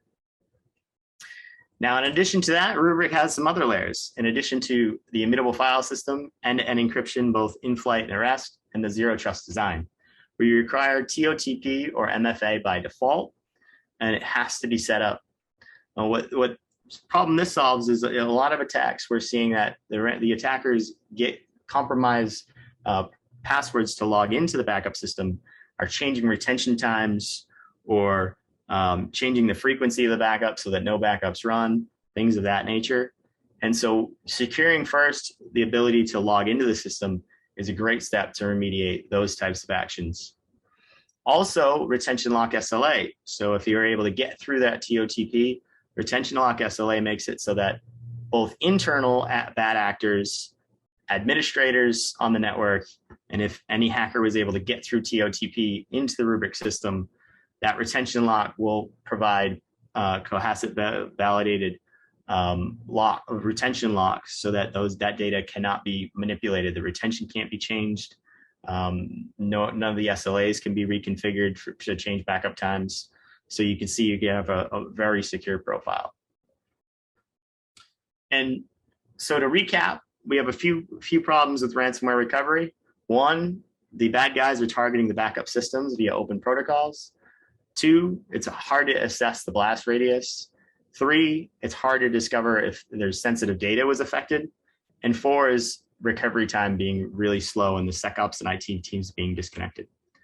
So Rubrik can help by, one, ensuring the backups can't be compromised and are available in the event of attack, detect anomalies and assess the impact, and give you one-click granular file level recoveries of just the impacted files. And then also look for sensitive data information to minimize risk in the event of a breach. So we actually had a customer, there's a YouTube video in the final link where Estee Lauder said, we had a lot of processes and policies in place that we thought were standard.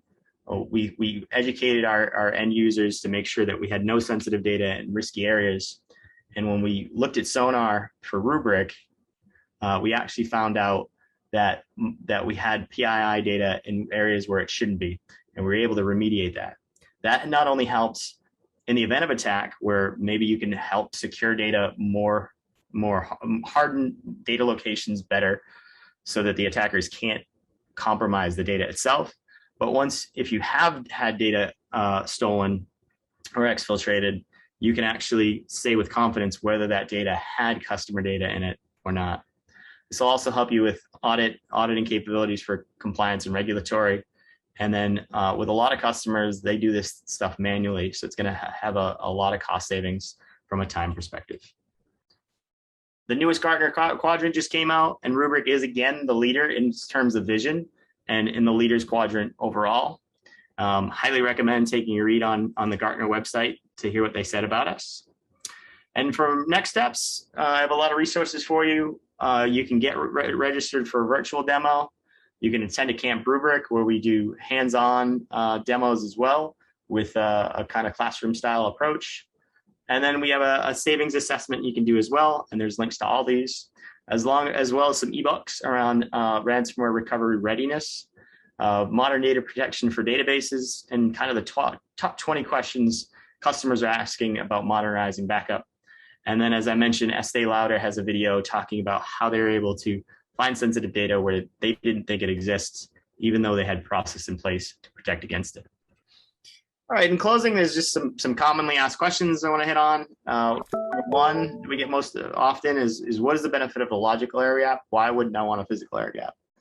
The benefit of a logical air gap is that it's basically logically off the network, right? And there's no SMB or NFS protocols. So again, usually how attackers get in is looking on SMB and NFS shares for common backup file extensions and then going after them. So by taking it off the network and not giving that ability, it makes it so that you don't necessarily need a physical air gap. Now, on the flip side, for the physical air gap, there are scenarios where you might want them in some use cases, but they have as many caveats as they do is kind of as many cons as they have pros. So for instance, we have a customer today that uses a physical air gap, but they replicate into that physical air gap 12 hours a day, meaning the network is online for 12 hours out of 24 hours. Not very secure when you think of it that way. A lot of times behind that physical air gap, there's a Windows server, which again is typically the number one mode of ransomware kind of transport and distribution. And in those air-gapped environments, they're usually on the network. So the Windows machine is also not receiving Windows security updates and things of that nature. On the flip side of that, we also see that in the event of a ransomware attack, sometimes the attackers are blowing away storage arrays down to the ground, factory resetting them. They're destroying VMware environments, the ESX servers themselves, and they have nowhere to recover to.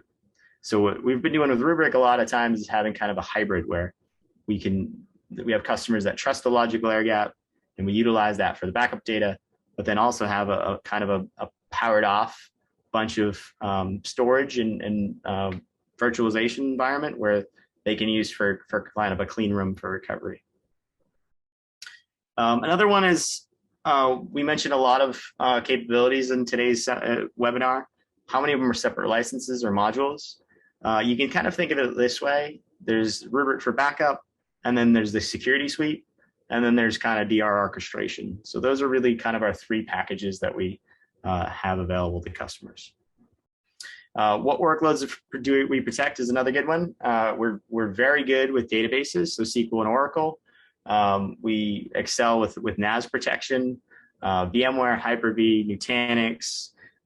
We have SAP. We can support a number of other different databases, pretty much name it, and we can kind of support it. Feel free to ask if there's any specifics you can think of. And then 5, I'm hearing zero trust more and more. Can you explain it again? What does it mean in the context of backup and recovery? So zero trust again is never trust anyone, right? Instead of kind of like a trust but verify, never trust anyone. Now that can be in the context of my storage, so never trust anybody trying to manipulate data. It can be in the context of anybody trying to log into the system, and it can be in the context of, hey, I don't trust my process, like we talked about with Estee Lauder. Let's learn how to trust but verify, right? Tell my users, hey, this is my policy, but I'm going to use my other tools like sensitive data discovery to make sure that people are actually following them. We had a customer. We have a lot of customers that use tools for 20% of their environment because they have policies that say all this data should be on this environment.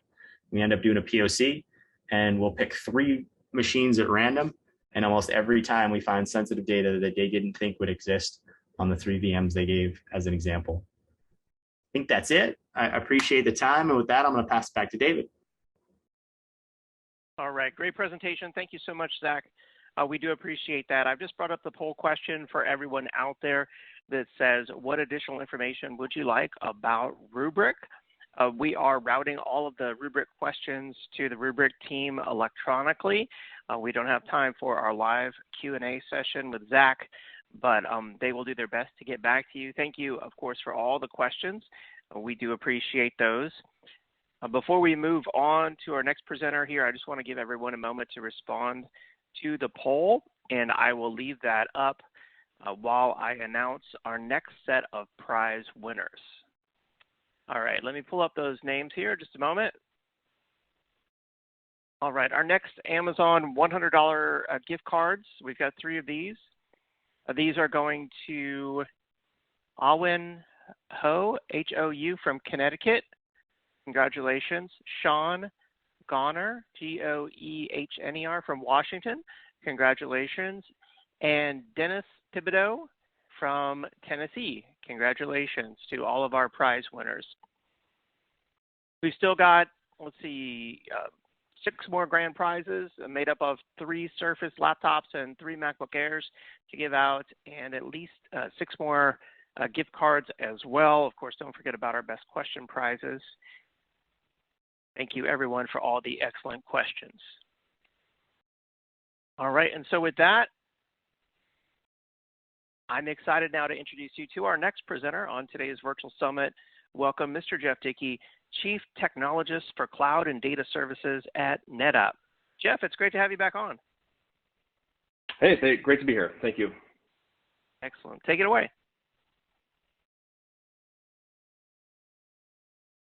Hi, everyone. Today I'm going to be talking about the next wave of tools, products, and services that we offer and how NetApp leads in storage efficiency and compute optimization. Let's kick this off today by talking about where NetApp fits into your cloud strategy. We really hit every vertical. So if you're in healthcare, media, financial services, insurance, life sciences, whatever it may be, the leaders in these industries are leveraging NetApp cloud services. And we have a solution for whichever type of cloud workload you've deployed, whether it's a cloud-native web application running with Kubernetes, cloud desktops, custom enterprise applications, databases, you name it.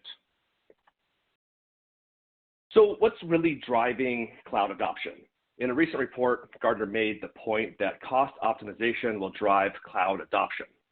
Cloud optimization will ultimately be the most important part of your cloud migration plan and continuous cloud journey. You may be more familiar with NetApp as just a storage company, but over the last several years, we've transformed into a cloud-led, data-centric software company, and cost optimization is a key part of all of our cloud products. In fact, our motto is more cloud, less cost. But there's a lot of enterprise challenges when it comes to migrating applications, especially legacy and tier one apps that are running key pieces of the business. Let's look at some ESG data here. 68% of CIOs ranked cloud migration or expansion as the top IT spending driver. 73% of on-prem workloads could still move to cloud. 59% of organizations expect to be mostly cloud-based within the next 18 months. Migration of these tier one workloads is the main challenge to cloud adoption, and these mission-critical applications require an enterprise-scale architecture to handle the high availability and performance demands. Organizations tend to struggle in finding the optimal arrangement of cloud infrastructure and file services to meet objectives for data protection, scalability, and resiliency. NetApp delivers leading block and file storage software with the multi-protocol support for Linux and Windows needed to migrate storage-heavy applications, databases, and DevOps environments to the cloud. NetApp helps unlock the best of AWS by natively running traditional and cloud applications without having to re-architect code or redesigning process while still optimizing costs.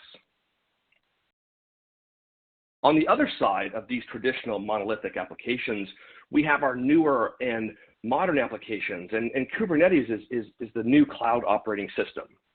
NetApp can help you in all aspects of application and container management, monitoring, reliability, and cost optimization on any cloud and on-prem. Whether you're an application developer, SRE, infrastructure architect, storage admin, or cloud architect, we have an ecosystem of cloud services to meet cloud native requirements along with meeting traditional enterprise requirements missing in the cloud. We support native Kubernetes and cloud managed versions of Kubernetes. We have a simple GUI for application lifecycle management of Kubernetes, including monitoring, scaling up, scaling down, optimizing, cost management, backups, snapshots, cloning, and deploying container applications and data automatically into new usable namespaces in new regions or to different cloud providers. We also offer CLI support for anything you want to do with our services in any cloud. And we provide these public cloud services to global industry leaders. Here's a sample of customers leveraging NetApp for storage efficiencies and compute optimization. So we asked our AWS customers about the challenges they face with workloads in the cloud, and the top reasons were how to effectively lift and shift applications to the cloud. How can they adopt more managed services to help eliminate the lack of training? And cost is always important, but it's clearly better to optimize and be efficient than to cheap out and also waste money. So organizations need to modernize applications, and they have to acquire that new knowledge and update policies, and they have to do all of this while maintaining IT and operations, existing applications, and the business. This has made the cloud journey slow, expensive, and complex, but there's an opportunity here. So you can get the freedom to run traditional and cloud native applications anywhere and move them across the hybrid multi-cloud without redesigning your code, your processes, or teams. So harness the cloud advantages, get there faster, lower costs, and get peace of mind knowing that your data is always available, secure, and compliant.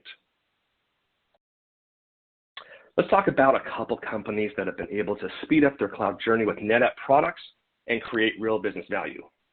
First is Copa Airlines. They fly nearly 16 million passengers annually, and that's a lot of baggage to track. Each baggage transport data node must keep up with the changing variables all the time. They were experiencing performance issues related to their baggage reconciliation system, which affected customer satisfaction, and they looked to cloud migration to resolve this and needed our help. The solution was to migrate their Teradata data warehouse efficiently to public cloud, and Copa Airlines uploaded 19 previously on-prem SQL databases to AWS using Cloud Volumes ONTAP, and resulting in a 75% reduction in baggage delays and almost a 90% success rate in arrival and departure functionality. And Copa Airlines said that they selected NetApp when they saw the performance in the proof of concept and the easy integration. Sling is another one of our customers that needed to reduce costs without sacrificing availability, and they implemented spot solutions for ECS and EKS to automate that just-in-time scaling based on real-time load. They were able to automatically balance a mix of their EC2 compute resource types to meet performance and availability requirements, and also take advantage of EC2 spot instances. When you leverage NetApp, we have you completely covered with a single platform anywhere you have data needs. NetApp is the analyst-declared market leader of choice to serve enterprises and their most intensive workloads. Production-level workloads require a highly resilient and performant-tuned unified data experience from hybrid cloud to on-prem and even in AWS outposts. We can even take aging third-party data appliances from on-prem to AWS. 59% of enterprises surveyed last year still require better optimization efforts. And when operating at scale, extra muscles are needed to cover further aspects of storage and data operations in cloud and in cross-region deployments. Our unified platform is tied together by NetApp Cloud Manager, and Cloud Manager is an advanced control plane that extends management and secure multi-tenancy capabilities securely as a service and is available through the cloud marketplace. In addition, Cloud Manager allows you to manage your Cloud Volumes infrastructure as code, which allows the speed and flexibility necessary for automating application and data recovery. So if you're not familiar with NetApp's ONTAP data management software, it's consistently stated as the enterprise block and file storage. Through our AWS partnership, the ONTAP operating system was brought to AWS nearly a decade ago as Cloud Volumes ONTAP. This is a self-managed storage service that deploys on native cloud resources and consumes cloud services. Our enterprise-grade storage is available in two flavors. The first version is Cloud Volumes ONTAP, and for the hands-on, self-managed cloud architect, and it can be customized to fit specific production-level applications. And then we also have a fully managed storage service built for companies and users that don't have the cycles to worry about setting up, provisioning file servers and storage volumes, replicating data, installing file server software updates and patches, managing failover and failback, and manually performing backups. So we take care of all of that and take that off your plate so you can focus on innovation in your business. So either way you consume Cloud Volumes, it's equipped with the storage efficiency features required by enterprises seeking to optimize their block and file storage footprint and save huge amounts as they migrate enterprise scale workloads from on-prem to cloud without the need to re-architect applications. Cloud Volumes ONTAP supports NAS and SAN from the same instance without having to again, re-architect your storage or applications. CVO offers increased storage, high availability, and support for dual protocol so that you can use Linux and Windows. And it reduces storage costs with data tiering and will manage hot and cold data to move colder, seldom used data to S3 object store. And we have built-in cross-region replication features critical to operating applications in the cloud and a key part of high availability.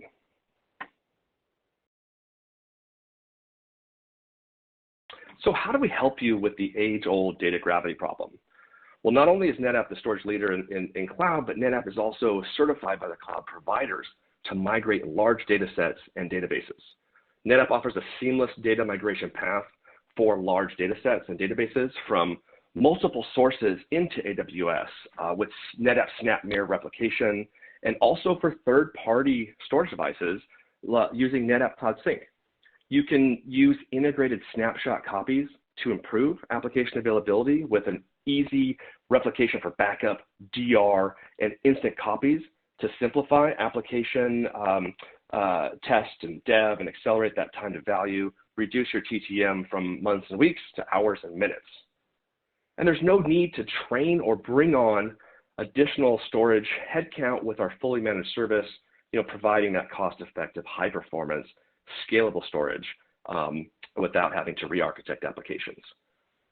Machine learning, high-performance computing, video rendering, financial simulations, they all depend on consistent, reliable, high-performant shared storage in the cloud. And we have that SaaS-style storage to meet the highest performance needs.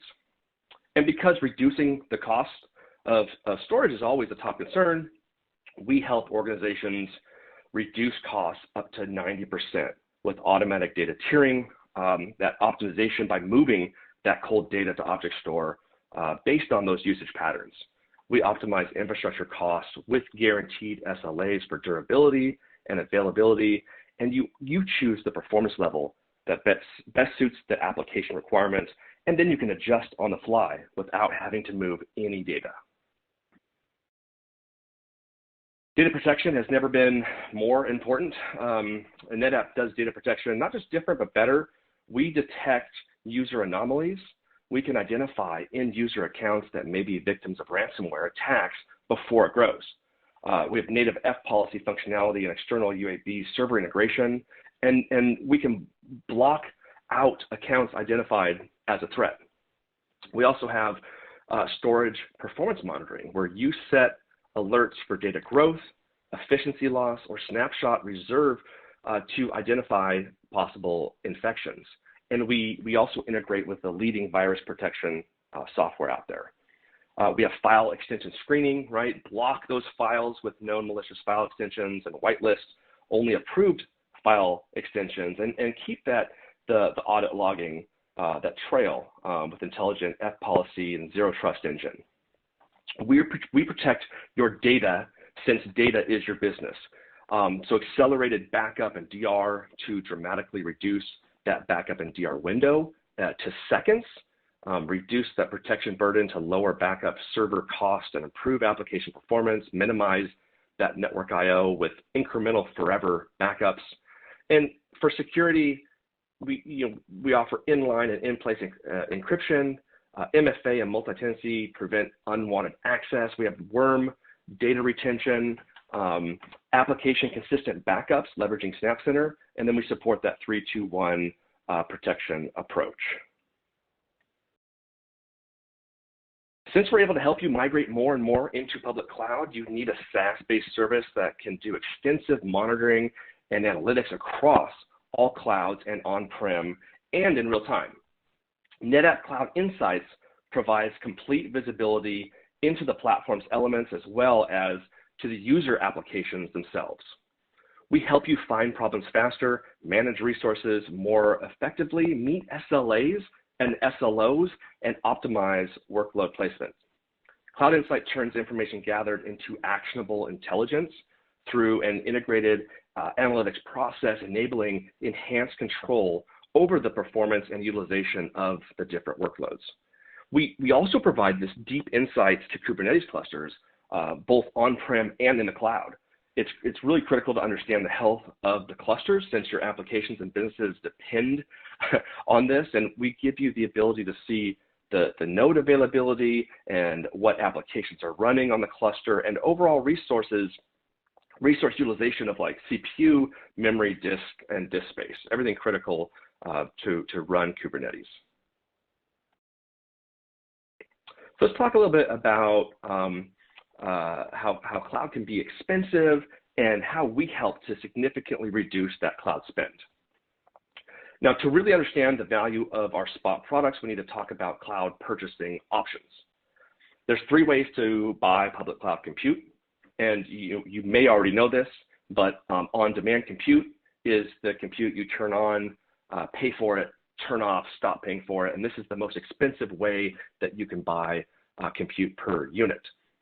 Then there's reserved capacity, and there's these reserved instances and savings plans are where you're signing up to pay for the instance whether or not you use it. So it will lower your rate a little bit, but ultimately you have to use it or you're paying for it either way. And if you don't, you're still on the hook for paying this, and this makes up around 95% of the way enterprises buy compute today. Now, there's a third model here, which is excess capacity. So spot instances on AWS, spot VMs on Azure, and preemptible VMs in GCP. This is the cheapest option to buy compute, but it's also the riskiest if you're not using our software with Spot. This is the idle capacity sitting in the data centers of the clouds that's not being consumed or paid for by anyone else. And the cloud providers have generously offered to sell that to you at a 10 to 20% of the cost of the on-demand instance, but with a big catch, that they'll take it away from you with a 2-minute notice when someone else wants to turn it on and pay full price. So the key to Spot is how we provide an SLA for the use of this excess capacity model and automate and proactively manage the deployment and failover when those instances are recalled, or better yet, predict when they're going to be recalled and fail over in a graceful manner. So we really open up this third option to run production, highly available environments with the guarantee and enterprise SLAs on Spot instances. And that's the real value prop of Spot. We're going to save you money, and we're going to provide SLAs and give you high availability and guarantees. And it's a very simple to implement and realize those cost savings. Spot is a SaaS orchestration layer that automates and the continuous optimization of a cloud environment. And Spot sits between your application and the infrastructure, and it understands the resource demands from your applications. And then it provisions that infrastructure using the ideal mix of purchasing models, instance types, and locations. So we're listening to what your applications need, and we're giving it to them in the most optimized way in real time, all of the time. And that's important because customers that have deployed CI/CD pipelines to manage their cloud infrastructure and deploy their applications to the cloud, and optimization, it can be viewed a couple ways, right? Like as an event or a business process practice, where at the end of a quarter or every 6 months, you could run Cloud Health and report, look at the cost usage and identify where you're over provisioned, where you've bought too many reserved instances or under purchased, or where do you have those idle resources costing money. And then you can take some remediation steps by telling DevOps folks to turn things off or send an email to teams to turn things off, but that's not continuous.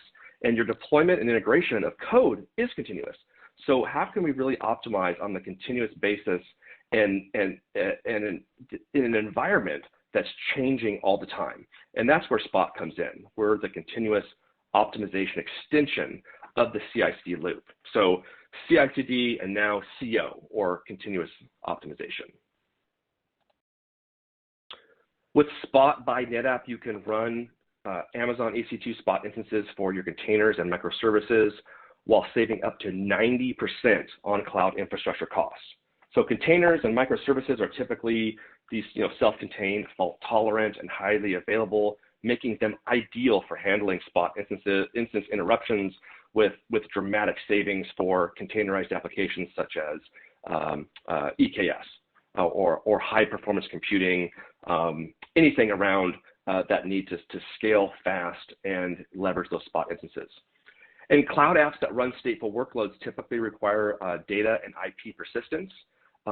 With automated solutions, even in the event of a Spot instance replacement, your workload will immediately restart in the desired availability zone from the same exact data point, maintaining root and data volumes as well as private and public IPs. So by leveraging NetApp products, you will have continuous optimization across your hybrid cloud, provision, run, and write size application across VMs, containers, and even in serverless environments, infrastructure analytics to continuously optimize that cost and maintain service levels. You're getting full data lifecycle management for applications that are cloud native, making Kubernetes ready for data, and you're accelerating the adoption of in-user computing with modern workspace solutions that we offer, and we're able to help improve that data governance in cloud and manage, move, and secure, protect data via a single set of APIs. And finally, we accelerate your transition to cloud and migrate those mission critical workloads for enterprise scale architectures, storage heavy workloads, the high performance applications, and even test and dev environments. So your starting point for anything cloud by NetApp is at cloud.netapp.com. Please visit, and you can test drive Cloud Volumes on Tap with a free lifetime trial at netapp.com/AWS.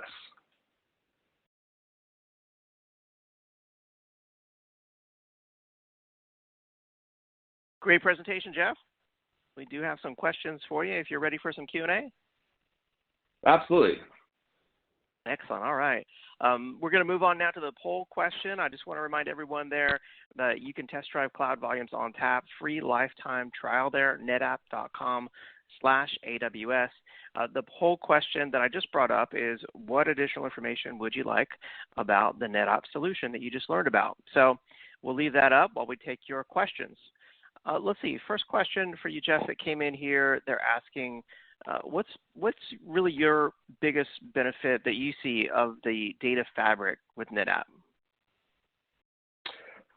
Yeah, that's great question. I mean, the real benefit is being in control of your data, having that governance and having that fluidity of being able to use the data anywhere that the applications need to be. So, we're kind of abstracting on-prem and cloud infrastructure with Cloud Volumes, and you're able to leverage the same tool, the same platform across anywhere that your applications need that data in a simple to consume interface or API access. And again, we're offering this really anywhere that you need your applications. Nice. Yeah, I like that flexibility there. Let's see, another question here. Manish is asking, in order to edge clients, what about edge locations? Is that a good use case here with NetApp? Absolutely, yeah. We have a lot of customers leveraging our products to maintain their own edge. And we also, there's different ways to do that. There's kind of from the server side, are you looking at edge for applications? We're able to provide some solutions around that and be able to get your data into the right locations and in different locations. Now, if you're looking at edge as far as users are concerned or desktops, we also have a solution that's cloud-based called Global File Cache. And that works with syncing, maintaining all the syncing for user data to any location out there that has a Windows VM.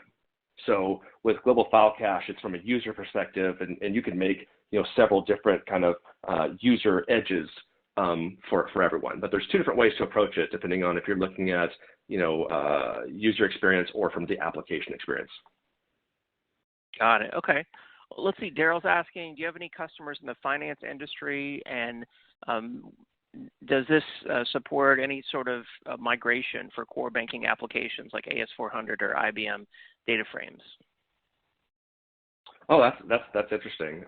So we work with almost all the banks. I've had meetings with every bank that I can think of that are customers, and we have support for migrating data from these legacy systems through a tool called NetApp Cloud Sync, and that's a SaaS service that you can use to connect to on-prem data sources and actually sync that wherever you'd like. Actually, the most common use case is syncing that data into cloud securely and with multiple threads, and it's set up for these migrations you can cut over.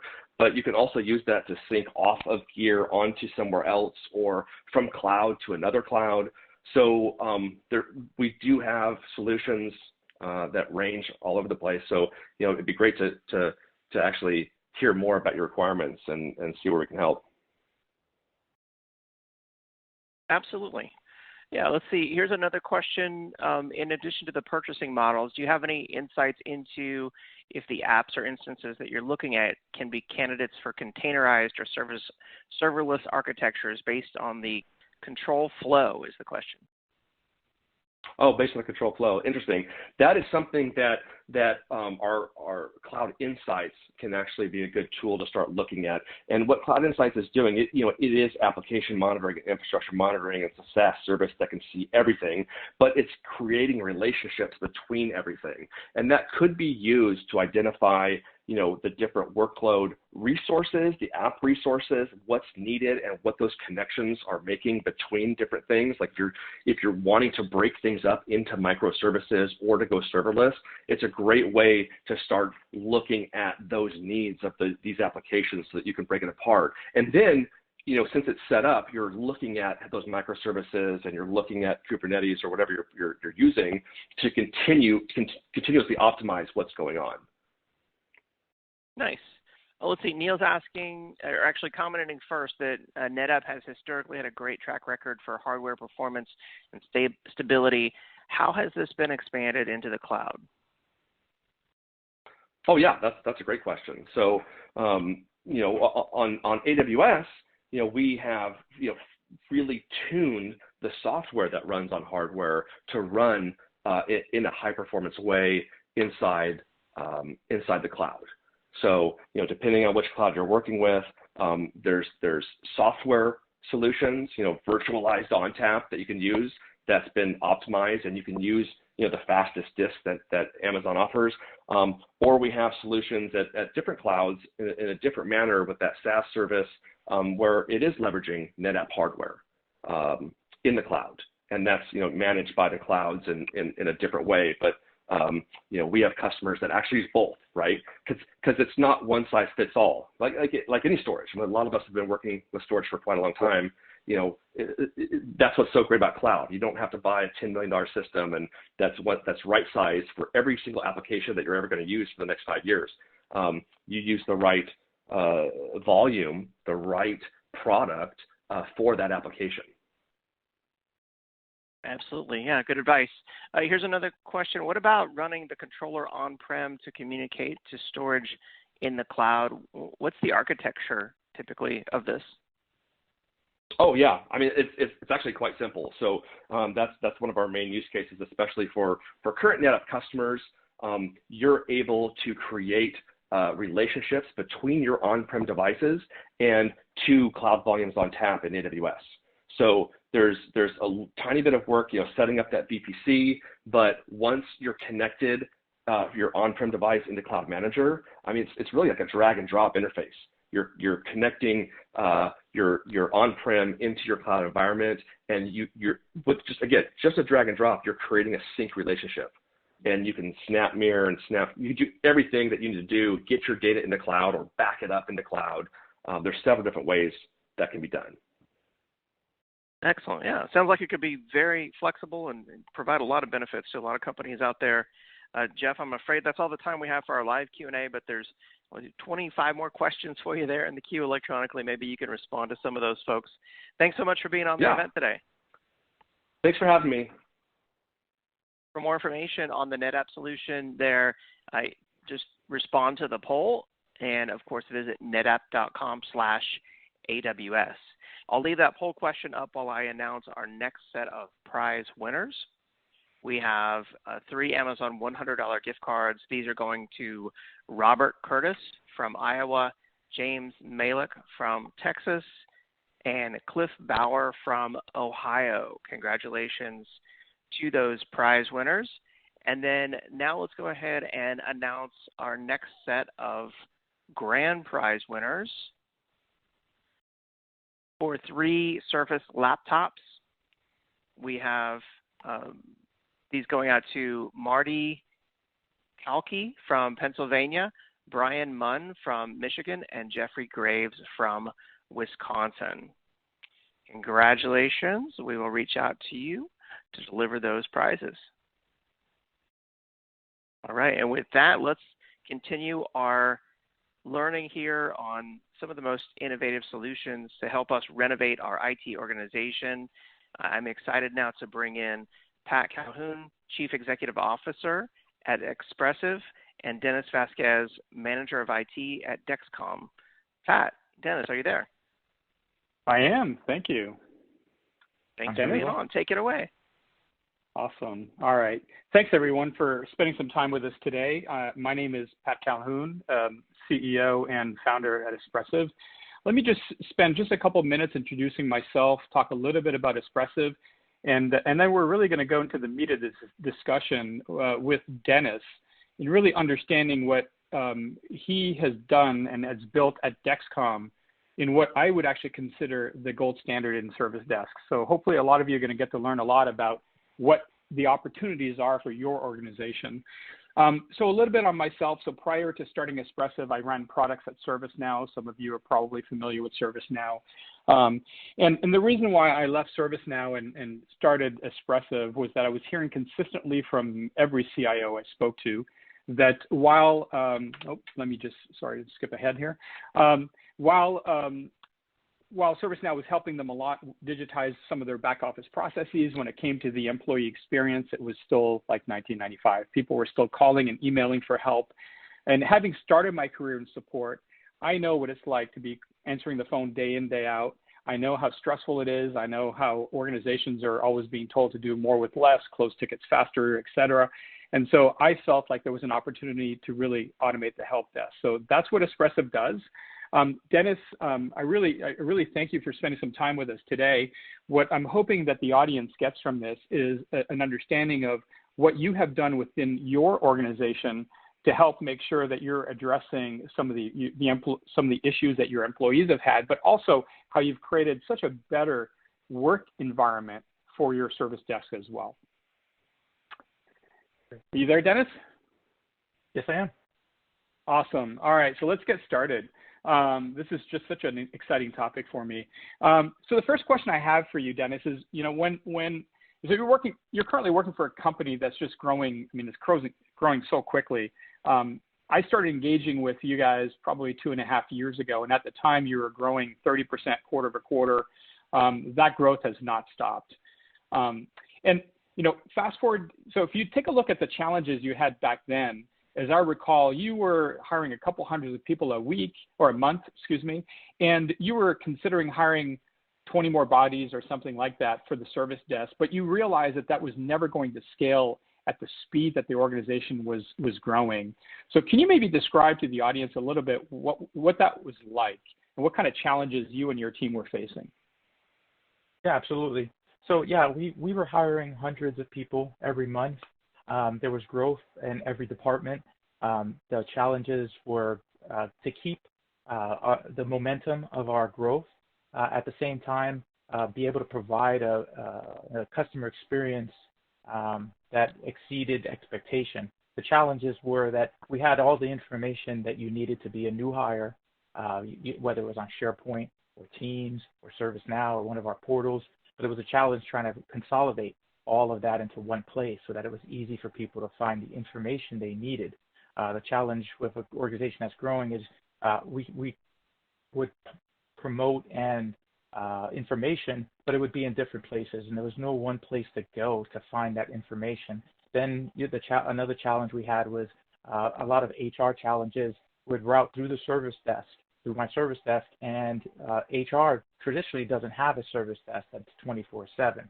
So tickets would come in via ServiceNow that was very HR related, whether it was benefits, compensation, or other type of questions, and it would sit in our ticketing system until Monday morning. So as the company grew, our HR department also had a challenge where they were unable to support the organization 24/7, and we were growing internationally. We didn't own any tools that would know where you were in the world and would provide you the right feedback. If you went to SharePoint, it was very convoluted and clunky in terms of being able to find information specific to your location. So there was challenges across the board, but the biggest challenge was even if I was allowed to hire 20 more people on the service desk, where was I going to put them? We were quickly running out of space. As you can imagine, hiring 100 people a month, more than 100 people a month, real estate was becoming a premium. So even if I was allowed to hire 20 people, I had no place to put them. And to Pat, your point, that is not scalable. Yeah, and just for everybody's edification, according to Gartner, the average attrition rate for the service desk is somewhere north of 40%. And a lot of that is because when people are calling you at the service desk, they're not calling because they're having a phenomenal day. They're having some kind of a problem, and unfortunately, the people on the service desk are the ones taking the brunt of the issue of the challenge. And so I'm sure that you were also facing some morale issues and stress issues. Yeah, absolutely. Yeah, that's a challenge. Everyone hires very highly qualified technicians. The challenge is once you put them at the service desk, they're hungry to move on and to do more. Unfortunately, because we were dealing with some very tier 0 type of issues, it was very difficult to wean people off of calling the service desk or sending an email to the service desk for every single question. So the service desk felt beat up because they were answering the same question over and over again. Regardless of how well we put the information in SharePoint or Teams, it just was not working. That's cool. So obviously you saw an opportunity to automate the service desk. You had a vision around what you could achieve. Tell us a little bit more about that journey. Correct. Being a ServiceNow customer, I was very aware of ServiceNow's AI chatbot. I've used the chatbots, obviously everyone on this call has as well, for day-to-day transactions. So I knew the technology that was out there. What we were looking for was a way to support not just our service desk and pull them away from answering the same tier 0 questions every day, all day long, but also support HR who doesn't have a support desk, reach out to facilities and find out what are they getting asked, reach out to other people inside of IT and say, hey, what are you doing that you're doing every day that you feel that it should be resolved at the tier 0 level? And where are you storing that information? And by collaborating with these departments, we came up with a vision. The vision was, can we bring a tool that will know where you are in the world and give you specific information based on your location and answer your tier 0 questions, but also be able to give you the ability to open a ticket if absolutely necessary, and something that worked 24/7. Staffing a service desk globally to support 24/7 requires quite a few people. What we've done with Espresso Barista is we're actually seeing some of the best numbers we've ever had in our entire history at the service desk, and we're doing it with less service desk people. So we actually have less people answering phone calls, but we're seeing higher results and a better results, even better than what we expected. And that was the vision. The vision was, can we do this with the same amount of people that we have now? And can I transition people to other roles to continue to support this incredible growth? Because as the company was growing, so did the needs for IT, so that we could support all the different tools and applications that the company was bringing in. Now we have the flexibility to move people around so that they can support other areas of our growth. That's awesome. That's awesome. And so now, obviously, a tool that automates the resolution of common, employee issues, whether it's IT, HR, et cetera, is very important. But you took it one step further. You took a look at this as an opportunity to start restructuring your service desk team to really maximize the use of the tool, make sure that you're getting the best ROI. Maybe you can share a little bit with the team, with the audience here, what you did. What were you trying to achieve? How did you restructure that? Absolutely. So what we did was, after we went live with Espresso Barista, we were monitoring the results. We were looking at deflection rates. We're trying to figure out, is this tool really as good as we hoped it would be? And it turns out it is. And what ended up happening was we found that we didn't need as many service desk personnel answering phone calls anymore, because we were seeing some extremely high deflection rates. So what we did was we took this team that morale was very low. They had been doing the same thing for many, many years. And we took some of the best and we moved them to a new team called the Advanced Support Team. And we call them kind of a tier 1.5.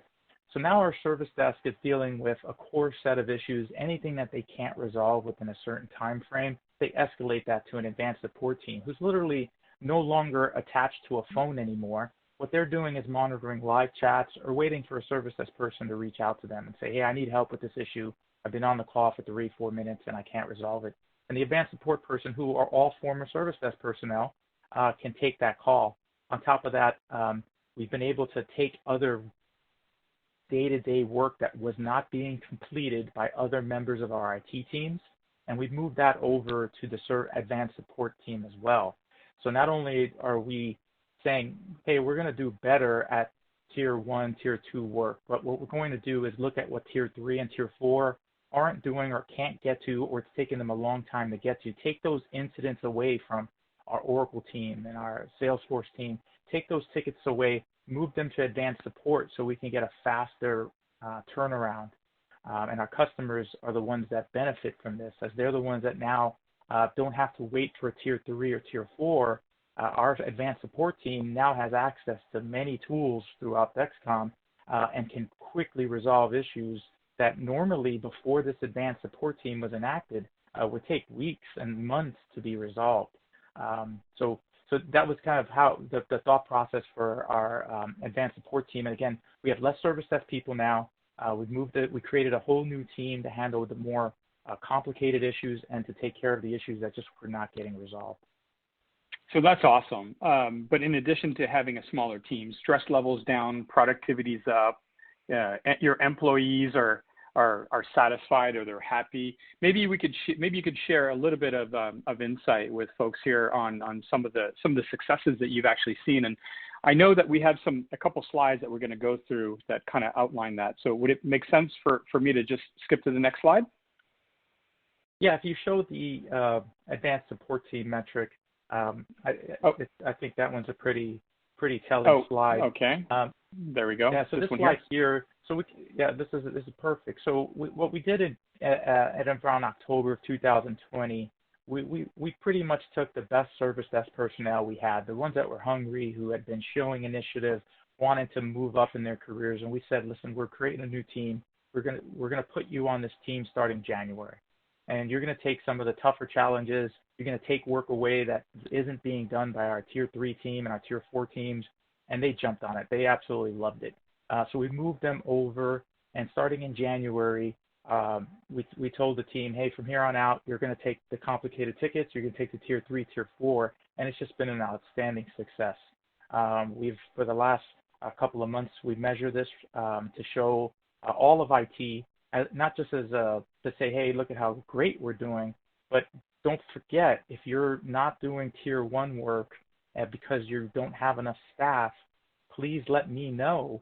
Here's a team of people just standing by that can take that work away from you. So instead of having to hire across all of IT, we've taken this one advanced support team, former service desk members, and we've given them the task of, hey, go ahead and learn how to be an admin in these systems, get roles and access to other systems, and now you can take those tier 1 tickets that normally would just sit around for months and resolve them. And so this is the metric after that. So.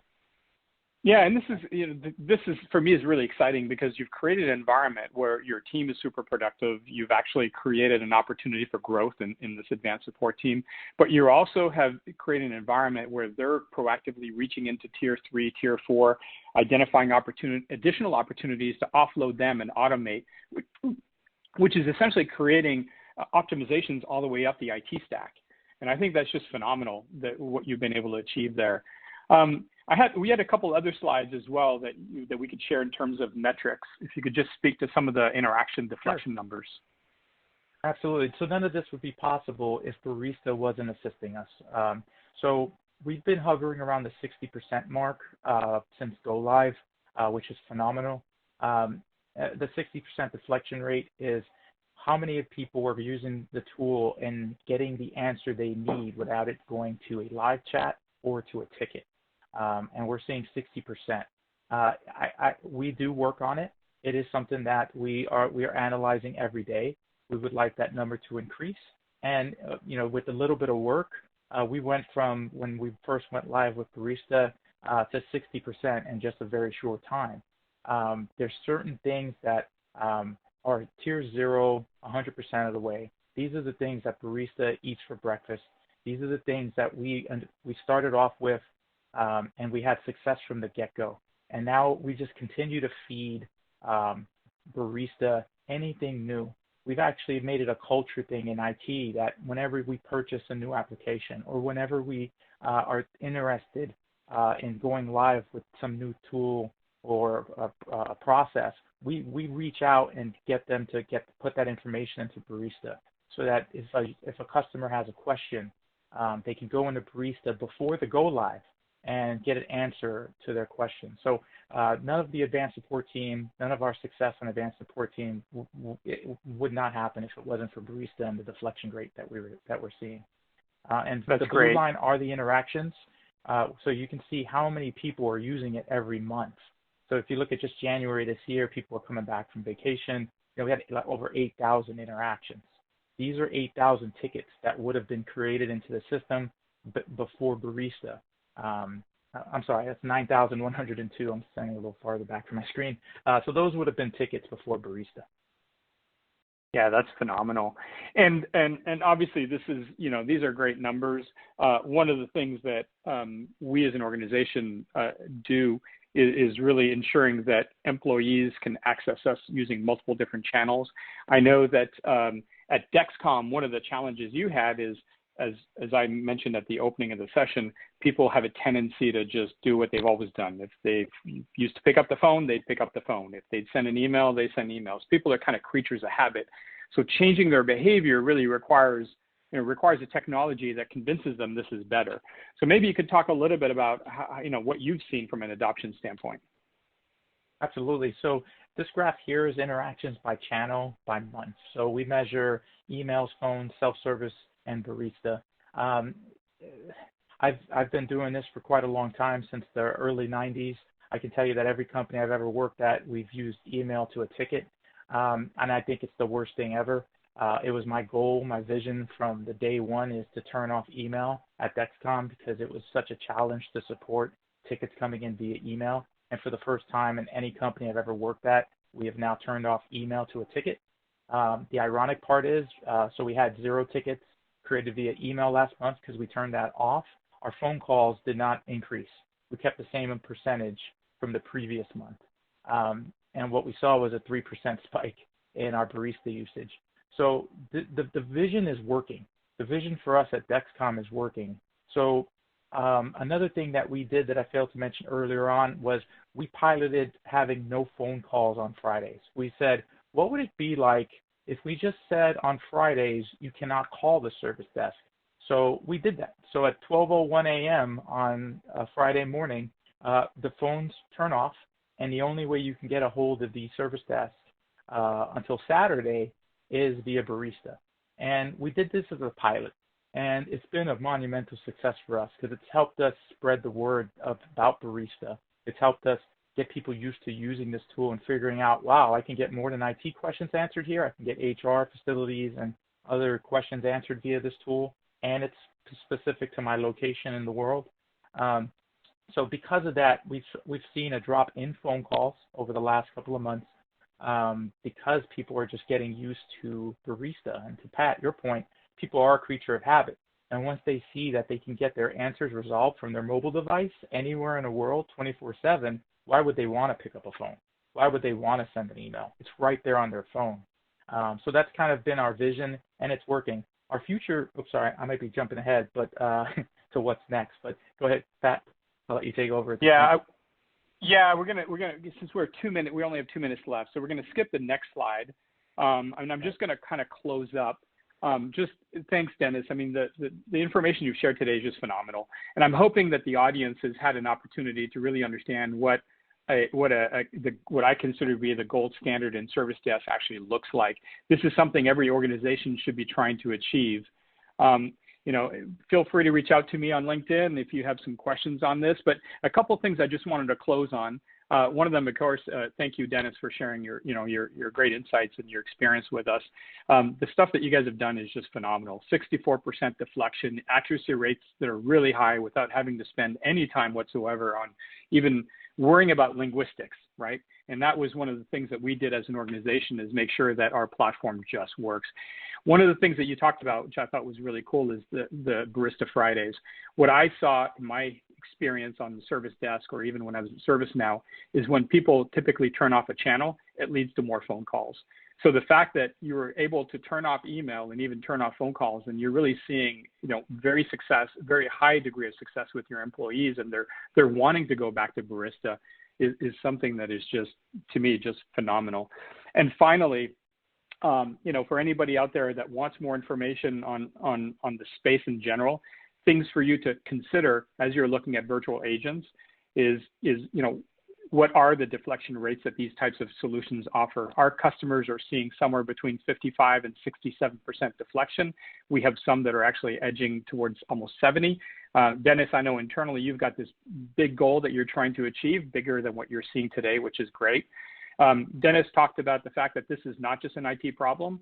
86% of our customers are using us across multiple different departments. IT, of course, but HR is very common, payroll, facilities, you name it. And the last point I want to talk about is the fact that one of the big challenges in getting a lot of these tools to success is change management. It's getting employees to adopt. And that is where we as an organization have partnered with our customers and making sure that we put together some collateral and some messaging, et cetera, to really help make sure that employees are aware and excited about what's coming down the pike. And that is really the reason why our customers have been very successful with the adoption and the deflection numbers. So with that, I guess we're going to shift over to Q&A. Excellent. Really great presentation. I love hearing about how Espressive has helped out there at Dexcom. Really cool, especially with the statistics as well. So very telling. Thank you for sharing your story. We do have some questions for you from the audience, and I'll bring up this slide with the poll on it for everyone out there.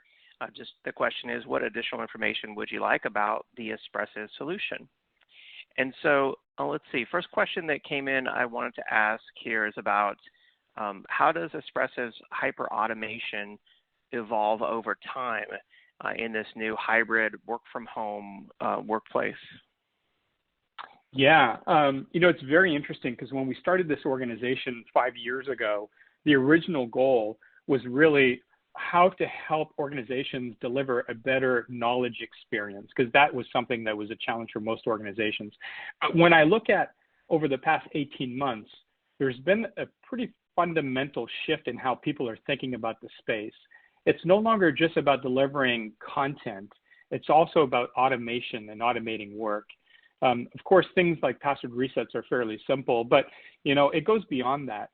Imagine a world where somebody is asking for access to DocuSign, and next thing you know, after some approval occurs, it just pops up automatically in some Okta dashboard somewhere without anybody in IT even having to be involved. Those are the types of things that we're seeing now, where work is being automated end to end. Our job as Espressive is to connect the human language with automation, enable automation if it exists, or even use our platform to automate work. That has just been a huge, huge, huge trend for us.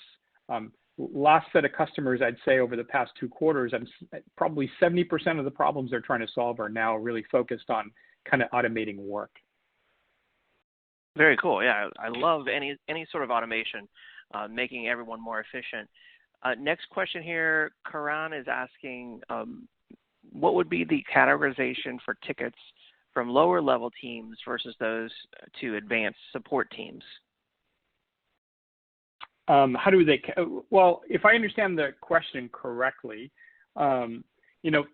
tickets typically would end up in some generic queue that your tier 1 happens to handle, and then stuff like, account provisioning, or even some cases like desktop support, like my laptop is slow. or or how do I back up? I don't know. Let's just say laptop is slow, for instance.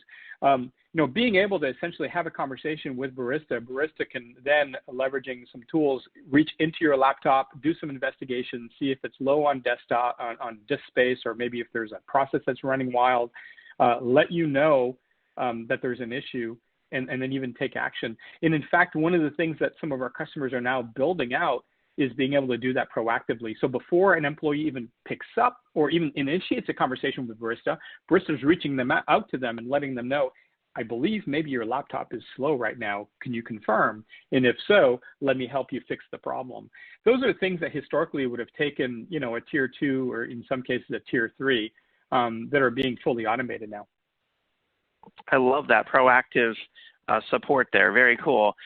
Next question on the list, they're asking, here it is, would NPS be the major metric to track success of this system, or do you follow other metrics as well? Well, we use NPS to identify the success of how our customers like our product, of course. But when I take a look at Dennis and how Dennis measures the success of from his employees, which is fundamentally the thing that I and my team is compensated on, the success of our customers, it comes in various different forms. We have one customer that went live late last year. They ran their own NPS survey. They ended up with a 97. So 97 is a really good score from an NPS standpoint after going live. Some customers do CSAT, et cetera, but Barista, our virtual agent, participates in some of that by collecting data, survey data. So whenever we assist an employee, if an employee is not happy and they click, this didn't work for me, we open a ticket and we connect them immediately to a human. And that is part of the process we use for collecting data, is really knowing how often people need additional help. And that has actually helped provide more visibility to IT as well. Absolutely. Yeah, I love that. Let's see. Next question, they're asking, how can I convince management that this is something that would be good for my team's growth and the organization? Well, I think that if you're like Dennis's team and you're having some challenges where your service desk is overstressed, overworked, being told to do more with less, close tickets faster, close more tickets, you're probably not having a great customer experience. And so imagine a world where 60% of those tickets just go away. So the message to your management is, what if I could actually release 40% of my staff so that you can reallocate that staff to work on things that are a lot more strategic to you and to your business, to the business as a whole. I would say most IT leaders would probably resonate to that. Absolutely. Yeah, I can see where that could help a lot of companies. I know we're starting to run out of time here on our live Q&A session. Before we go, Pat and Dennis, I just wanted to ask, what do you recommend folks do to get started with this, Pat? Contact us on our website. You could ask for a demo. We have a lot of really cool collateral out there. Reach out to me on LinkedIn. Dennis, do you have any thoughts? Yeah, I would say definitely reach out to Barista. They've been one of the most responsive companies I've ever worked with in the last 30 years. Thank you, awesome. Dennis. All right. Well, thank you so much, Pat and Dennis. Great presentation. Thanks for being on. Cool. Thank you. Thanks, everyone. Thanks, everybody.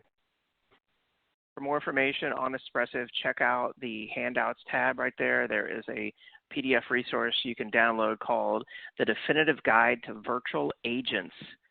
Talk about IT renovation. What a cool way to, optimize and renovate your IT organization with a virtual agent. I love that. Cool to have Espressive on the event today. Thank you to everyone who asked a question there. We are routing these over to the Espressive team. And of course, we appreciate your feedback there on the survey or the poll question on the screen. I'm going to leave that up while I announce our next set of gift card winners. We have 3 more Amazon $100 gift cards. These are going out to Brian Sojer from Missouri, Cheryl George from Georgia, and James Kitchak from Wisconsin. Congratulations to all the prize winners. Don't forget to subscribe to the ActualTech Media 10 on Tech podcast over in the iTunes store. If you are a potential sponsor of an upcoming MegaCast or EcoCast or Summit event, reach out to us at connect@actualtechmedia.com. Don't forget to join us next week on our Enhancing Your Public, Private, and Hybrid Cloud Security Posture MegaCast event with all the experts you see there on that presentation. So watch your email inbox for an invitation to that event. And then after today's summit ends, you'll be automatically redirected to our Refer a Friend page. We would love to have you share our events with your IT friends and coworkers. We promise not to spam them. We'll send them a simple invitation with a list of some upcoming events and invite them. And hopefully you see the value in this event and you would like to share it with your IT friends and coworkers. All right, so with that, it's time to wrap up today's summit. I want to say thank you so much to everyone out there who joined us on today's IT Renovation Day virtual event. I learned a lot. I hope that you did as well. We'll see you next time. Have a great day. Bye-bye.